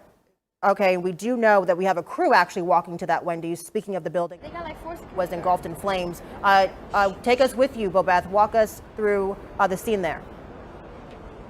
Okay, so we just walked past where the police were blocking the road. So this is 75 just by University. We walked underneath the overpass, and this is getting closer to where protesters and what we're told is the SWAT riot gear team is on the other side of this. Now, we just spoke to a couple protesters. And I asked them how peaceful it is. They said it has come to a standstill, and it's just really a line of protesters and a line of those officers in riot gear, and they're just at like a standstill at that point. They said no tear gas or anything has been thrown. Protesters are not throwing anything at them, and there's just at a line at a standstill right now. We decided to stop and not go too far. We're waiting on security to come to help us as we continue our walk. But right now we're underneath the overpass where 75 is, and that right in front of us you can see is where the crowd of protesters are meeting up with the officers that are in riot gear. They're at a standstill right at that light, and protesters we just spoke to again say things have been peaceful. Officers aren't throwing anything at them, and they are not throwing anything at the officers. Bobeth, I just want to make sure that I'm sorry to interrupt you, Bobeth, but we're seeing pictures of flames. I just want to clarify that the video on the left-hand side of the screen, those active flames, that is video from a while ago. That is from earlier this evening. That is not a live picture, because am I correct that the fire is out at the Wendy's? I can't say it's out because I can't see it, but I can tell you from our vantage point right now, I do not see any flames, and I was told that the flames are out. But again, we haven't been able to get close enough to actually see those flames. So I'm going to say possibly that is from earlier, but let me just I just want to clarify and ask our producer if the video on the left-hand side of the screen is from earlier this evening, because we have a live bug on the upper left that could be confusing to some people. The video is not live. The video of the burning Wendy's restaurant is from a short time ago. Right, and the video on the right side of your screen, however, is live, and we do have a live reporter there on the ground. Other than Bobeth Yates, Yasmina Alston is also there. Excuse me, Yasmina, have you gotten closer to the protesters? Yeah, Brittany, we are on the move now. We came past Georgia State Patrol that still has the road blocked off so that you can't drive over to where that Wendy's is, of course, with Wendy's being on fire, but there's still a large group of people over near that Wendy's. Georgia State Patrol has been busy clearing out the traffic on this side. When we talked to you guys earlier, a lot of cars were being turned around. They were trying to get on the interstate. They were trying to come off the interstate, and of course, that wasn't possible. So over here, you're actually seeing one of the last cars being towed. Someone got out of their car and left it. So one of the Georgia State Patrol troopers actually asked, hey, whose car is this? No one came forward, so now that car is being towed to clear that roadway. But a much different scene than what we've seen earlier on this side. We are, of course, working to move closer to the other side, closer to that Wendy's where we were earlier. Brittany. Yasmina, something we haven't really talked about between you and Bobeth, and we know this from covering the protests 2 weeks ago. Is it dangerous for you guys? We know that you have security there on the ground, but describe what it's like in terms of the emotion. Is it tense? Is it dangerous for what's going on down there? Yeah, so Brittany, you know this from when the protests first started. There are definitely those moments when you just don't know what's going to happen. You're hearing from protesters, and then you might also hear something from police, but you're not sure what exactly is going to happen next. And it's just sort of a do we stay? Do we move? So there are definitely moments where you do wonder, hey, I just don't know what's going to happen. Here tonight with the fire at the Wendy's. At one point in time, my photographer Ayan and I, we felt okay. And then when the flames got bigger, we thought, all right, we might need to get out of this area, as did many of the protesters that were there. So it's definitely a situation where you have to know what's safest for you to do. And that goes for us and the protesters as well, and police. Yasmina, are there a lot of protesters out there compared to what you saw earlier? I know before you were saying that the numbers were thinning out a little bit. Yeah, so I wouldn't say that there are as many as what we saw earlier in the day, but there's still a good group. And I think a lot of people came back because when that fire at Wendy's got big, a lot of people left the area. And what we were seeing this afternoon was different groups coming from different parts of Atlanta and coming to this area to protest. And we're getting closer now. You can see that there are still, of course, crowds of people near that Wendy's. right now. So I'm trying to see. I see some red lights near the Wendy's as we're getting closer.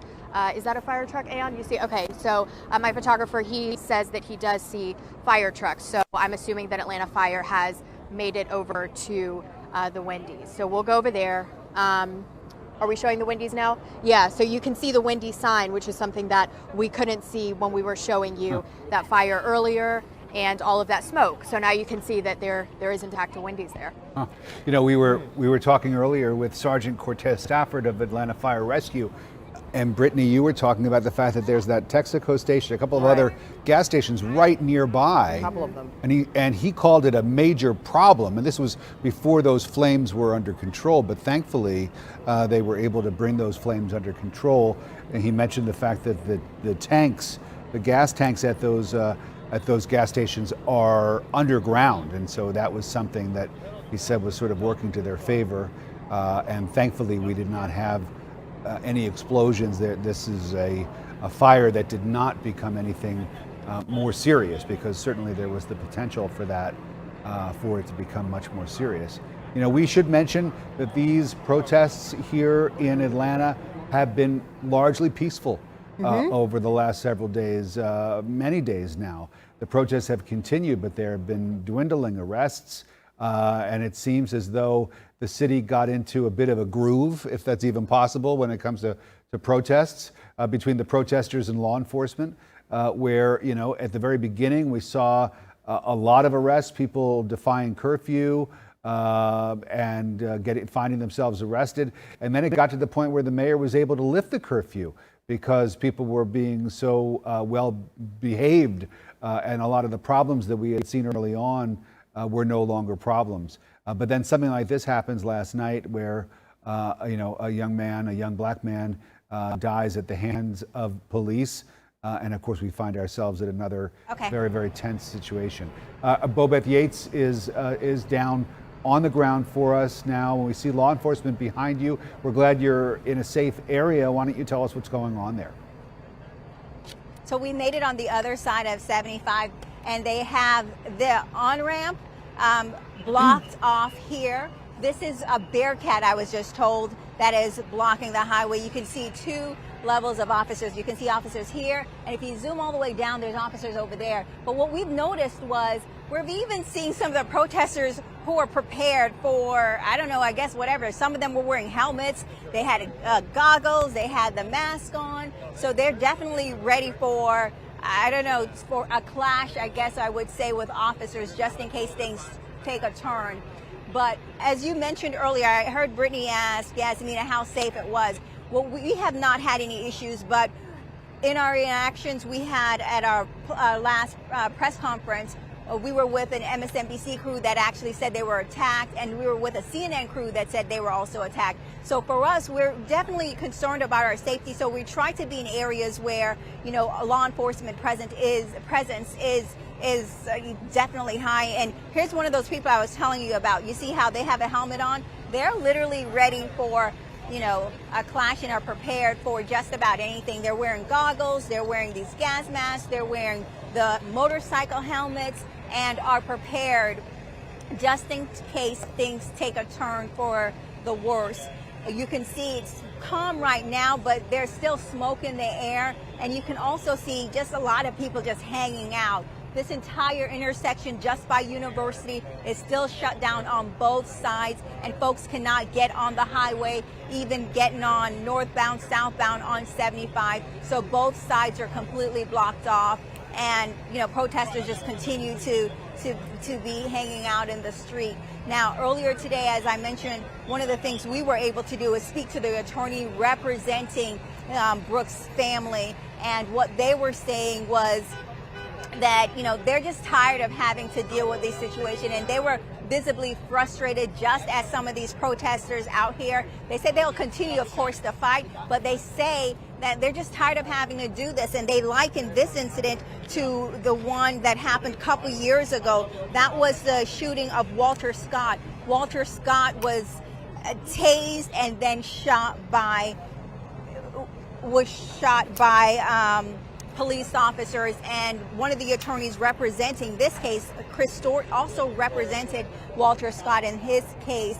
And in that incident, that officer actually was charged and dealt with some of the consequences for shooting Walter Scott as he ran away in the back. So again, they were liking this incident to that, and they're like, you know, how many years later that they're still having to deal with another incident like this. But out here, protesters are still gathering. It is peace, but there is a heavy presence of law enforcement. We'll continue to be out here and bring you updates as we get it. All right, Bobeth. I'll send it back to you guys. Thank you. Bobeth Yates live for us there. Antonio Brown is the city councilman who represents, I believe it's District 3 here in Atlanta. He played a very active and visible role during the protests immediately after the death of George Floyd. And he was actually, I'm told, at the scene last night, not long after this latest incident. Mr. Councilman Brown, why don't you tell us, first of all, thanks for talking to us. When you got there last night, what time was it? What did you see? Yeah, hey, thanks so much for having me. You know, yesterday I arrived on scene around 1:45 in the morning.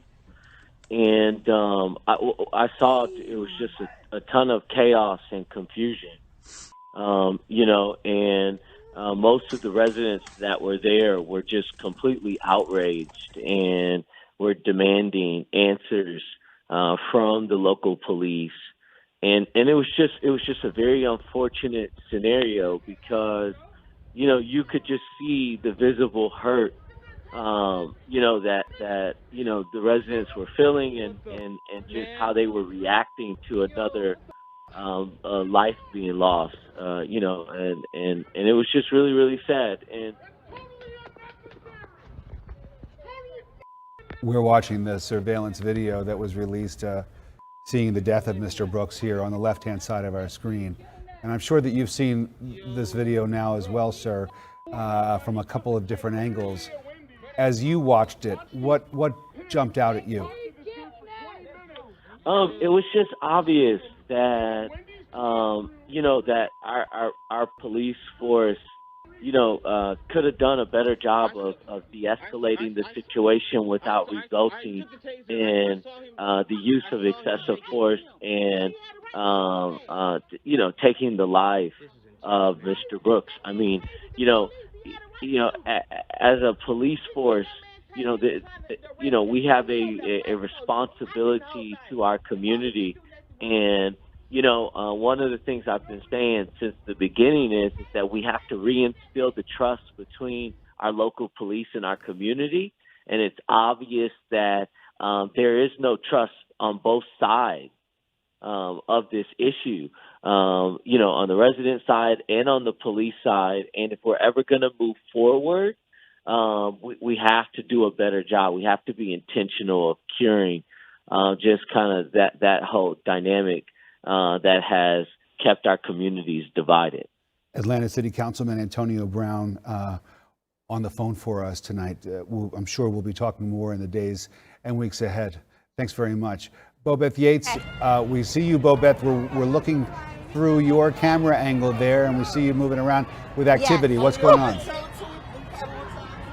Well, we're seeing the riot police start moving up. You can see them as they're starting to push protesters back. We also just saw another group of law enforcement, about 10 of them, start just leave the scene. But as you can see, as riot police start making their, excuse me, ma'am, as riot police start to make their way towards us, the crowd is also moving. But it seems as if they're leaving the scene. The last group, because protesters are still behind them, but it's, you know, they're just kind of walking away. So at this point, I would say at least like 20 or so people, and they're just like walking, but the crowd is on the backside. So we're not sure if they're just leaving the scene or what, but you can see some protesters now throwing water bottles, but they seem to be leaving the scene. Some of them are even taking off their gas masks. Another group went into the Bearcat just a moment ago. So it looks like they're wrapping up for the night and leaving protesters here. So let me see if I can ask one of them. Are you guys leaving the scene? Are you guys leaving? Are you leaving the scene? Well, didn't answer, but it does appear to be that way. Yeah.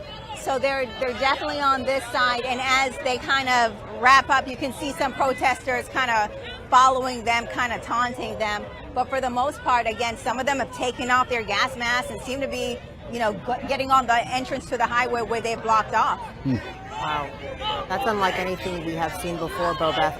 What are protesters doing as those officers retreat? They're kind of taunting them, yelling at them, telling them, go, and screaming obscenities.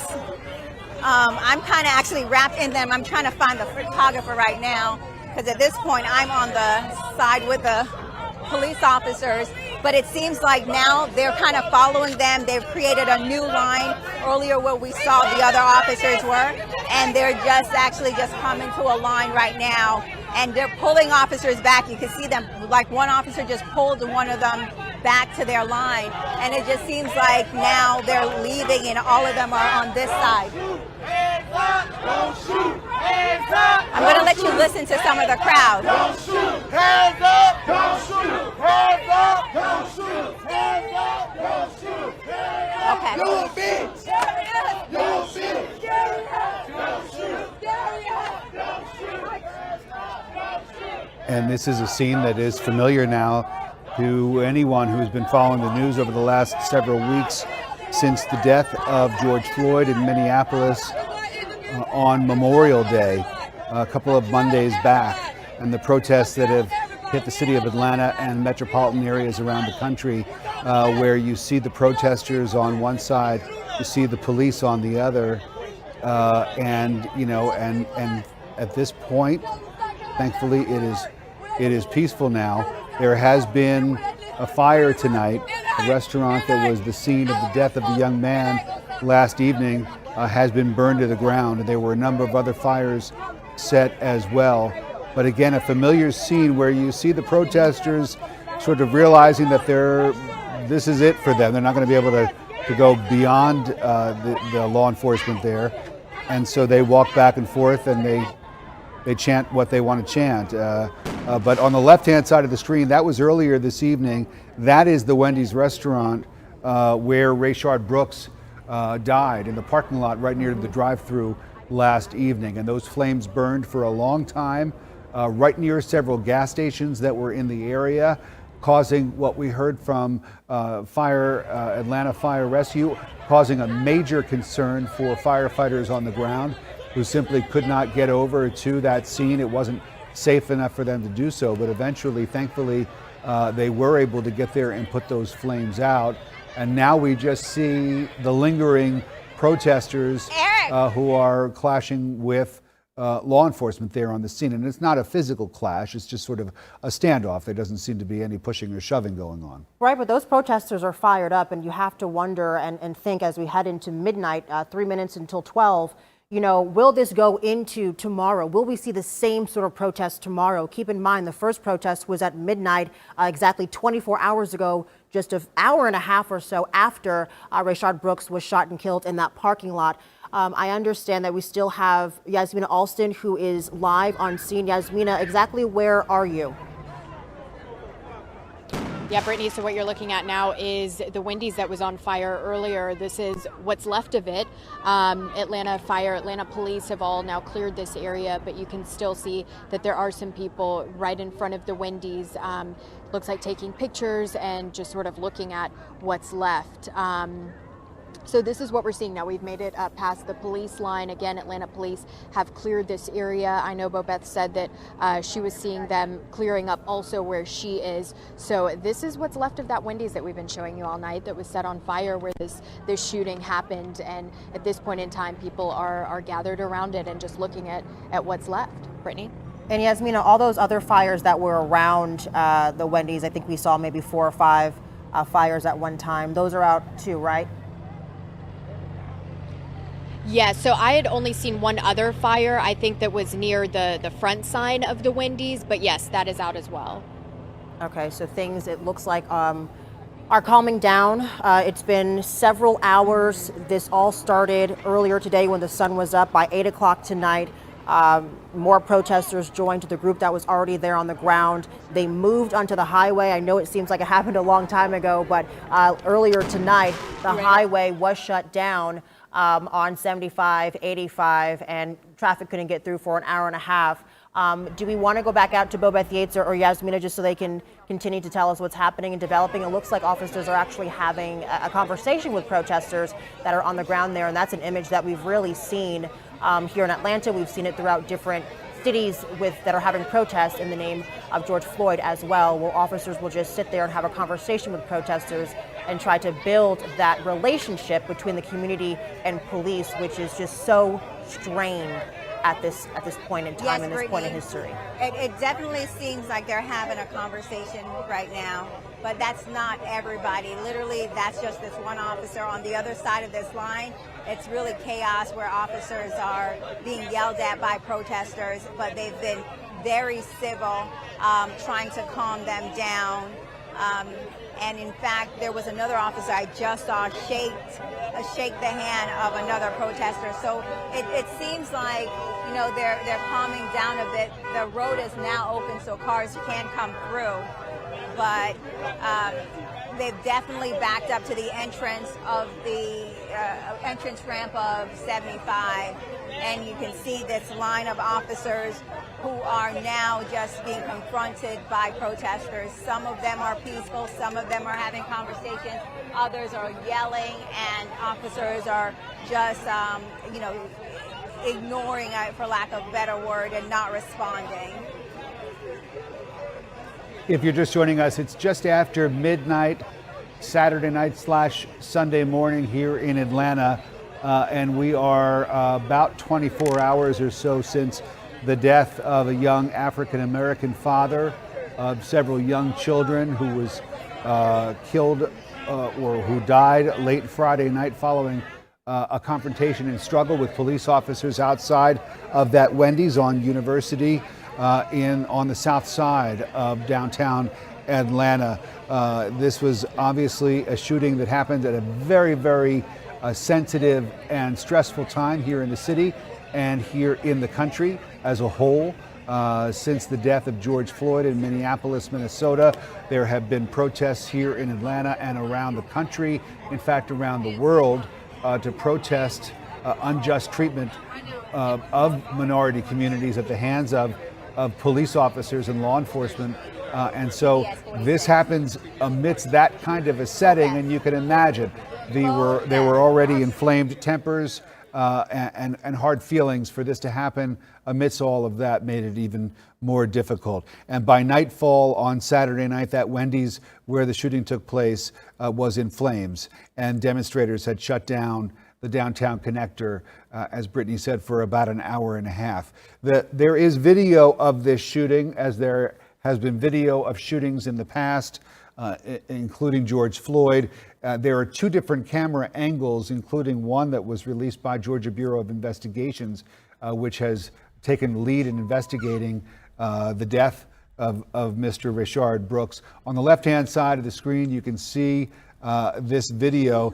Mr. Brooks had allegedly fallen asleep in his car at the drive-thru of the Wendy's there on University, and it was causing quite a backup, and that led to the police responding to the scene. And you can see Mr. Brooks there running away and turning briefly behind him. He had apparently gotten his hands on one of the officer's taser guns, and you can see him turning briefly with a spark coming from that taser gun, and that is exactly when the officer who fired the fatal shots unloaded his weapon, shooting and killing Mr. Brooks. The question on the part of the Brooks family attorney, who's been retained, is why did you have to kill this young African-American man? Why did he have to die? A lot of people saying the police should have been trained better to de-escalate the situation of a man asleep in his car at a fast food restaurant,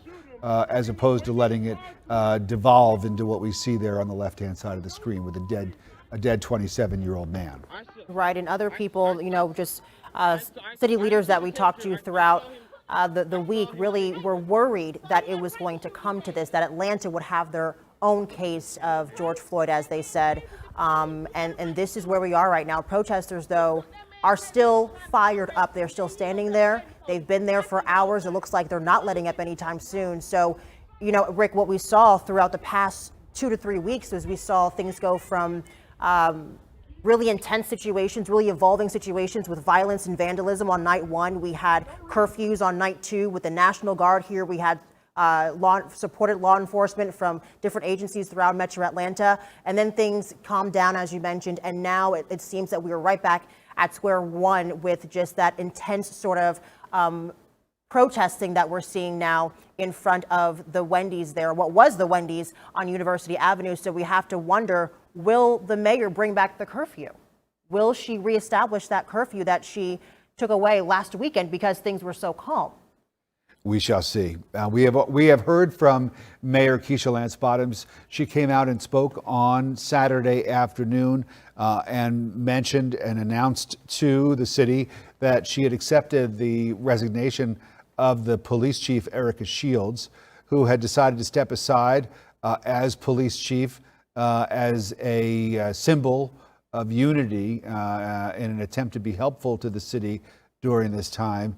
We're also told that she'll remain employed by the city in some kind of role that has not yet been decided, but she will stay with the city of Atlanta while Rodney Bryant will serve as interim chief as the city conducts what they're calling a national search to find a replacement for Chief Shields.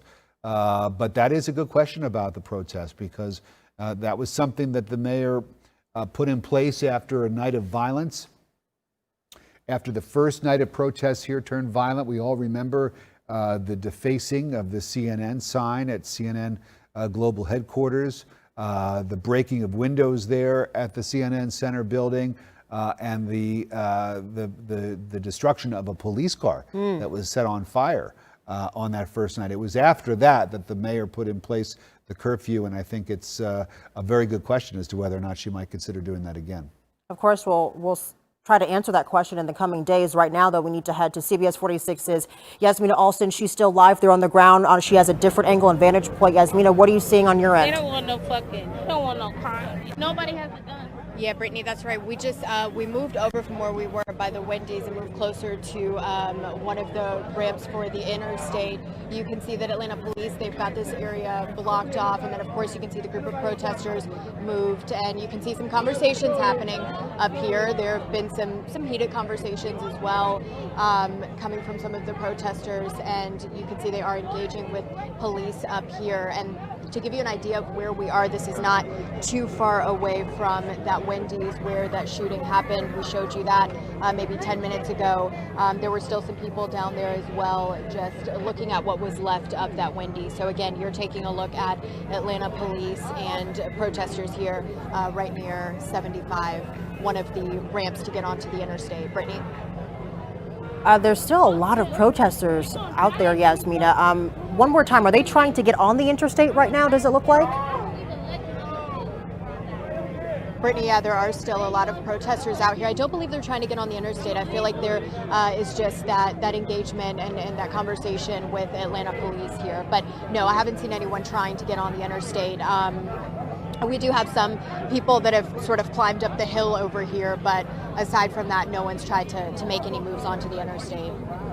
I want to ask you, Yasmina, can you walk us through, because you've been there on the ground at that same location all day long, giving us great coverage. Can you walk us through, because I remember this live shot where officers are trying to block protesters from getting on the interstate, and how they actually got past those officers to later shut down the entire highway in the city of Atlanta?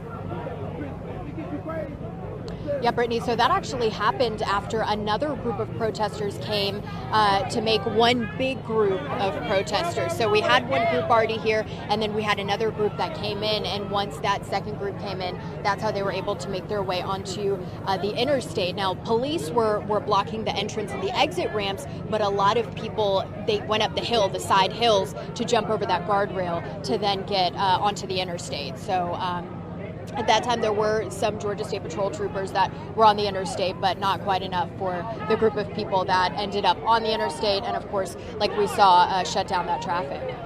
And is it all the same group? And it looks like someone just threw something towards police, and we saw a few people just now scatter. I'm not sure what was thrown. A couple of people scattered, not many. So not sure what's about to happen next, but we'll kind of stay here and keep an eye on it. So because this is very similar to what we've seen at past protests, where we see something being thrown, and then of course we never know what's going to happen after that. And Yasmina, we're working to confirm this on our end, but just from what you've seen, have you seen any sort of violence at any point between officers and protesters? And I know we saw some arrests with people on the highway, but have you seen any on the ground there? No, I have not seen any violence and have not seen any arrests here on the ground as of now. All right. Thanks very much, Yasmina. We'll let you see if you can gather some more information for us as we take a look at these scenes. And you're right, Brittany. There's still a lot of protesters out there. We also see the law enforcement there. They're wearing their masks. It's crazy that we have to include this in our commentary and our coverage, but there is a global pandemic that is still in effect, and you do see some of the protesters there wearing masks, like that young man on the right, but I've also seen other protesters out there obviously not wearing masks and not social distancing. And we heard from health officials that anyone who participated in the protests downtown over the last couple of weeks should go and get tested, and that should go for everybody who's out there again tonight. To be in such close proximity to other people, it's important to make sure that you go out and get tested for COVID-19. But this really just seems, and we see the police officers there with the shields and the tactical gear, and you see the number of protesters holding up their cameras. This was something that we saw quite a bit of, where the protesters really just sort of wanted to get a good shot. This is sort of the money shot of all of those riot police officers who are standing there just in case things get any worse. Hopefully that won't be the case. Bobeth Yates joining us now once again. Bobeth, why don't you, first of all, I want you to talk to us about the scene as it is right now, but I also want to talk, because I know that you've been in touch with the attorney that's been hired by the Brooks family to represent them. I want to talk to you about that too, but first of all, let's start with the scene as it is. What's going on around you? Well, the scene is up and down. One moment it's actually quiet, then next moment it's chaotic. You have people yelling at us, they have them yelling at officers. Right now there's actually a clash. And this guy right here, Jay Wesley, you are a part of the Atlanta Nightlife Alliance here. And so you're out here tonight, you're not afraid. I know you've had some incidents where you were in the hospital for things that have happened. Right. It's just all about, at this point in life, you have to be on either the right side or the wrong side. There's generational communication issues that's happening, whereas our legacy political leaders aren't out here, but you have the young rogue leaders that's standing up, taking up, and having a voice. And it's not the traditional way that we're used to handling civil justice, which is our parents and grandparents have told us, pray, sing, listen to gospel music, go to church. This generation have a different way of handling matters that's, Are you afraid for your safety? A little bit, only by the police, because I've already been attempted to be arrested, being out here. If it wasn't for the protesters, I would be in jail right now, maybe alive, but I screamed and yelled for help, and the protesters came to my rescue. Thank you, Jay. Well, as you just heard, he says he's not afraid of the protesters. He's in fact afraid of the opposite, the police officers. And to what your points you mentioned earlier, Rick, I did speak to the attorneys representing the family, and they said, the deadly use of force when someone has a taser was definitely an overuse. And they say the issue is about training, and they said they want officers to actually get better training to de-escalate situations. And they likened the situation to multiple cases they had where a taser may have killed a person and they sued the law enforcement agency, and that law enforcement agency said, you know what, it wasn't deadly use of force. So now the officers are saying you can't have it both ways. Either it's a deadly use of force or it's not. And if it was not, there was not a justification for this shooting. But again, that is what the attorneys for the family saying, and I'm going to send it back to you guys right now in the studio because it seems like things is escalating a bit up here. Okay, Bobeth Yates on the ground there. We want to make sure that your safety is taken care of there as we take a look at these live pictures, and you can see the officers there in their tactical gear and the protesters with one arm and fist raised in the air. It's a familiar sight over the last several weeks here in Atlanta. It's a little after midnight on a Saturday night, and you said these protesters look like they're fired up, and it looks like the police officers are more than happy to let them have their say. There really hasn't been any kind of no clashes that we've seen. Yeah, Yasmina Alston has repeatedly said that there was no violence between police officers and protesters. Protesters look like they're not letting up. Their fists are still high in the air. They are there with a mission. They're there with a purpose. They're there with a message. Something that I want to mention, we had our own reporter, Barmel Lyons, on this story earlier this morning, and she was able to talk to some of the family of Brooks, and she said that he is a father of 3 daughters, 8 years old, 2 years old, and 1 year old. Yesterday was one of his daughter's birthdays, and he was actually celebrating with her the evening of his death. So that's just to give you some background on Brooks. Let's go to CBS 46's Yasmina Alston just to let us know what's going on the ground there, Yasmina. Yeah, Brittany, so we're in the same location. Still seeing some pretty heated exchanges here between protesters towards the police.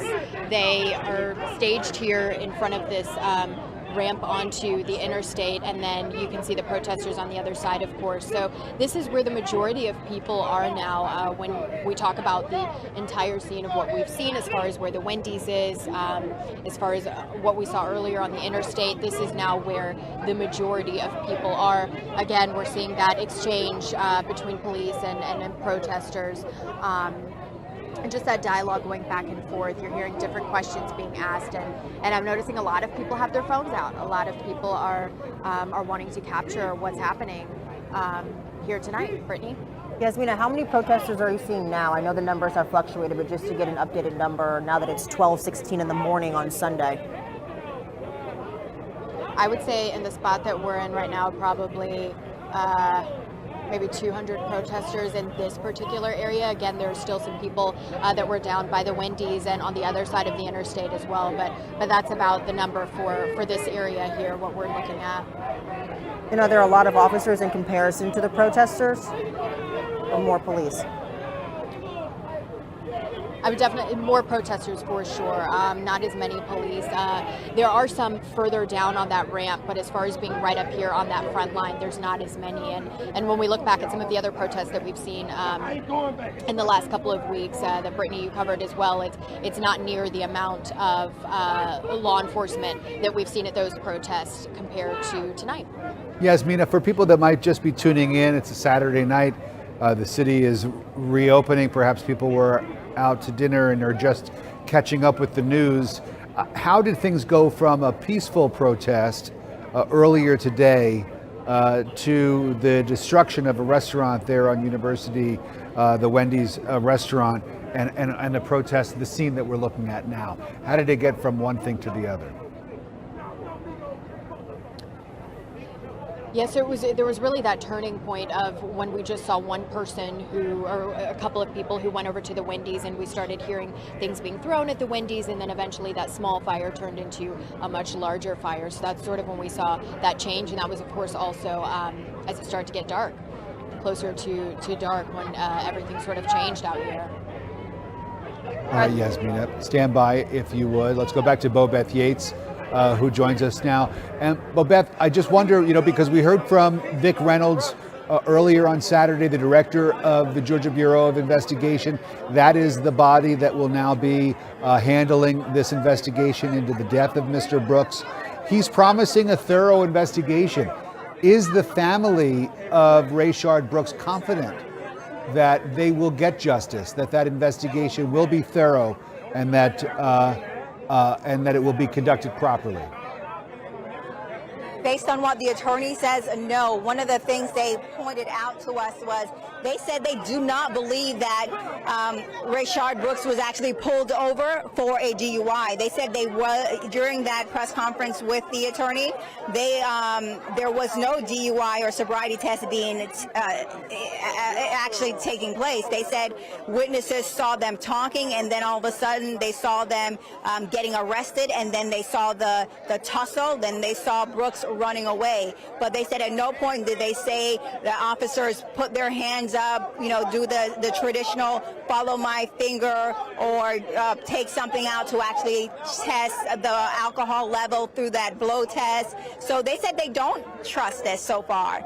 But one thing they did mention, the attorneys did say, is the video that was released was beneficial from the surveillance video from the parking lot of Wendy's that was released was beneficial because it showed that officers took time between shooting Brooks and the time they actually called for assistance to check on him was multiple minutes. And between that, it showed that officers were picking up shell casings and tampering with evidence. And so the family isn't necessarily thinking this is going to be done thoroughly. But again, this is information coming from the attorney, so we also have to put it in perspective. So I'm sure officers, GBI will say something completely different because they say they're going to be looking at all the video from people that were at that Wendy's, and they're going to be gathering everything as quickly as possible because they say they don't want to, you know, make people wait too long to pass this information on to district attorney. And what do we know, Bobeth, about the two officers who were involved?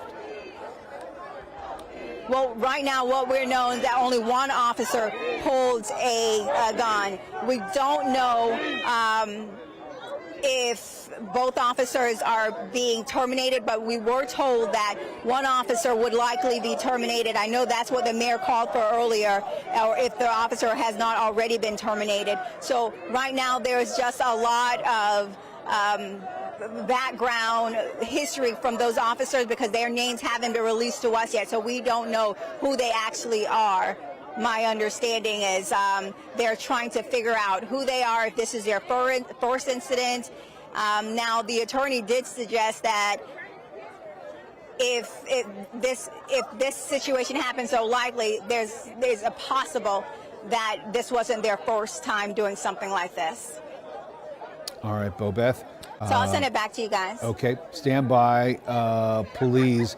We mentioned Vic Reynolds, the director of the Georgia Bureau of Investigations, and you know, I mentioned this because Bobeth talks about the skepticism that the Brooks family and that so many others in the community have regarding the thoroughness and the fairness of the investigation that is about to take place. Reynolds called for patience earlier today. He said that the public should not rush to judgment. And I'm going to quote him here. He said that we realize there is a tremendous amount of emotion and passion involved in these cases. And certainly in the way the environment is now is only enhanced. I would just humbly and respectfully ask the public to wait a minute. So a plea there that does not seem to have gone over well, at least with the folks that were involved in the burning of that Wendy's tonight, because police responded there to this Wendy's at about 10:30 p.m. Saturday evening.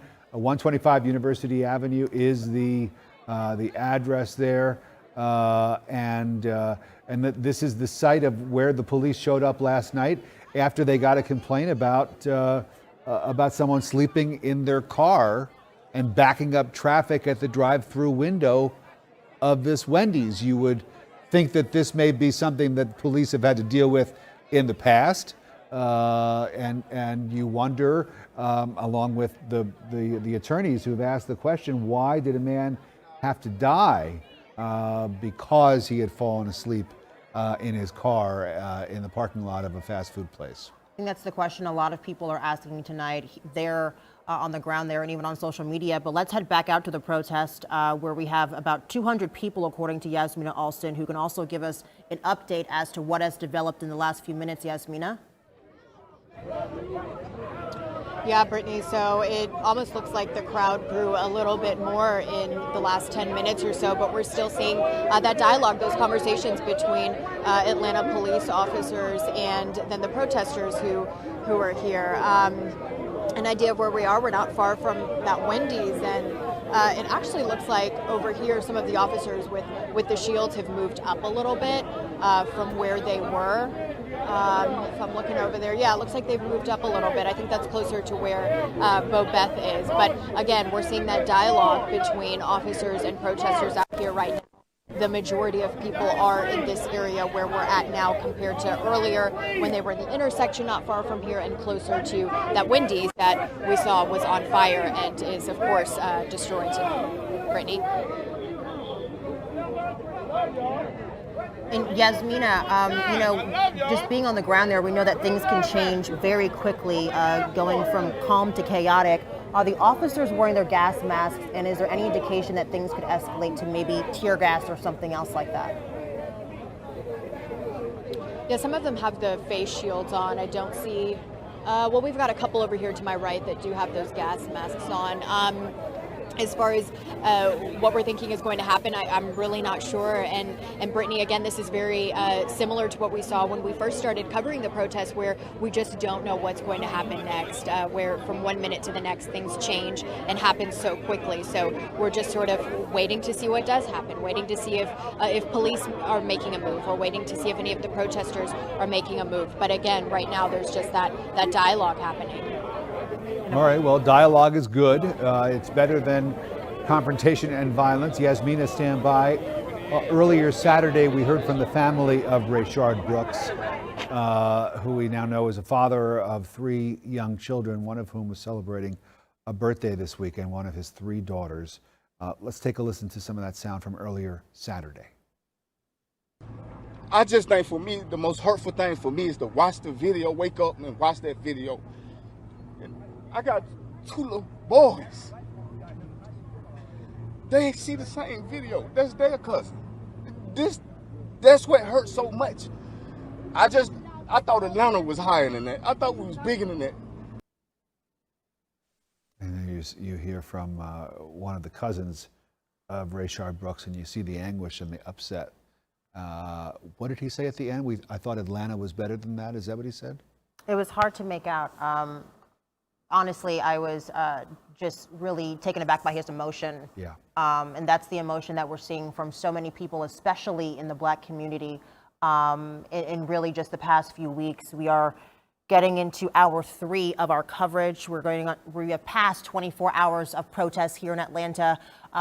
We've been protesting in Atlanta for weeks now. Again, things calmed down, but tonight they have ramped up. And as Yasmina Alston just told us, more protesters have descended upon that intersection just in front of the Wendy's where all of this went down. That's at University Avenue. Look at this woman right here you see on your screen. Her fist is high in the air. These protesters are not going anywhere, and they weren't going anywhere when we saw them shut down the highway around 9 o'clock today, and they shut that highway down for about an hour and a half. So this protest really has just continued to develop throughout the night. As you can see right now on our GDOT camera, the highway is now clear. Traffic is now moving, but that was not the scene just a few hours ago as police had to move in, advancing towards protesters in their shields, in their helmets, really ready to take down those protesters. Of course, they did it without any violence. There was no resisting or anything like that. They put them in handcuffs. We are reaching out to authorities to find out exactly how many people were arrested, but we have not seen, just in case you're just joining us, we have not seen any violence between protesters and officers. We've seen dialogue. We've seen people taking over the highway. We see some officers walking on that grassy hill right now. Just let's see where they're going. It looks like some protesters are running, but it's hard to tell exactly where they're walking to. We've seen a building caught on fire. So this has just been an unfolding of, they're running right now, of different events. I'm not sure why they're running. Let's go to Bobeth Yates so she can give us a better idea of exactly what's happening. What's going on, Bobeth? Because they walked across the street. That's how you know. The fuck is they on? Yeah. Bobeth, can you hear us? All right, right now it looks like they're walking towards. Right now it looks like they're walking towards their cars. So it doesn't seem as if they're actually staying out here, and protesters are kind of yelling back and forth, saying, yeah, run, go. So it looks like that they are just leaving, I think, for the day. They've been here probably around the same amount of time as we have been, hours now. So it seems as if either their shift is over or they've been cleared to leave the scene. But protesters don't seem to be going anywhere now. That was just a small group, so I would say around 10 people, probably a little less, have left. On the other side of the street where you're looking right now, you still have Highway Patrol blocking off the intersection of University, and then there is still a large police presence at that line where protesters are kind of, and law enforcement kind of clash, for lack of a better word. Again, it has been peaceful, but they have been going back and forth verbally, yelling back at each other. And depending on the moment, it's peaceful. Then in other instances where the conversations are very nice, and in other instances there's yelling and back and forth. This one seems to be one right now. You can see the officer finally responding. He's been yelled at multiple times by protesters. So, it seems to be like an argument, and they're like, added very emotional on both sides of the issue. And I'm going to send it back to you guys because I'm having trouble hearing you. All right, Bobeth, and this is the scene that Bobeth was describing, where an officer is actually engaging in conversation, heated conversation, but conversation with the protesters. We're trying to make sense of the images that we're seeing on the screen. We saw a number of officers walking away from the scene, walking towards their vehicles, perhaps, as Bobeth was reporting. We don't know why. The speculation was maybe it's a change of shifts, and that could very well be the case, because it seems highly unlikely, Brittany, that the police would cede this area, this neighborhood, to protesters after holding them at bay for so many hours as they have. And we also know, and I wonder, Brittany, if you could talk about this, given your experience on the streets during the protests over the last several weeks, when the police want to move the crowds, they move them. I mean, there really isn't, they know exactly how to do it. So it's, it seems as though, what they're doing now, allowing these protesters to sort of linger, is a decision that someone has made to just let this keep going on. Because if they want to get them out of that area, they certainly know how to do it. Right, and Rick, you have to remember the way in which they would get those crowds to disperse really changed from night 1 to maybe night 7 of protests when we were covering them. Nights 1 through 3, they were dispersing tear gas, and some of our crew members were hit with rubber bullets as they were shooting those into the streets. And then later, after the curfew was put in place, we saw officers sort of announce, this is your final warning to get out of the area. And then instead of deploying that tear gas, they would start those discussions and those dialogues. And that's really what we're seeing here. And in talking to protesters, they still got them to move back. They still got them to leave that area. But it's unclear if they want them to leave that area right now. I mean, it's 12:32 in the morning. It's 12:32 in the morning right now. And protesters are still going strong. So they are exercising their First Amendment right, certainly. It's just a matter of how long do we think these conversations will go on. We are at hour 24, 25 of protests here in Atlanta over the shooting death of Rayshard Brooks. We're going to go back to Bobeth Yates, who is right in that line between protesters and officers. What does it look like there, Bobeth? This area right here is just a little chaotic. At one point, they were kind of taunting the officers, saying, you're about to lose your job, and singing that.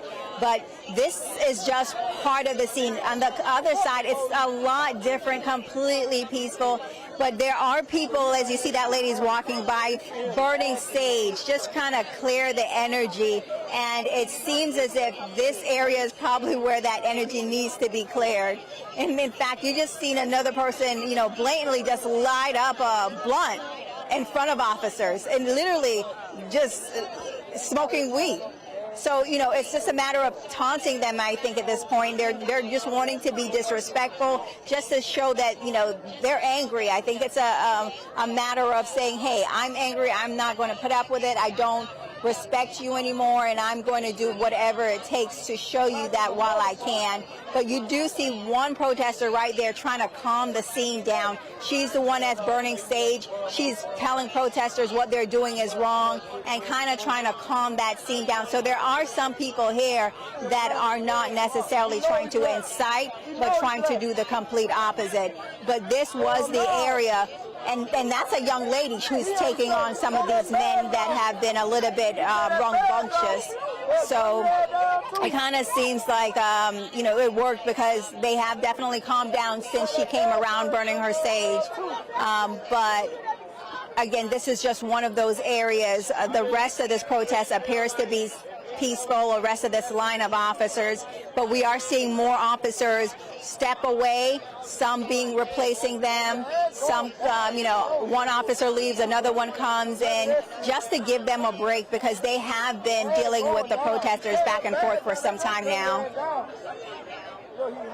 All right, Bobeth Yates there on the ground, standing between protesters and officers. Something that I want to mention is that we have gotten the body cam video that we've been waiting for all day. GBI director Vic Reynolds said that we would get it sometime before 11 o'clock p.m. We got it around 12:06.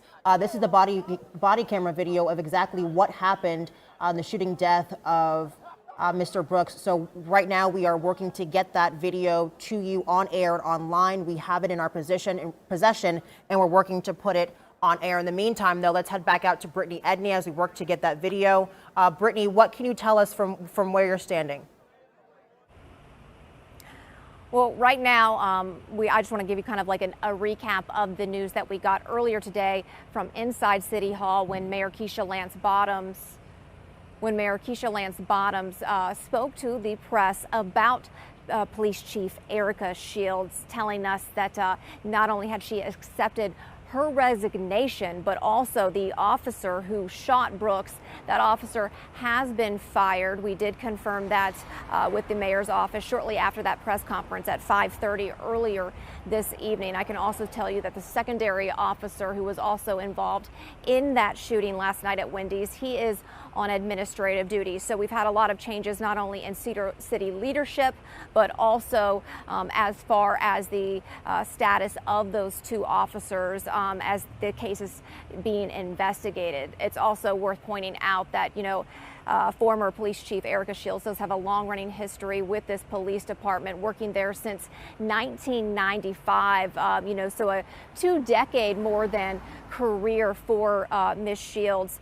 Keisha Lance Bottoms, the mayor, also spoke about how her position with the city might not yet be over. So while she is resigning from her duty as police chief, that doesn't mean there might not be another spot for her somewhere else in the city. Details on that still have not come out yet. So we're waiting to see whether or not there could be another spot for her, either with the city of Atlanta or within that police department. Guys. All right, Brittany Edney, thank you so much. I just want to break this news right now live on air. I just confirmed with Atlanta Police the names of the officers. Officer Devin Bronson, who was hired in September of 2018, and Officer Garrett Rolfe, it's R-O-L-F-E, hired in October 24th of 2013. Those are the officers that were involved. Atlanta Police telling me that it is Officer Rolfe, or Ralph if I'm pronouncing it correctly, is the one that has been terminated. Again, the officers' names, Devin Bronson and Garrett Rolfe. Former Officer Rolfe is the one that has been fired. That information breaking into our newsroom right now at 12:37. We're going to go back now to the ground just to see exactly what's going on. Yasmina Alston, what can you tell us? Yeah, Brittany, so we just missed it here a couple of minutes ago. Everyone was shouting Black Lives Matter.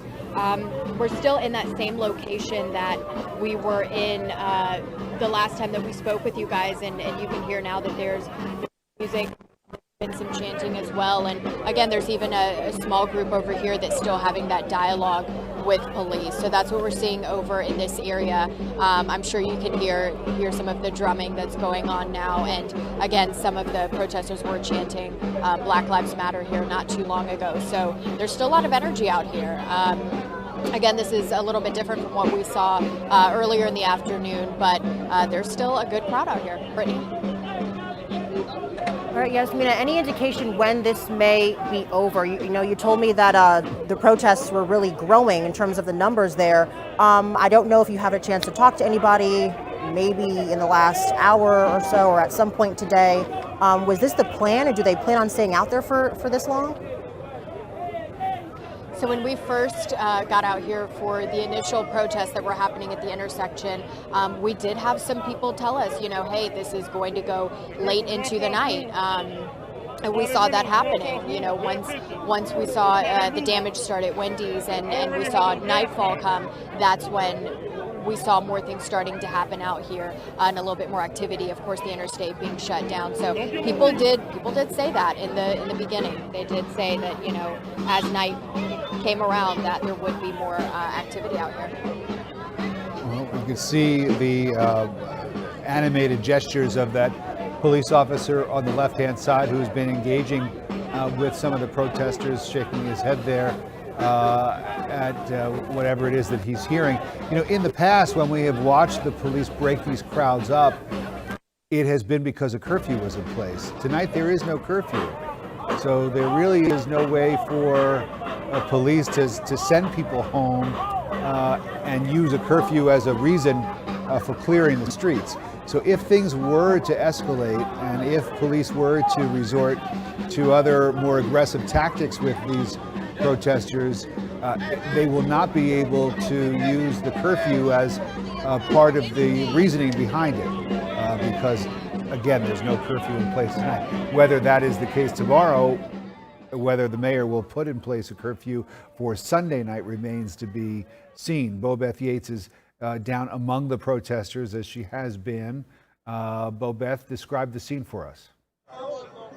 Well, Rick, it's up and down. Right now, it seems like it's calmed down just a bit. Protesters no longer yelling. That young lady that had the stage came back, and right now you just see like a little bit of dialogue. They're talking to one officer, and both sides seem to be a little animated, but the fact that you mentioned earlier, dialogue is always good. It's a conversation, so it seems like they're definitely having some exchange where they're getting through to each other with either the officers hearing and the protesters hearing. So I think that's always positive because it's definitely calmed down compared to what it was just a moment ago.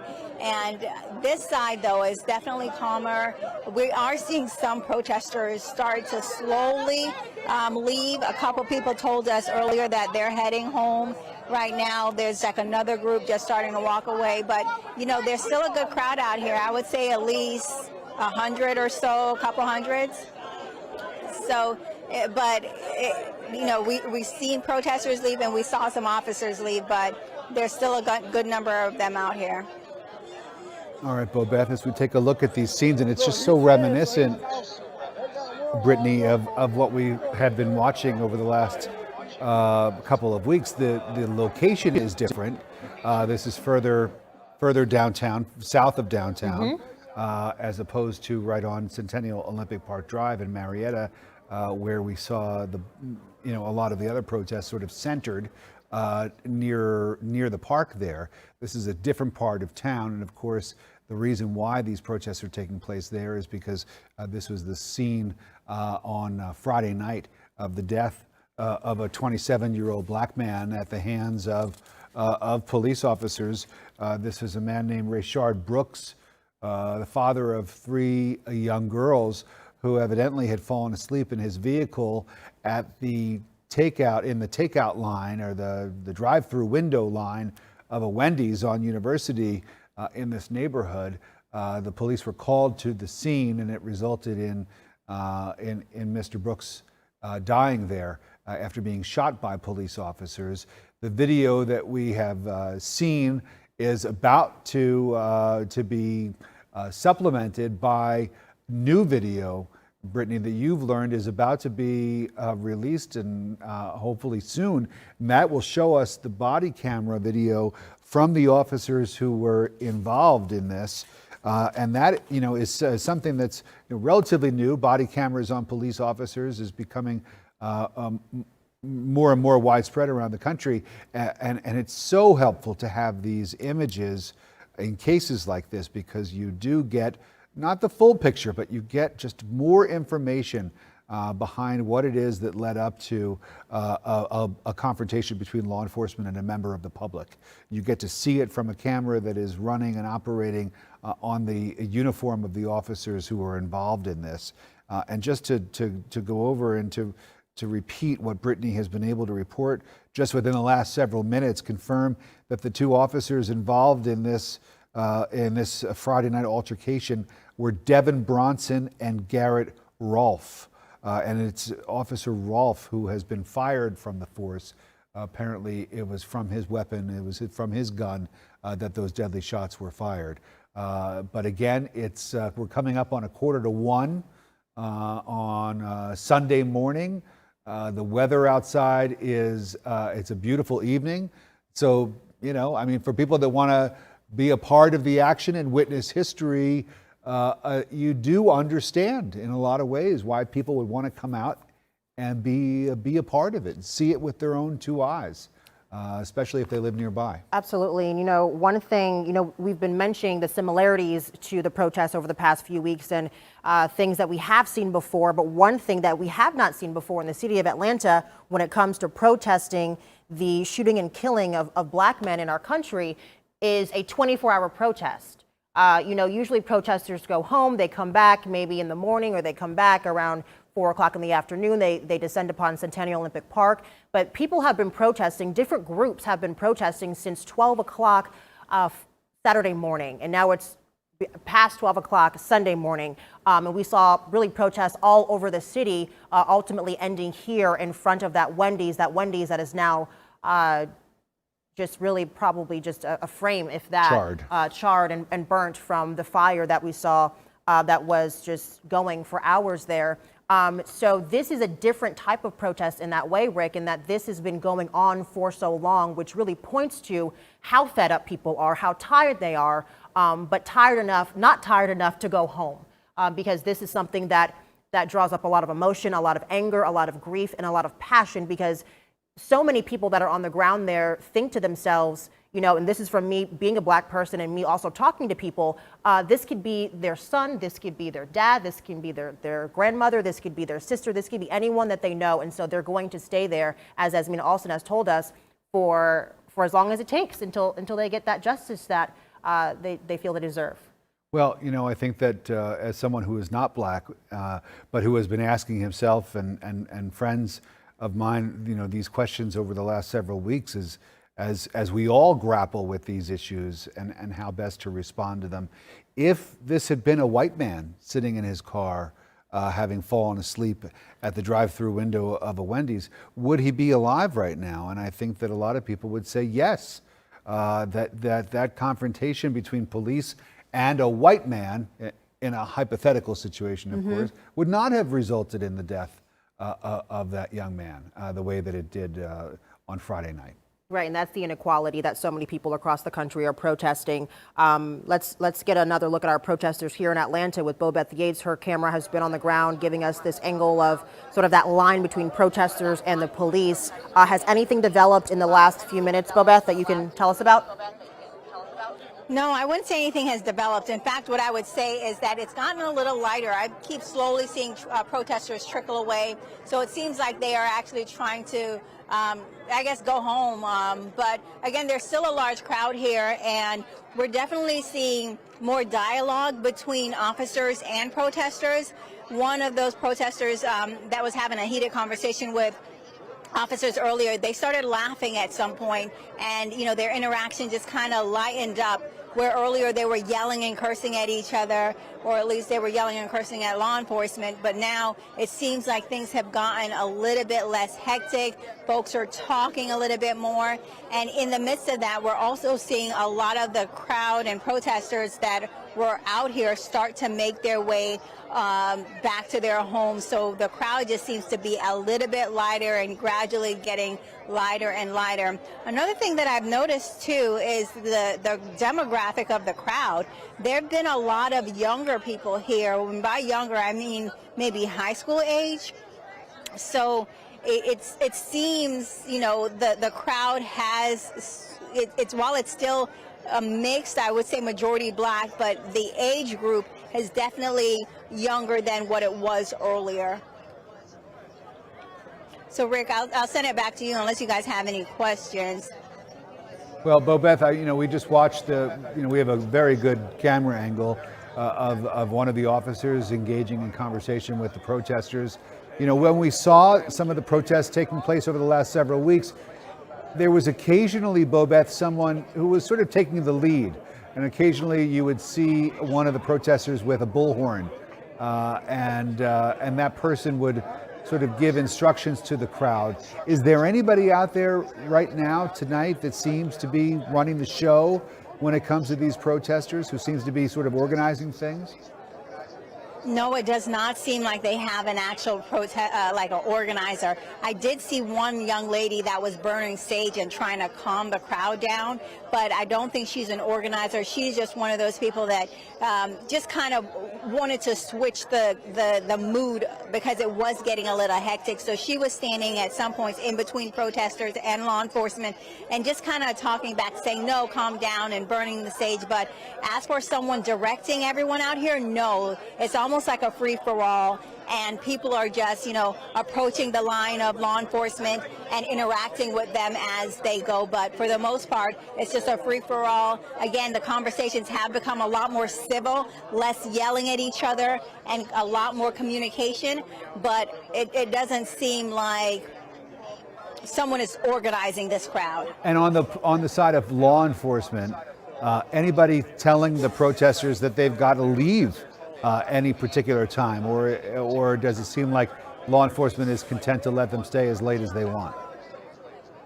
To be honest, I'm impressed with law enforcement. They've been yelled at and they've been cool. They're not telling the protesters to leave. Most of the interactions that I'm seeing with law enforcement and is just the dialogue of the conversation, because many of them have attacked law enforcement, saying, especially the black ones, saying you're not on our side. You're supposed to be black. You're supposed to be protecting us. And for the most part, these law enforcement officers have just been communicating with the protesters, saying that's not the case and kind of explaining back and forth why. But if you look behind me, beyond this, we're seeing the Bearcat, I think that's what it's called, that was blocking the street, is now moving, so they're heading out too. And if you can see a lot of the officers on the highway, you can see them reversing, and they're heading away also. So it seems like more law enforcement officers are leaving the scene, and hopefully as they leave, the protesters may also leave, but we're seeing them thin out too on this end.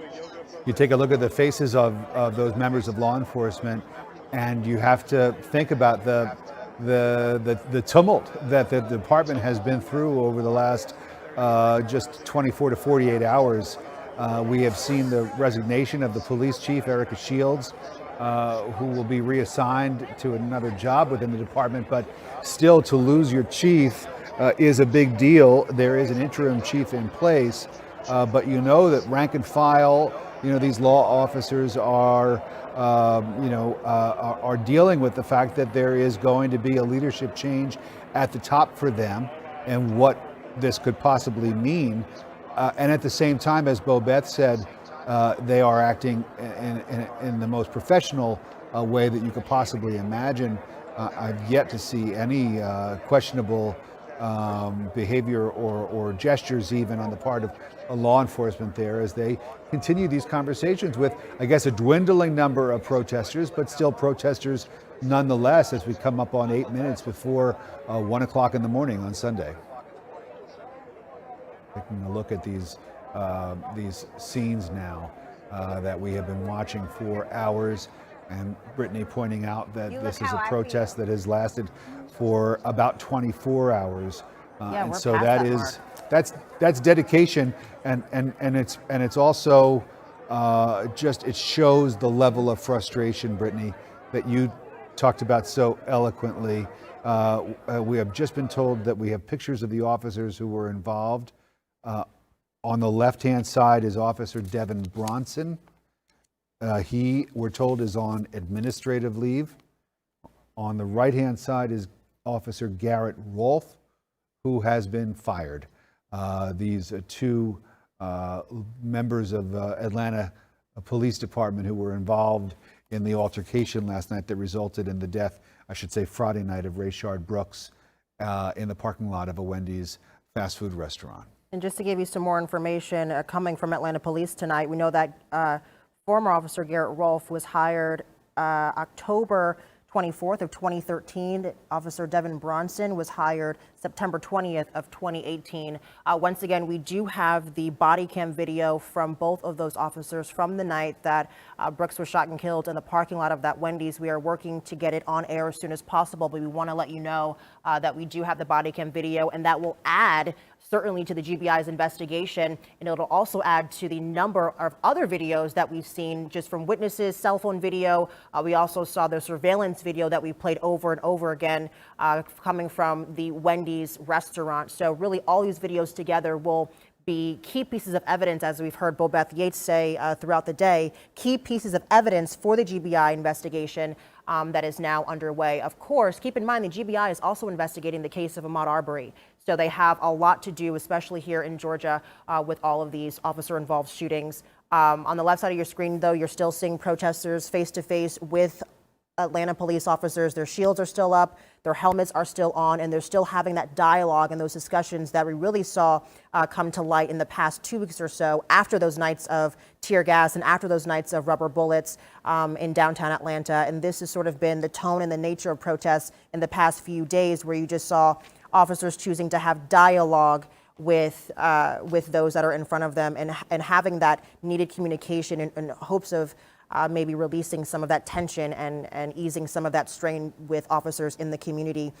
We are approaching 1 o'clock in the morning, and just to let you know, we have come a very, very long way with these protests. We've been covering them since the sun was up, really since early this morning. Speaking to the Brooks family, we moved on to protests at Centennial Olympic Park. We moved on to protests here in front of the Wendy's.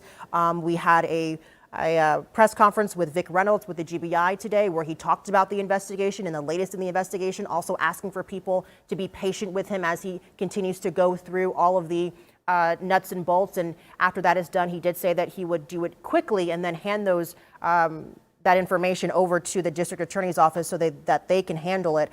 We do know Paul Howard also announcing today that they're also doing their own investigation, and he tweeted out earlier today that his own investigators were on the scene shortly after this happened. Remember, CBS 46 cameras were also there. We were the first news station on the scene shortly after 12 a.m. on Saturday, documenting what was happening, and that's when we saw the first protesters. Our photojournalist Aon Nettles saying that maybe 100 protesters were there or so for that first protest shortly after Mr. Brooks was shot and killed by the Atlanta police officer.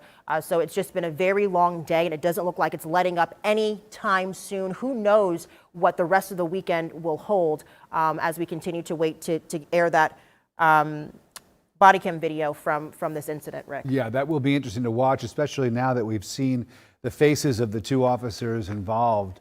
And I wonder, now that we have seen their faces, if it makes sense to maybe go back and look at some of the surveillance video and the other images, the video of this altercation, now that we can sort of put a face to them and we have their names as well, just to see exactly what their roles were. It makes sense, at least just I'm guessing here, that it was Officer Rolfe who fired his weapon at Mr. Brooks, causing his death. And that's the reason why he has been fired outright, while the other officer involved has been placed on administrative leave. But we'll get that video back up for you. And again, this is going to be an investigation. GBI will be in the lead. That is typically the case when there are officer-involved shootings. But obviously here we have one that comes amid heightened tensions around the city, where there has been a lot of anger, a lot of emotion on the part of protesters and people all over when it comes to justice and equality for members of the minority community when it comes to their altercations or their interactions with law enforcement. Let's take a listen to Mayor Keisha Lance Bottoms, who spoke earlier on Saturday. She talked about the resignation of the police chief, Erica Shields. These were her words from Saturday afternoon. While there may be debate as to whether this was an appropriate use of deadly force, I firmly believe that there is a clear distinction between what you can do and what you should do. And so there was the mayor denouncing the actions of the police officers involved. And that on the left we saw very briefly was former police chief Erica Shields, who only a couple of weeks ago was receiving so much praise because of the way that she went out into the crowds and talked directly to the protesters and listened to their complaints. We're going to head to Yasmina Alston. She has some activity on the ground. Yasmina? Yeah, Brittany, we're seeing some heated exchanges here on the line where we're seeing Atlanta police, and then we're seeing protesters as well. And actually a couple of minutes ago on the other side of where we are, we had a car come through and start doing donuts in the intersection, which briefly got everyone's attention, but that car quickly took off. So if you can hear that dialogue happening, there's a woman here, she's obviously very upset. And then we've still got Atlanta police there on the other side as well. So we're just, waiting to see what happens. We have no idea how much longer we'll still be out here. So we've got the protesters here still the same crowd, if not a little bit smaller. So we'll of course keep you updated as things change. Brittany? Yasmina, when that car was rolling through, we saw the tail end of it. What exactly happened? Were they there for just a few seconds? Were they in the middle of protesters? No. So this was an intersection that's on the other side of where we were, and there are some people over there, just some bystanders, but the intersection was pretty clear as that car came through and did those donuts briefly and then took off again. So we're not really sure where that car came from, but that sort of got everyone's attention for a minute and then brought everyone back over to what you're looking at now. Well, and you can hear it in their voices, and we have heard it in their voices for weeks and weeks now, and those voices cry out loud tonight in the early morning hours of a Sunday, and another difficult weekend in the city of Atlanta. You saw the protests when the person who died at the hands of police was in Minnesota. And these are the protests that we see now when the person who dies is here in Atlanta. It looks like there's some activity. Bobeth, what's going on there? Yeah, right now we're walking, and you see protesters seem to be walking onto the highway on 75. I'm going to get out of the way so you can see it, but they literally said they couldn't get on the other side, and all of the officers moved on this side. So now they're heading on to the entrance ramp of 75, and they seem to be walking there. Now, I don't know if once they get to the top of this hill, if they will be met by law enforcement, but the cars that were lining the street of the exit ramp has moved. So, but I don't know if it's clear at the very top of it. Right now, I would say a good 50 to 100 people are walking up to that exit ramp, and officers on the other side of the street have not moved. They continue to secure the on-ramp of 75 while this group goes forward to get onto the exit ramp of 75. Bobeth, it looks like I see a flashlight up there. Is that police up at the top of that ramp? I didn't make it all the way up yet, but it doesn't seem to, because it's not red and blue lights. It looks like white lights. So I'm assuming it is not law enforcement, and it is just one of the protesters shining a light. Can you give us a shot of what officers are doing right now as these people walk onto the ramp? Are they next to you, that line of officers? No, officers aren't doing anything. They're completely on the other side of the street. We're going to turn around. Oh, there is an officer up there? Okay, so I'm being told that at the top of that hill where our protesters are going, there is an officer but let's turn around. That is where, right now, and that is where protesters were. That's where the line was, and you can see that line of officers have not moved.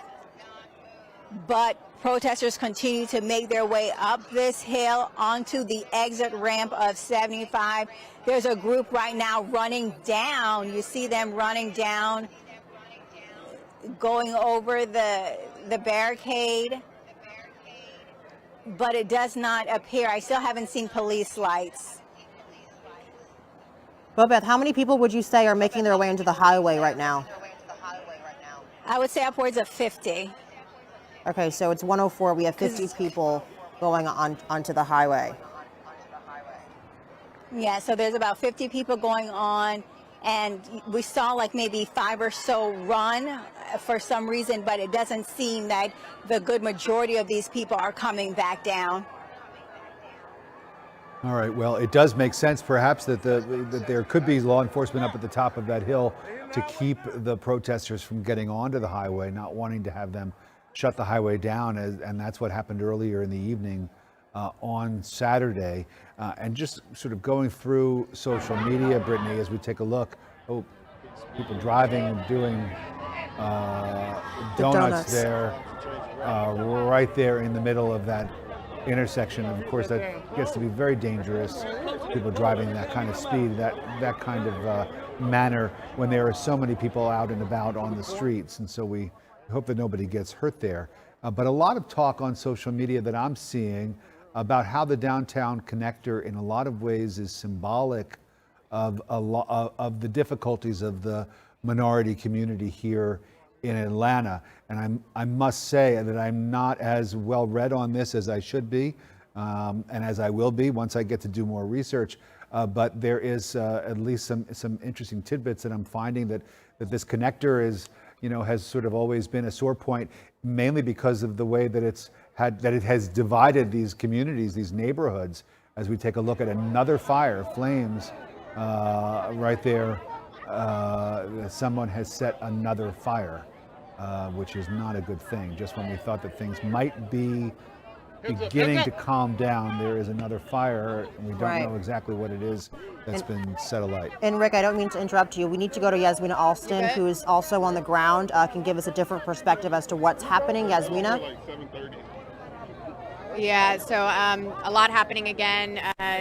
Water bottles being thrown again. And then if you look over here, it looks like behind this gas station near where that Wendy's is, we're seeing another fire. I'm not sure exactly what's on fire, but you can see the flames there. Is that what we're showing now? Yeah, so you can see those flames. And that same car that we told you about came back into the same intersection and did the donuts here again, which of course got a lot of attention from the crowd. So most of the crowd that we had over by the police, they are now over here in this intersection, and it looks like a lot of people are going down to where that fire is. So we'll work to figure out what's on fire down there. But you can see the flames, so another fire that we're seeing here tonight. Yasmina, as we take a look at those flames, it's a little hard for us to get a sense of how close it is to the gas station there. Here are people running back down that ramp where Bobeth was a moment ago. But we want to make sure that the fire that we're seeing, Yasmina, is not too close to those gas stations. Yeah, so this one doesn't look to be as close as the Wendy's was to that BP gas station. But again, you've got several gas stations at this intersection, and two in particular right in front of where I'm seeing those flames. So the question is just what exactly is on fire, and like you said, just how close to those gas stations is that fire. But from what we're seeing, they all look pretty close.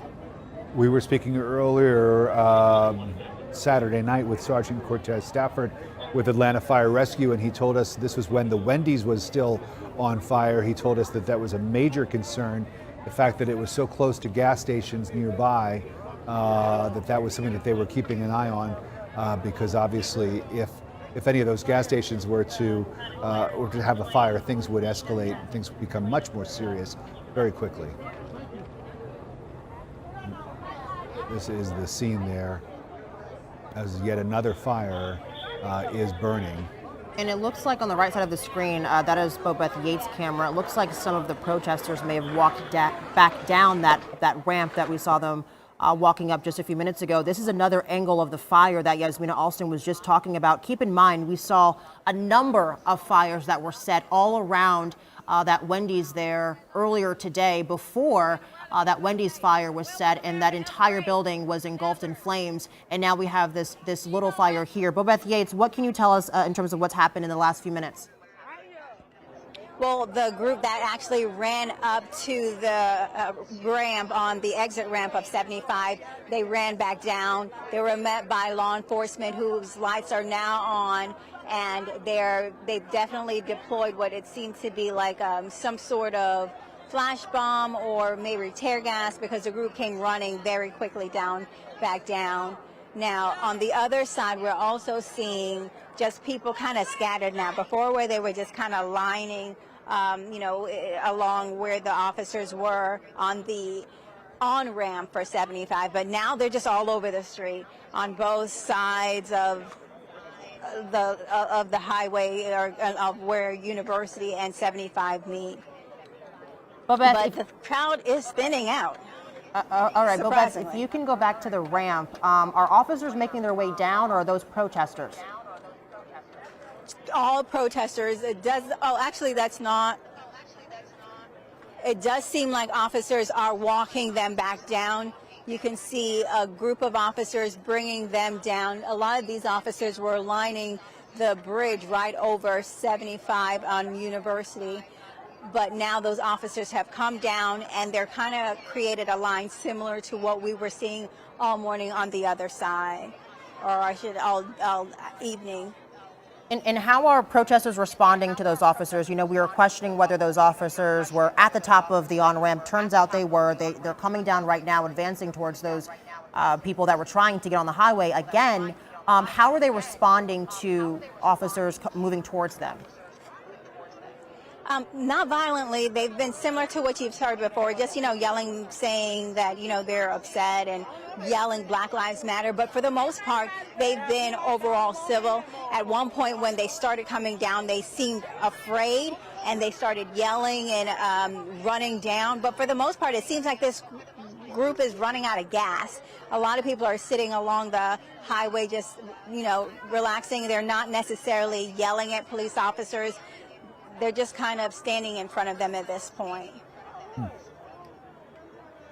All right, our Bobeth Yates there live on the ground. We are now at 1:11 in the morning on Sunday. It's hard to believe that we've come this far, because we've had several hours of coverage at this point. We've had more than 24 hours of protests here in the city of Atlanta.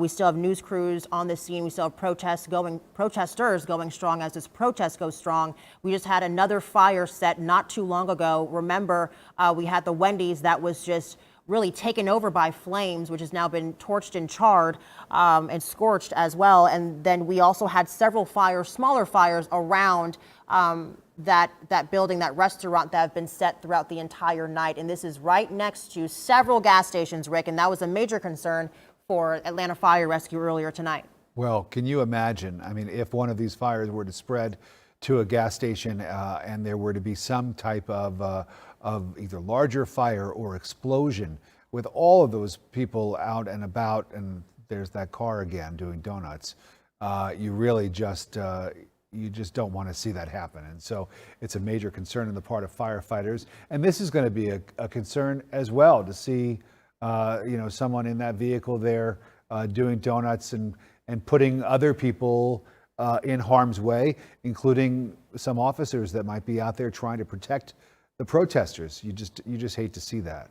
But that's what's going on here. Bobeth talking about how they're losing steam a little bit, and that is understandable after so many hours of protests. But there is no curfew.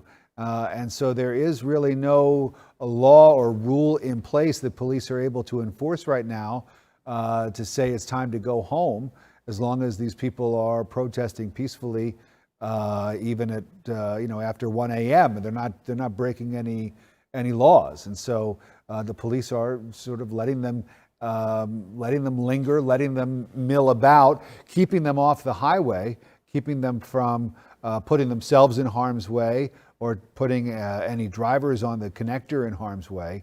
You can understand that, but there certainly isn't anybody trying to tell these people at this point that the party's over, the protest is over, excuse me, and it's time to go home. As we take a look at on the right-hand side of your screen, the two officers we now know who were involved in the deadly shooting of Rayshard Brooks, Devin Bronson on the left-hand side of your screen, and relatively new officer who only joined the force back in 2018, Garrett Rolfe on the right-hand side of your screen, the officer who has been fired. Officer Bronson has been put on administrative duty.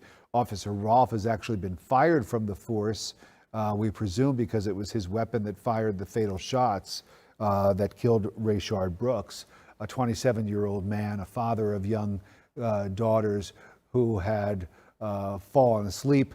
Perhaps he was drinking, unclear, the details are unclear at this point, but he had fallen asleep in his vehicle in the line for the drive-through at the Wendy's on University Ave. That's what led to someone calling the cops in the first place, and then it was the scuffle that came about when Mr. Brooks tried to question why he was being arrested, and there was a scuffle that eventually led to Rayshard Brooks getting his hands on the taser of one of the officers involved, and then he ran away, briefly turning back towards the officer, and it looked like firing the taser, and it was then that we saw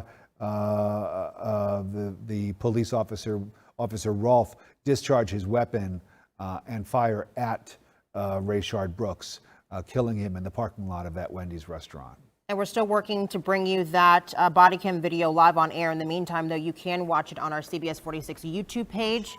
We do have the other video that you see on the left-hand side of your screen. This is witness video, and we also have the surveillance video that was released by the Georgia Bureau of Investigation earlier today. I think one question we need to bring up and address is, where do we go from here? What is next in this case and in this investigation? So we know that protests are continuing into the early mornings, early Sunday morning, as officers stand on the front lines with protesters as they continue to set fires down there on University Avenue. We know that the GBI is still working this investigation. They're gathering all that evidence. Now they have at minimum, 3 different versions and 3 different angles of this shooting of Brooks. And so now they have to take all of this and bring it to the desk of Fulton County District Attorney Paul Howard. He will then take over from there and bring about any charges if he sees fit. Once again, he did tweet earlier today that his own investigators were also out at the scene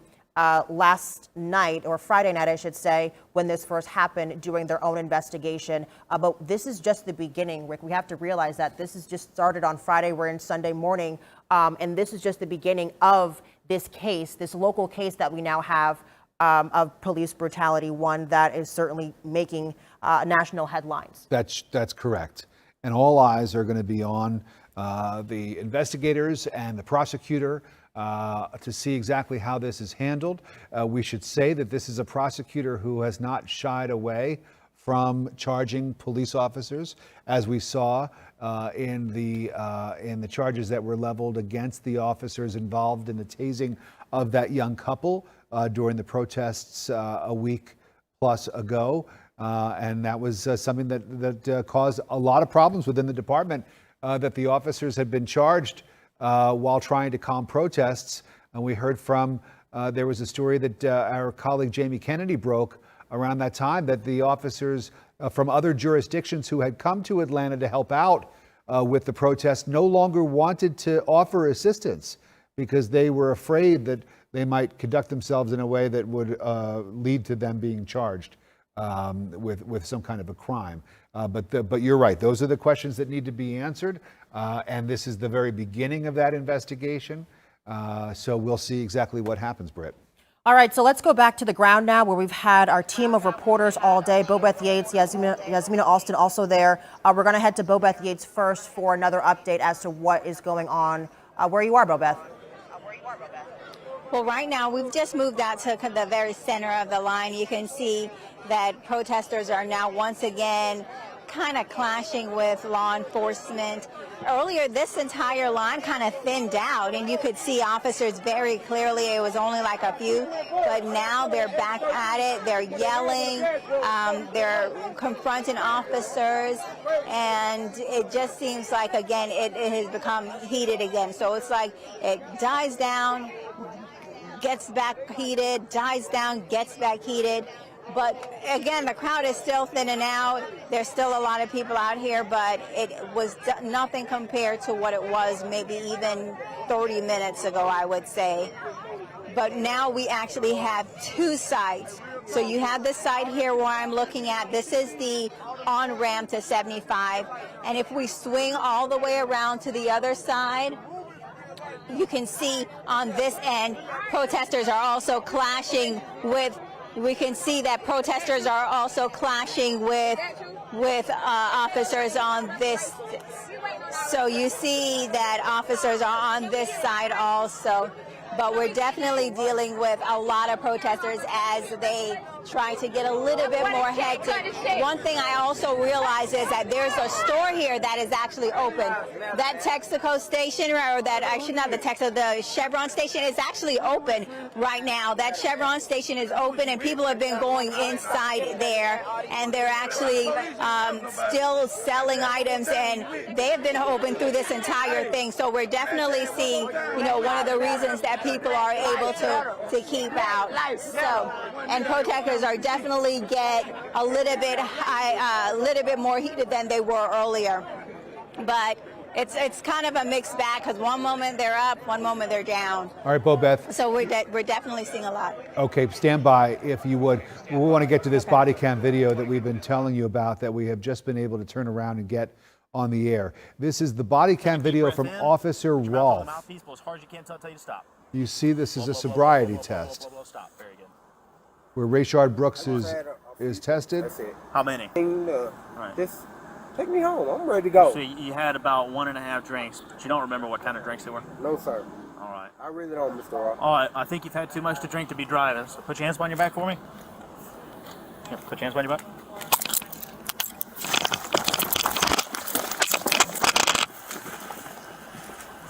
Hey, stop fighting. Stop fighting. Stop fighting. You're gonna get tased. You're gonna get tased. You're gonna get tased. Stop. Come on, man. Stop. You're gonna get tased. And that's it. We do not see the actual shooting in this video. You can see the body cam evidently falling off of the officer and then just sort of shooting straight up. All right, so we're going to watch the video. Again, this is from Officer Rolfe's camera. This is the officer that was fired today from the Atlanta Police Department. We're just going to continue to watch it live right now. This is Rayshard Brooks. You see him standing here talking to officers. We'll let you listen to the audio. You don't remember what kind of drinks they were? No, sir. All right. I really don't, Mr. Ross. All right. I think you've had too much to drink to be driving. So put your hands behind your back for me. Here, put your hands behind your back.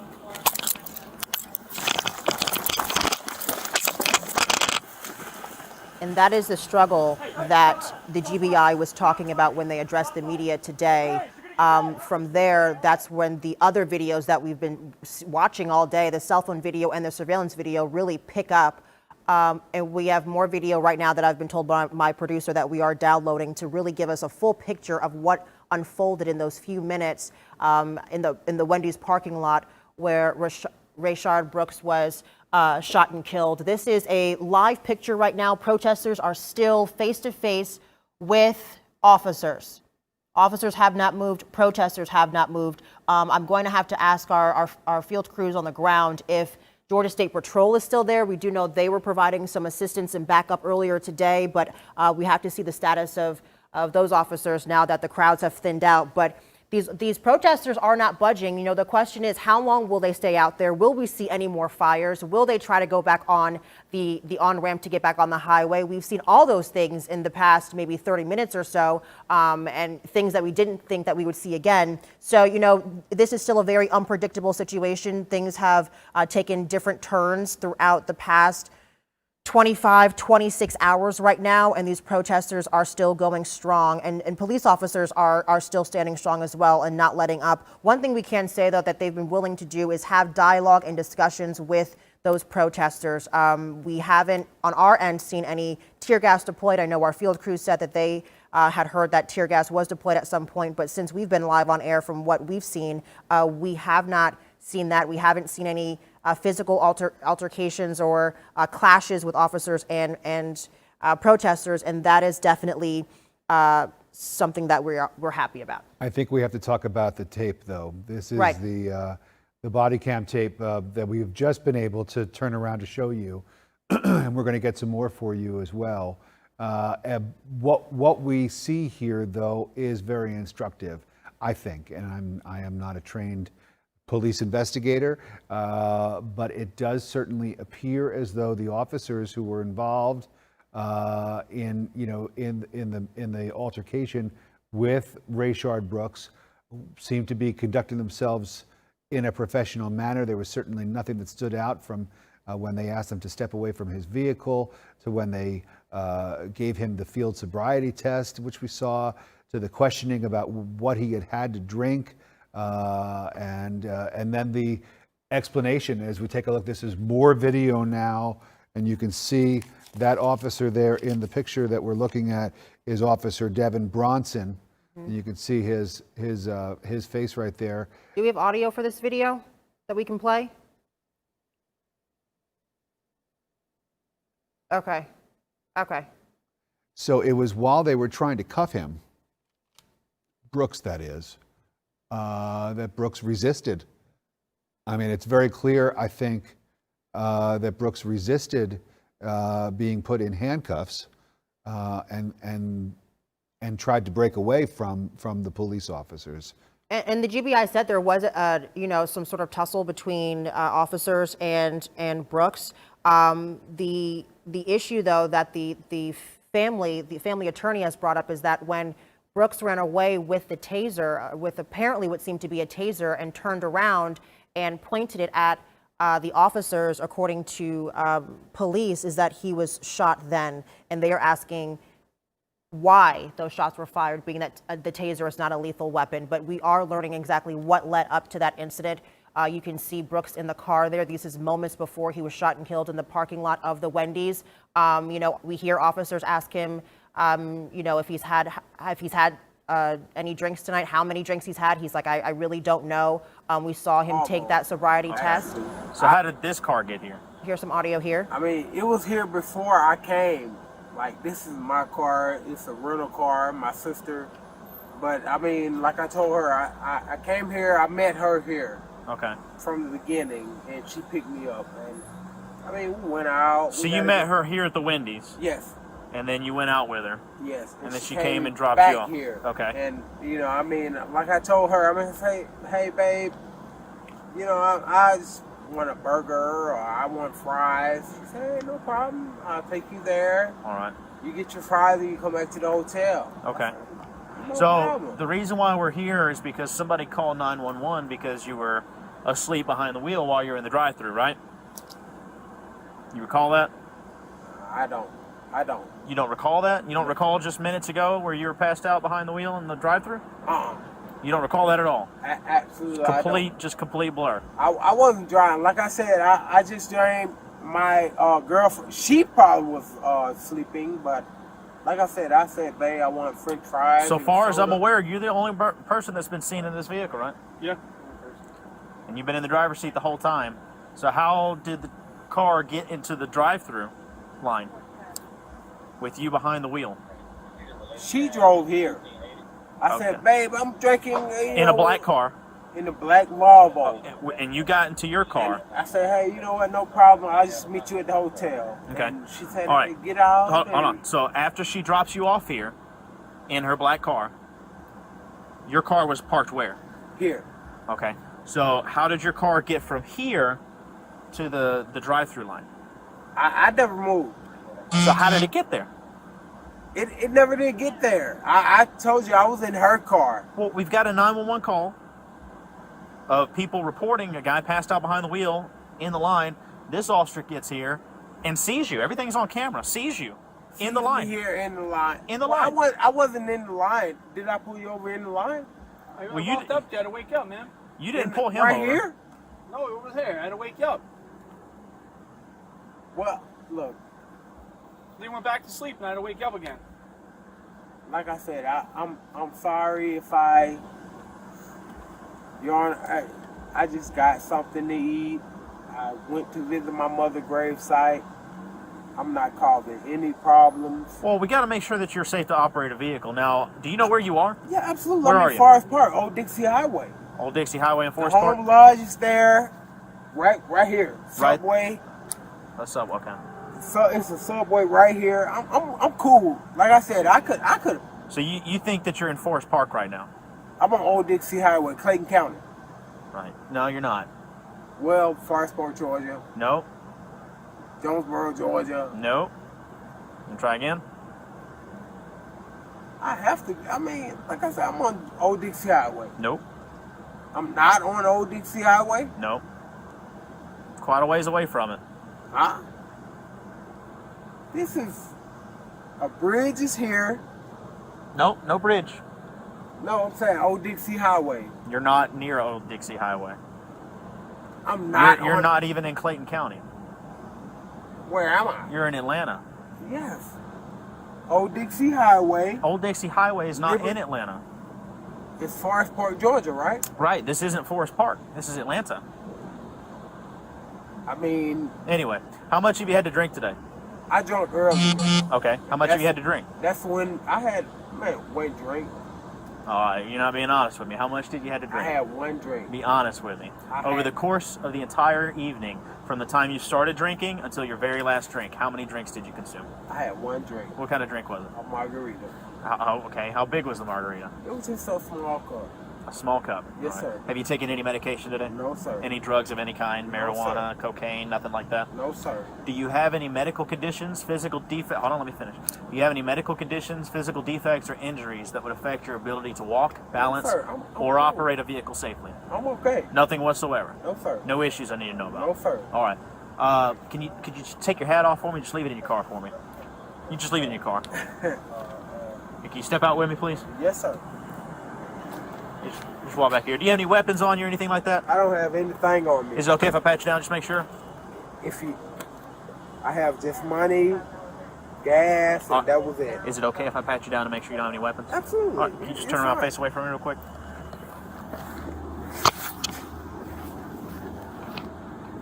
What is this? It's just a bunch of money in your pocket? It's just my wallet. What's all this? It's your money. How much money do you have in your pocket? I mean, maybe a couple $100. Okay. Just like a bunch of ones and stuff. Here. Yeah, What? absolutely. Just walk over here with me, please. This is Wendy's. Yes, this is Wendy's. Yes, I do remember.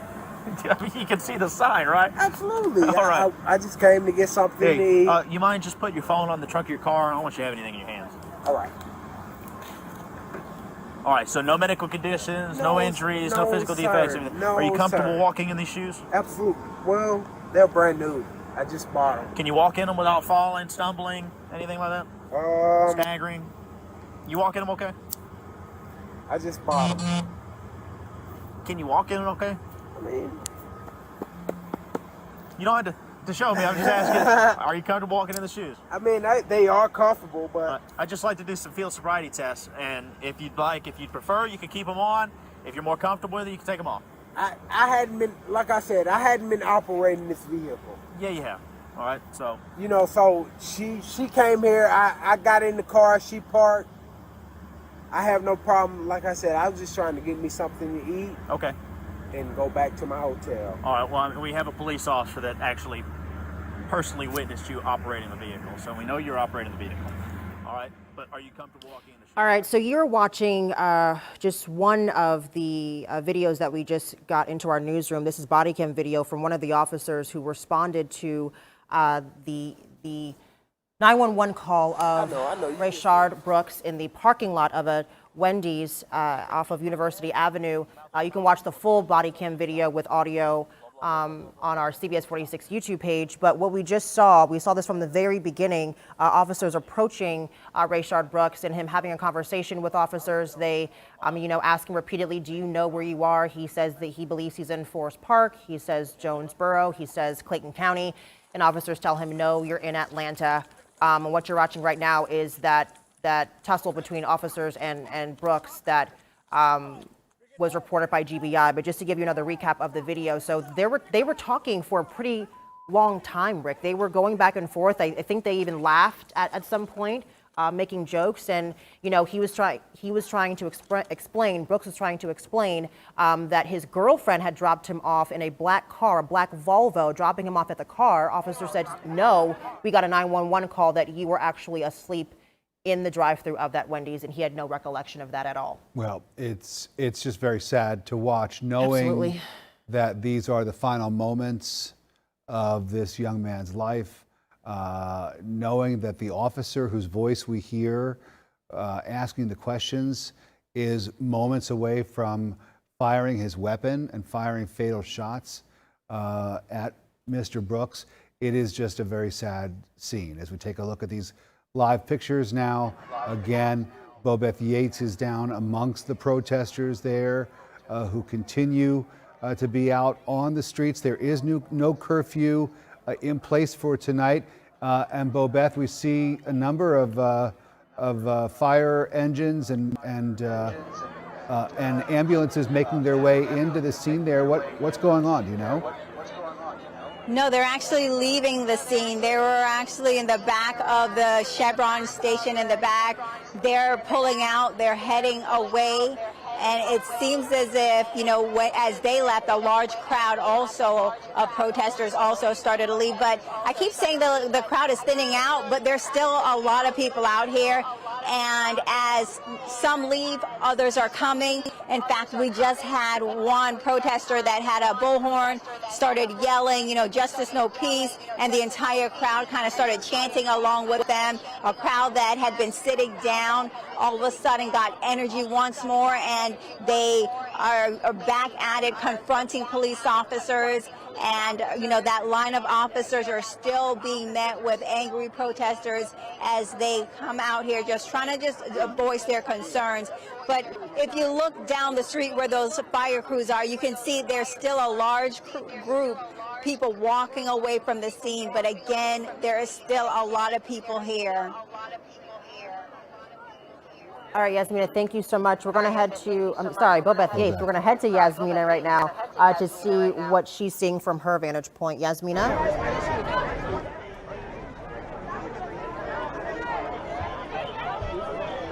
Yasmina, can you hear us? We're talking. You guys hear me? We hear you very faintly. I think that's you. Okay. I believe on the opposite side of what Bobeth just showed, but what we just saw happen was SWAT actually, it looked like they escorted the Atlanta Fire Department over near where the Wendy's is. I can't see them anymore from where we are now, but keep in mind we still had that fire in that area behind where the Wendy's was, which I was hearing that fire was a dumpster. I haven't confirmed that yet, but we did see another small fire back there. So again, in the last 5 minutes or so, Atlanta SWAT escorted the Atlanta Fire Department into this area so that those fire trucks could get back here and, of course, get any of those fires that we're seeing out. Brittany? How many police and law enforcement do you see right now? Just sort of set the scene with how many protesters you see and what police are doing. The images are kind of dark as we get into the early hours of the morning. So the area that you're looking at over there, and I think they're throwing more of the fireworks now, but the area you're looking at over there, I think I saw maybe 2 of the SWAT trucks drive over there and maybe 1 Atlanta police car. Most of that police presence is back here near the interstate where they've been set up on some of the ramps to keep people from getting onto the interstate. So I think mainly the goal with that movement that we saw was to get the Atlanta Fire Department back to some of those working fires. And did we just see some fireworks being set, Yasmina? Yes, you did. Yeah. So, yep, there's one. Oh, that looked like it. Can you turn the camera to the left a little bit?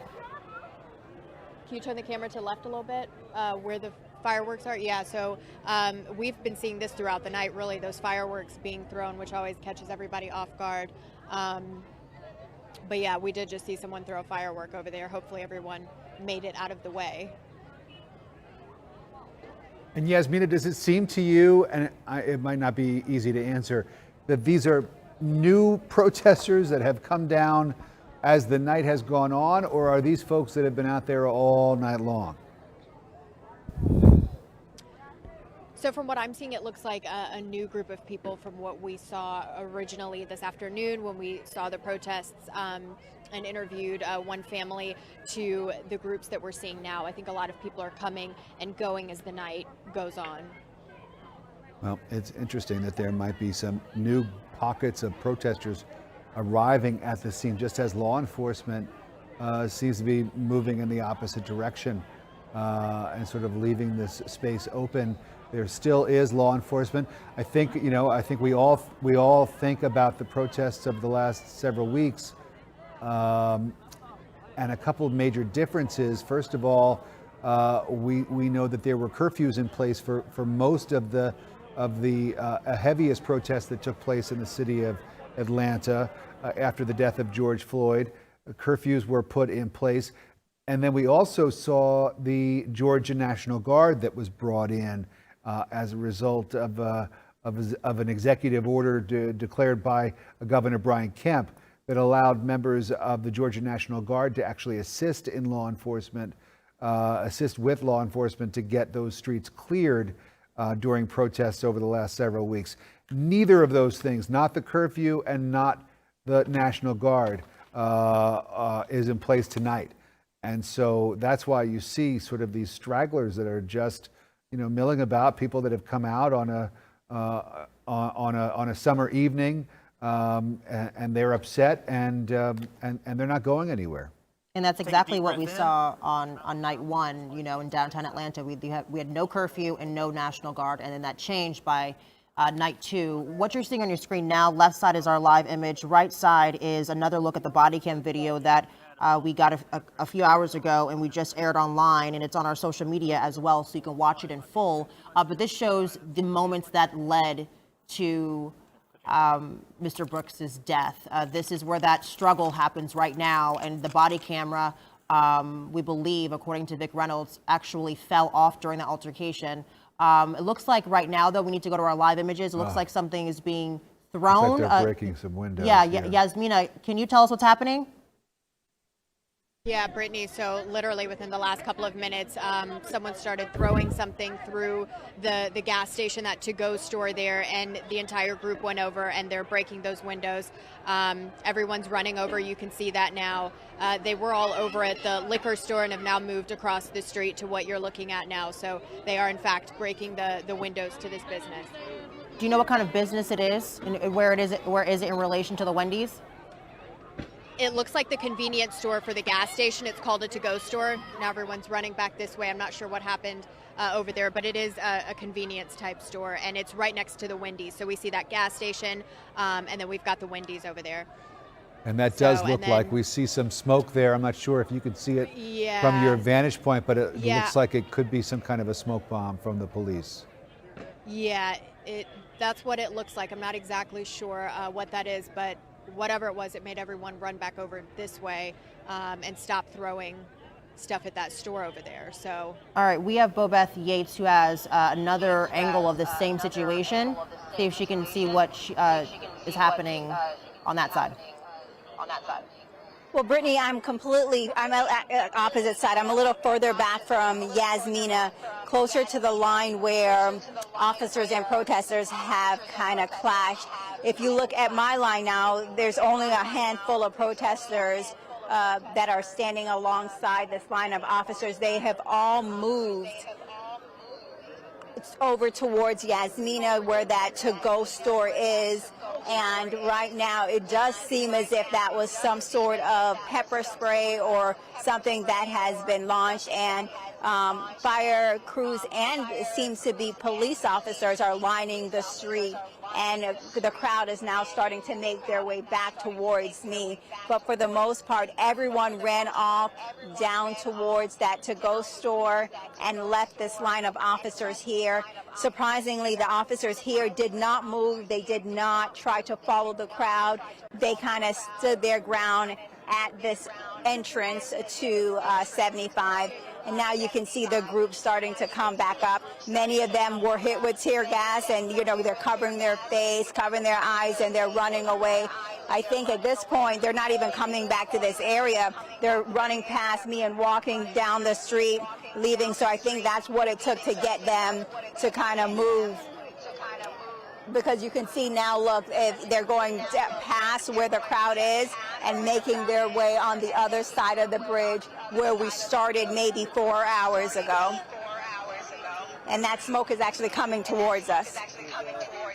All right, Bobek, we want you to be safe, but you can see people running, covering their eyes. You can see someone actually just put some liquid on their eyes. They're covering their mouths and covering really their faces as they run from the building. As the reporters told us, that was just vandalized. They threw something into the convenience store that was by the gas station, which, to give you a reference point, is near the Wendy's where Rayshard Brooks was shot and killed, Rick.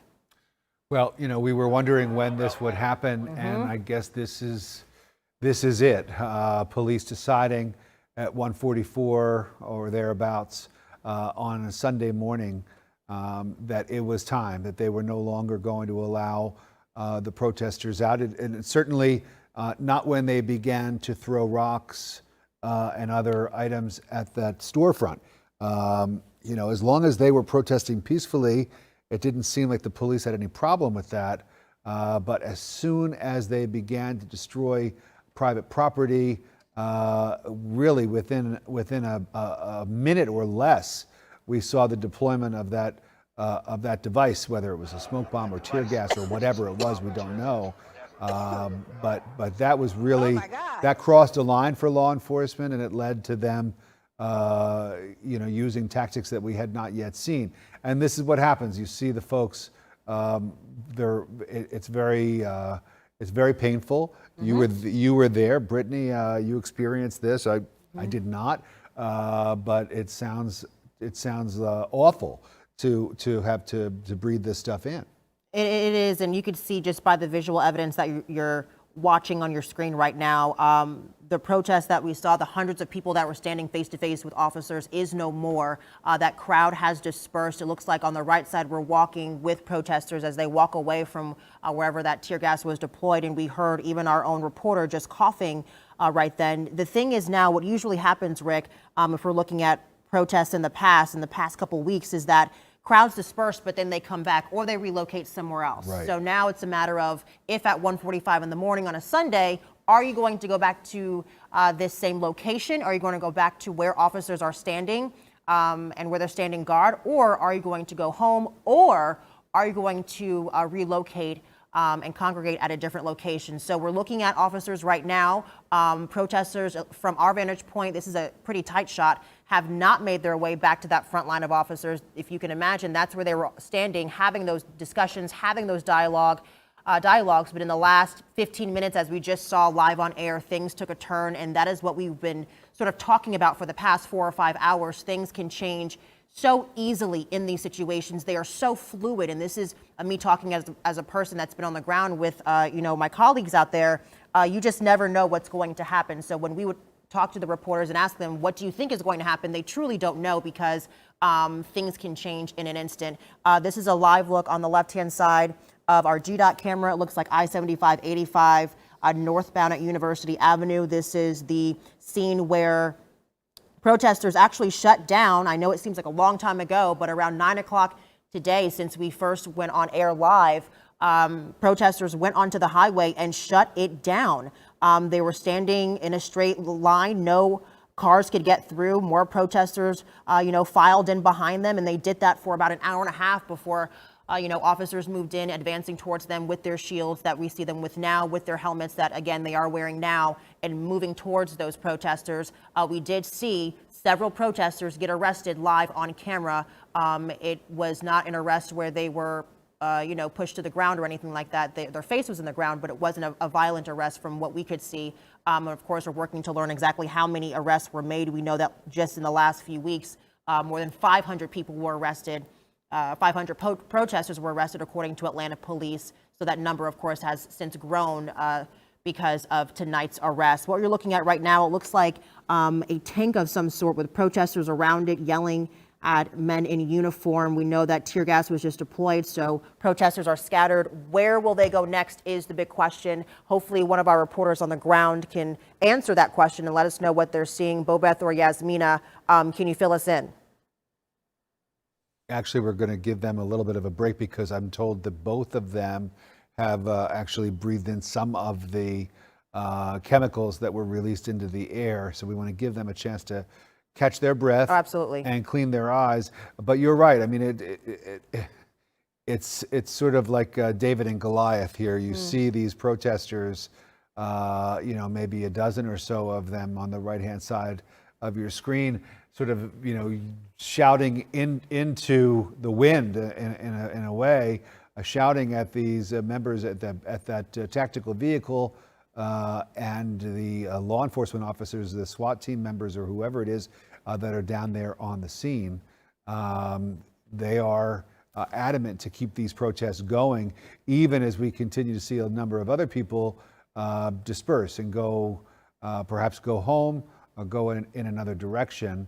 One of the things that we saw, Brittany, in the protests that you were covering a couple of weeks back was the ability that the police had not just to disperse the crowds initially with a tear gas or something, but to also then do a sweep of the streets, almost like a grid going up and down literally every single street to make sure that any protesters who may have tried to sort of hide out and wait for things to die down so that they could come back out.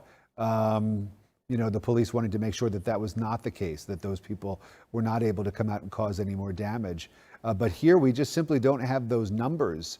There's certainly a lot of law enforcement out there, but not what we saw a couple of weeks ago.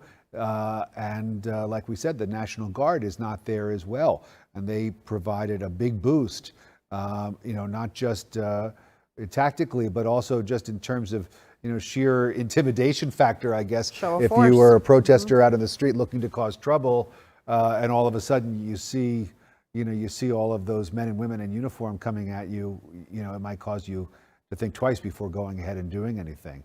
But things do seem to have calmed down a bit as we come up on about 10 minutes before 2 a.m. Sunday morning. It's been a long night. Saturday was a long day for the protesters, also a day in which we saw and learned of the resignation of longtime Atlanta Police Department Chief Erica Shields, who stepped down from her position after many years with the department, over 20 years plus with the department. She has resigned her position. But that, not enough as far as these protesters are concerned, some of whom we see now, inside one of those gas stations that are nearby, going inside, and we don't know exactly what we're looking at because it's obviously there's a lot in our way. But if this is similar to what we have seen in the past, perhaps there is some looting going on. Again, we hope that's not the case, but it looks like it may be. Right, they are inside the store. We see several people. We just saw a person try to throw a rock. There he goes again at the window or the door of that store. We're working to learn what store this is and where this store is. If producers can work to get that information just to give a reference point. But more people are descending upon this store as some people are inside, some people are outside, now throwing rocks repeatedly. Looks like he's going to continue to pick up and throw that rock until that window and that glass breaks. So, of course, we're going to hang on this shot so we can see what develops and what happens. This is 24 plus hours of protests here in Atlanta. This is the turn that it has taken. We've been talking about this all night. We didn't see it up until now at 2 a.m. Sunday morning. This is the food mart, it looks like. I'm looking at the Texaco station just by the Wendy's. If we can go back to that shot just so we can see what's happening. But we saw some people trying to break into here we go. Right, here we go with the officers in riot gear. This is a scene that we've seen over and over again when those buildings begin to get vandalized. Officers come out in that show of force, Rick, that you were talking about. They have their bats, their batons, they have their face shields and their gas masks, and they have what I'm assuming are zip ties on their waists, as they always carry those. So they are advancing towards the group of people who are are in that area, some of Yeah. which are trying to break into a building. Let's see where they go. Let's see where they're headed and what they do next. If we can zoom out a little bit. Oh, and look who's behind them. We have more officers, Atlanta police in different riot gear as they continue to move forward. And we're just going to continue to follow them. This is all developing at 1:53 in the morning. It was mainly peaceful up until this point. We did have a couple of fires that were set, but in terms of the interactions between police and protesters, it was peaceful. But we know that we had tear gas just a few minutes ago, where even our reporters were impacted by that. And we saw people running and coughing and covering their mouths. And officers right now moving towards that convenience store at the Texaco, it looks like, as some people were outside throwing what seems to be a rock or some sort of hard object at the window or the door of that food mart. It looks like they were going to continue to throw it until that glass shattered. Officers, though, are not having it. They have moved closer to that store, and we're going to hang on this shot just so we can see exactly what they do next. Of course, we see their gas masks on, so we can connect the dots there, and we know what has happened before. So right now, it looks like they have that entire perimeter. If we're going by our images on our screen right now, we're going by our photographers on the ground. Looks like that entire perimeter around the Texaco, which is very close to the Wendy's, by the way, has been blocked off and is now surrounded with Atlanta police officers. And honestly, Rick, these officers came out of nowhere. These are not the officers that we saw before in Bo Beth Yates's shot and Yasmina Alston's shot and live shots.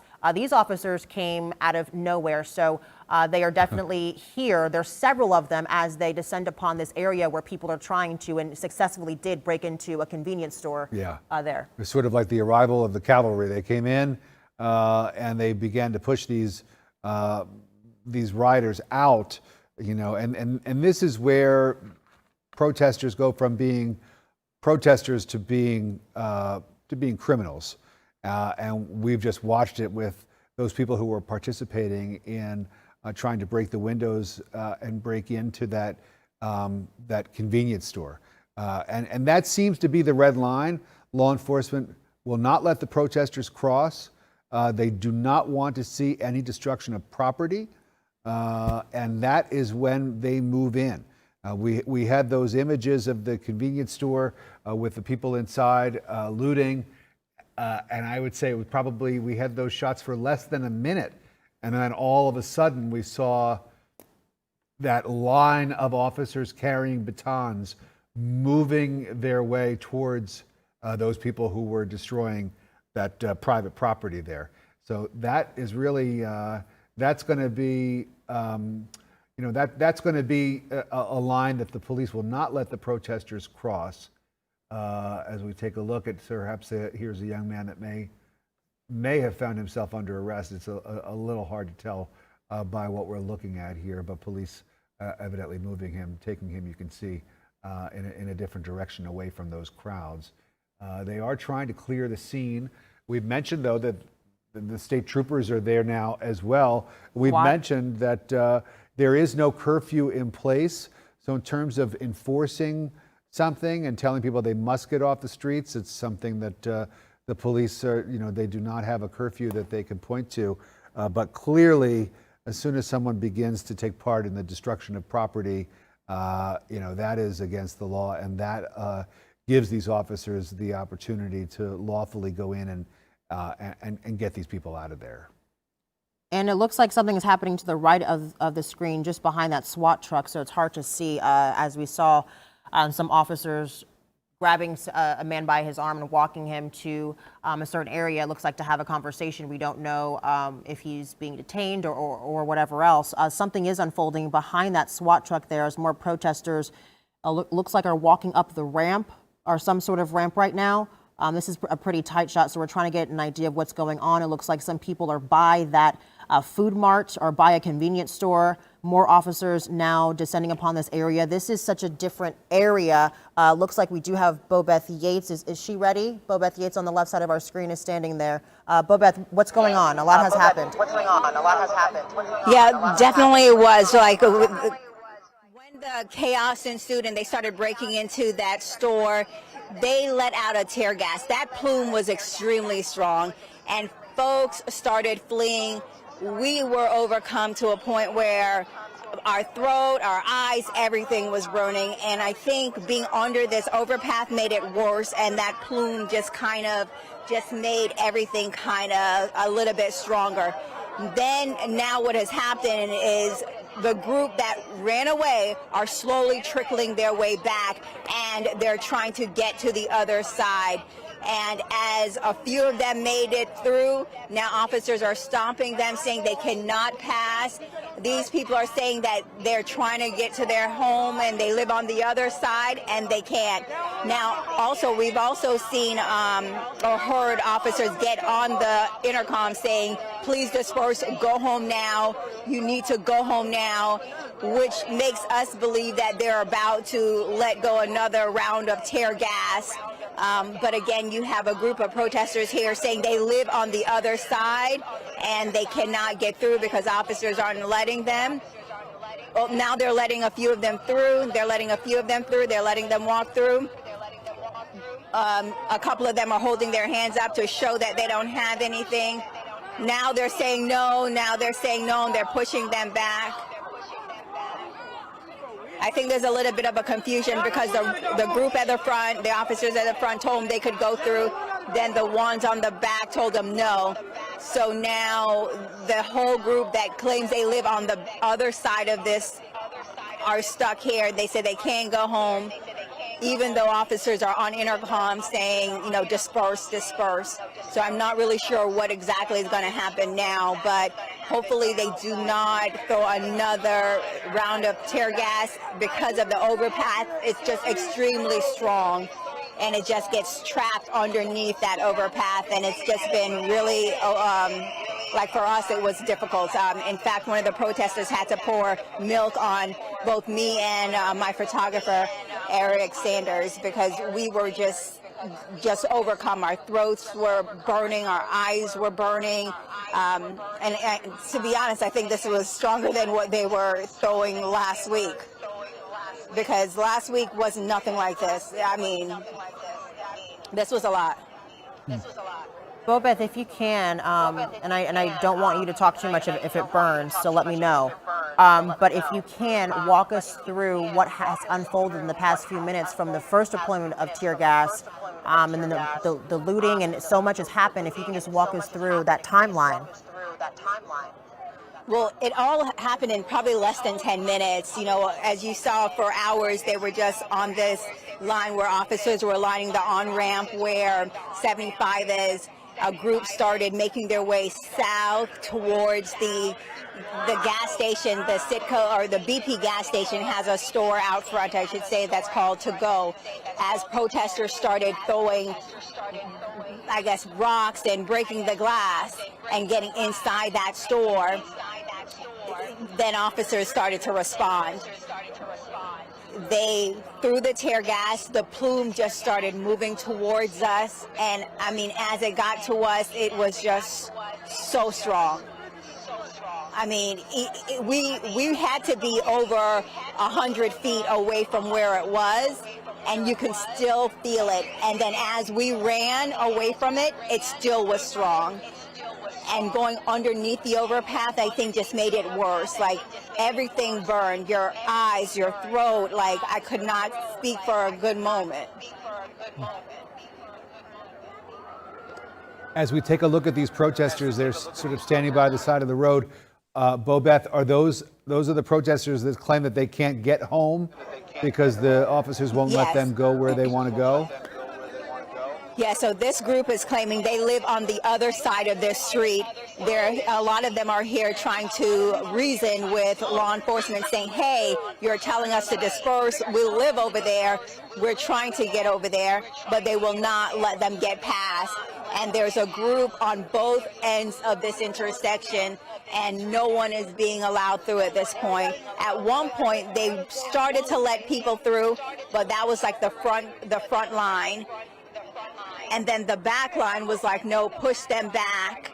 And now they're just gathered on the side, not sure really what to do. Bobeth, do you still see Georgia State Patrol officers out there? No, it looks like they're gone. They were blocking the street earlier, on the other side where we started, but cars started coming down the street, so I'm assuming they're no longer blocking the highway. Or I should not the highway, University. And Bobeth, I mean, after deploying the tear gas or whatever it was that they put out there, how would you describe the interactions now between some of these stragglers and law enforcement? Is it just them trying to plead their case? Let us go home. Yes, for the most part. There is a couple people that, like this one young lady in the pink, I don't know if you could see her, she has her hands up and she's just hasn't spoken to them, but she's just, she was just kind of upset because she's just like, why would you get to this point? But you have to also understand they were very peaceful prior to any business being broken into. And then when that happened is where the tear gas came out. So a lot of these people have just been saying, you know what, if you want us to go, let us go now. Let's go home, but we can't do that unless we pass your barricade. Bobeth Yates down among the protesters for us. It is just after 2 a.m. Saturday night, Sunday morning, and we are watching the protests that have been taking place for the better part of the last 24 hours after the death of 27-year-old Rayshard Brooks. Sparked a new wave of protests, more protests in a city where tensions were already high after a week plus of protests that were sparked by the death of George Floyd at the hands of police in Minneapolis, Minnesota. Protests that have been taking place all over the country, pleading for reform, for justice, for better treatment of minorities at the hands of law enforcement here in this country. And it seemed as though we were sort of reaching a point of understanding, perhaps, where there was the beginning of a growing acceptance that change was needed. We've heard from many lawmakers who are pushing for a hate crimes bill at the state capitol here in Atlanta. Georgia, one of only 4 states that does not have a hate crimes law on the books, and that has been gaining momentum. A number of changes have been afoot, but then Friday night we learned of the death of Mr. Brooks, who was unarmed at the hands of 2 white police officers in the parking lot of a Wendy's restaurant on the south side of Atlanta. This is a young man who tried to resist his arrest and get away from police. There was a tussle that eventually resulted in Rayshard Brooks being shot at. We're told that perhaps 3 bullets fired at Brooks by one of the officers involved. That officer has been fired now. But there is new body cam video that has been released just within the last several hours that we have been showing on our website, cbs46.com, also on our streaming app. It gives new vantage points and new angles that investigators will be using as they try to piece together exactly what happened, what led up to the death of this young man, why was deadly force used, and was it justified? That's what we will be hearing from investigators and also from the prosecutor, who ultimately has to make the final decision as to whether or not these officers should be criminally charged for their actions in the death of Mr. Brooks, who we should mention had fallen asleep in his car. That's the reports were that people had called 911, that there was a man asleep at the wheel in the drive-thru at the Wendy's restaurant. It was causing a backup with other vehicles, other customers. And so police came out, and one of the body cam videos that we have that we will have been showing really gives you a real good sense of the conversation between Rayshard Brooks and the officers prior to the shooting, where you really do hear the officers. You can hear the way that they talk to Mr. Brooks. I think that most people would agree they spoke to him in a very professional tone, tried to piece together a story that he was telling them that didn't make sense. Frankly, he was claiming that he had not been behind the wheel of the car, that someone else had dropped him off there. He didn't know where he was when officers tried to ask him where he was located. He gave several incorrect answers. Didn't even know the county that he was in, thinking that he was someplace that he wasn't. So clearly there was something that was impairing Mr. Brooks's behavior. Officers even giving him the opportunity to say whether he had any medical conditions or injuries or anything that might have been causing him to give these incorrect answers. And then he failed a field sobriety test, and that was when the officers decided that, as we take a look on the right-hand side of the screen, law enforcement at that overpass that we've been talking so much about.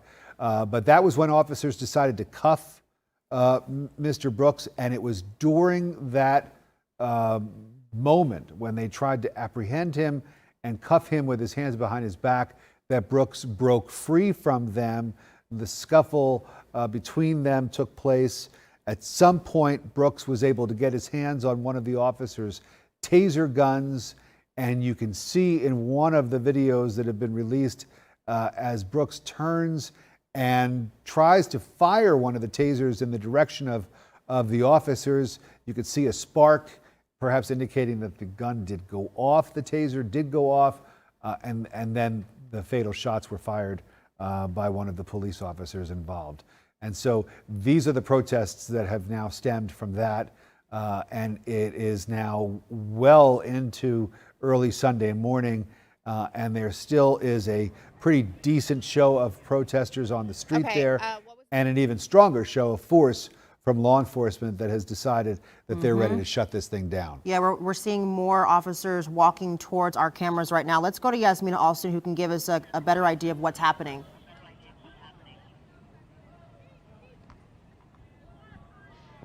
Yeah, Brittany, you can see that now police have moved into that area where we initially saw protesters. A lot happened in the last 30 minutes. There was tear gas, which was pretty bad. But the majority of the protesters that were here have been moved away from this area. I am still hearing some yelling, but for the most part, they've been cleared. Back to you guys. All right, Yasmina, and you really do just see an overwhelming show of force. These are the officers with their shields moving through. We've seen law enforcement from a number of different agencies, that all of whom have responded to these protests. There's the Wendy's restaurant where Mr. Brooks was killed on Friday night, where he died on Friday night. That restaurant has been burned to the ground. We saw a number of other fires in the nearby vicinity, the neighborhood. There was perhaps a trash dumpster that was lit on fire as recently as about a half an hour or so ago. Tear gas was deployed once we saw the looting, once we saw the destruction of private property at a couple of gas stations there on the scene. That's when the police moved in and they released the tear gas. But here is a real clear shot. I don't know whether, Bobeth, you're able to hear us. We see you. I'm here. Okay, so what are we looking at? What is this? Describe it for us. This is a law enforcement. I'm not sure which one, but they're literally walking from under the overpass, and they're walking past, and they're literally moving officers and everyone, and they're telling everyone to move at the moment. We're literally guiding us as they kind of sandwich in the protesters in between the other line of officers, and you can hear them making noise as they walk and as they're walking by us. So they're stopping right now. There's only maybe a handful of protesters still out here, but the group has met the other group of protesters. Officers are in front of us right now. They're telling us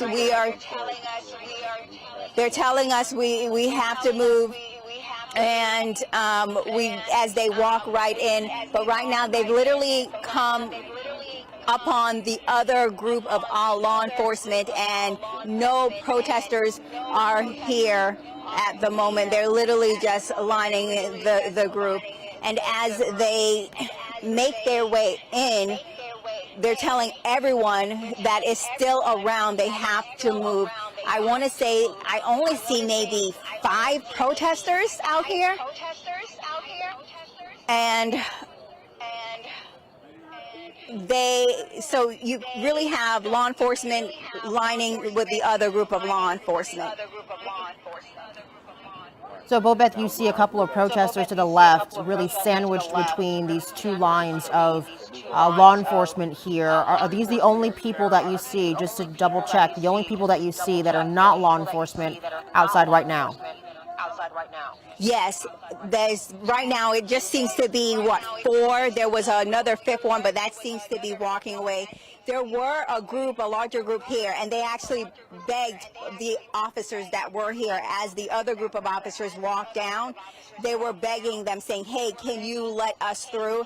And one of the officers broke line, came out, and escorted them on the back side of the officers that were lining the street as the other group marched down the street.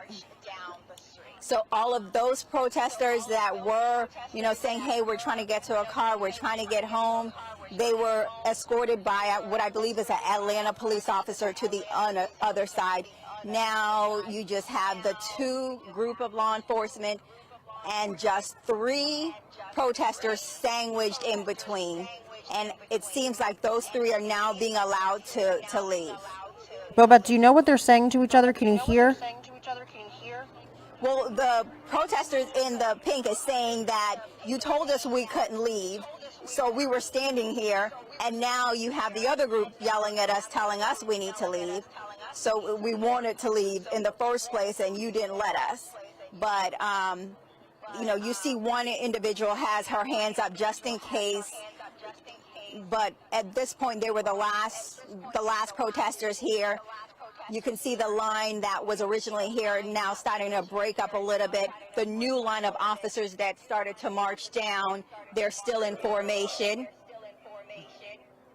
I can't really make out what they just yelled, but they definitely seem like they're going to continue walking down the street, making sure there aren't any protesters just lingering around anywhere.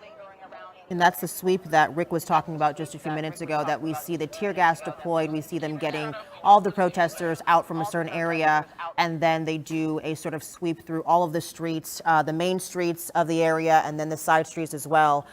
This protest that has been going on since Friday night definitely has had so many ups and downs. We had moments of chaos and moments of calm, and this is a moment of calm right now as we empty these streets, empty the street of University Avenue. Several hours after this protest first started, we do not see a protester in sight, nothing but law enforcement, nothing but shields and batons. We have vests, and we also have those helmets as well as they move through those streets, and protesters are told to leave, Rick. I'm just amazed, I think, at the professionalism of the police. This is what they train for. This is what they're supposed to do. And, we have not seen any kind of, violent confrontations between the police. We have not seen any of the officers need to use their batons or any of the other weapons that they have at their disposal. They have just simply been moving in the direction that they want to move in, trying to get the protesters to move in the direction they want the protesters to move in. And it really has been carried out in a way that I think has been very effective and very professional. And of course, this comes at a very difficult time for law enforcement here in the city of Atlanta, very difficult time for the Atlanta Police Department. The chief of that department has just stepped down, resigning on Saturday. There is an acting chief in place, but a lot of questions about exactly what is the future for the department. Where do they go from here? What will new leadership bring with them when they come on board? And they will. This is something that a lot of officers, they are human beings. And they are very upset. I mean, I have not been in touch with any law enforcement sources today, but I know from talking to a lot of them over the last couple of weeks that that they are very upset that there are bad apples in their ranks, officers that engage in the kinds of behavior that can sometimes lead to these kinds of protests. Now, whether or not the officers who were involved last night in the confrontation with Rayshard Brooks, whether or not they committed any crimes, we will have to wait and see. The district attorney in Fulton County will have the ultimate decision on whether or not to press criminal charges against these two officers, although we do know that one of them has already been fired. That's Officer Garrett Rolfe, who has been fired. We heard his voice.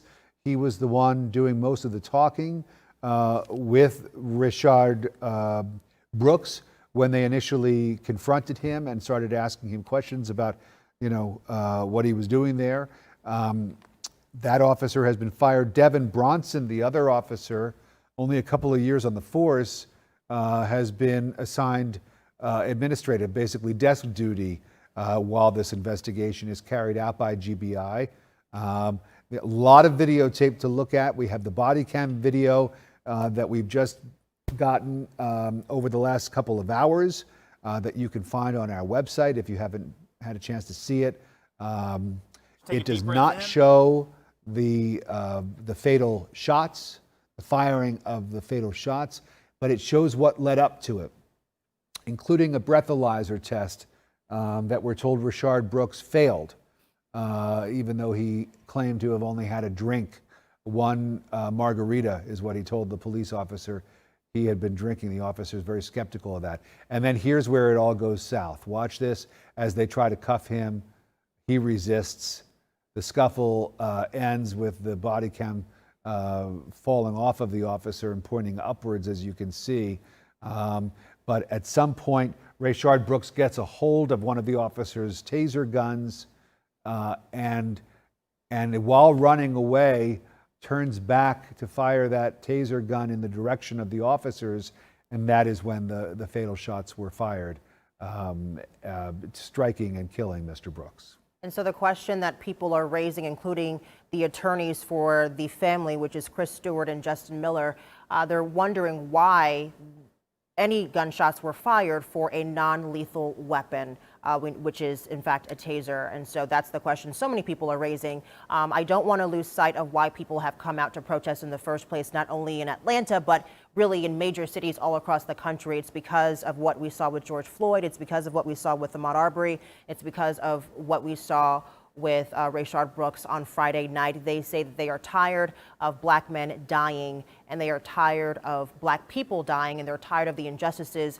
and the inequalities with the black community and anyone who is not black. So we're going to look at this live picture right now just to get you up to speed as to what is happening live at 2:21 in the morning. It has been a long few days and a very early morning here as protests continue for maybe, what is it, Rick, 24, 25, 26 hours right now. Yeah. The scene has changed from mostly protesters. If you remember how many protesters had descended there upon that intersection and upon that street of University Avenue in front of the Wendy's. I think our reporter said at one point there were hundreds of protesters. Now it is all law enforcement as they walk throughout the streets. This is a live image right now of them doing that sweep that Rick was talking about. We've seen it in downtown Atlanta with protest after protest, week after week. As soon as they deploy that tear gas, as soon as they get every single protester out of that area, they walk the streets just to make sure they left no stone unturned and that there aren't any protesters that are still there. We're going to head out to our crews that are still out there. They've been doing a great job all night. Bobeth Yates is still at the overpass that is by the highway. The scene is cleared, Bobeth, right? For the most part, yes. This street where you had all the protesters has been cleared. Right now, what we just learned was that group of law enforcement that was making their way down the street was from the Georgia Department of Corrections. They have gone onto a side street now where some protesters were still hanging out, and now they're trying to move them from there. But again, it's really just a handful of people, mostly officers. it seems like, I don't know if they just let off a tear gas or a firecracker, but they're approaching the protesters, and it's almost like a dead end, because behind the protesters it seems to be like just overgrown bushes and just a fence. So they're continuing to march towards the last small group that's still there. And I'm hoping they will disperse soon without any incident. Let's hope so. And as your camera pans around there, Bobeth, we look at these scenes, can you kind of give us the lay of the land, where the Wendy's is, where the gas station is, that was looted is? Where is it all located? So if you look directly in front of us where you see those lights, that on the back side of that is where the Wendy's is.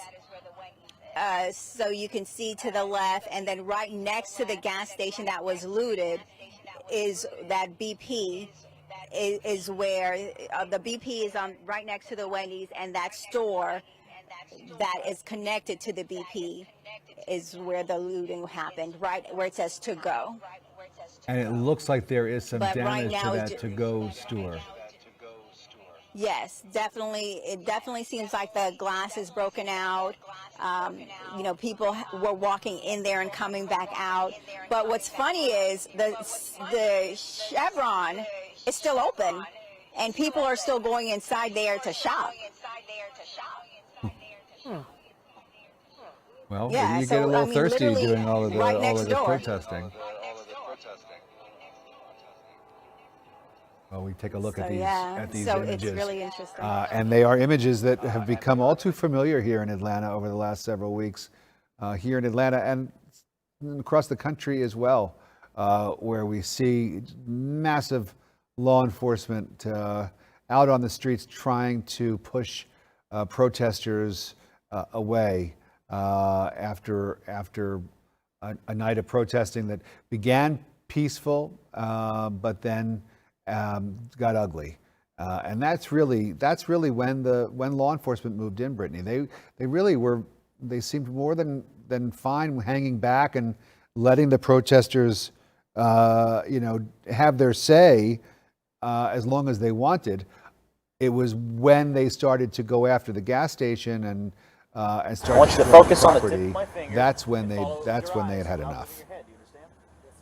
On the right-hand side of the screen is the body cam video, and you can see right there, that is Rayshard Brooks, 27 years old, taking a field sobriety test that he failed.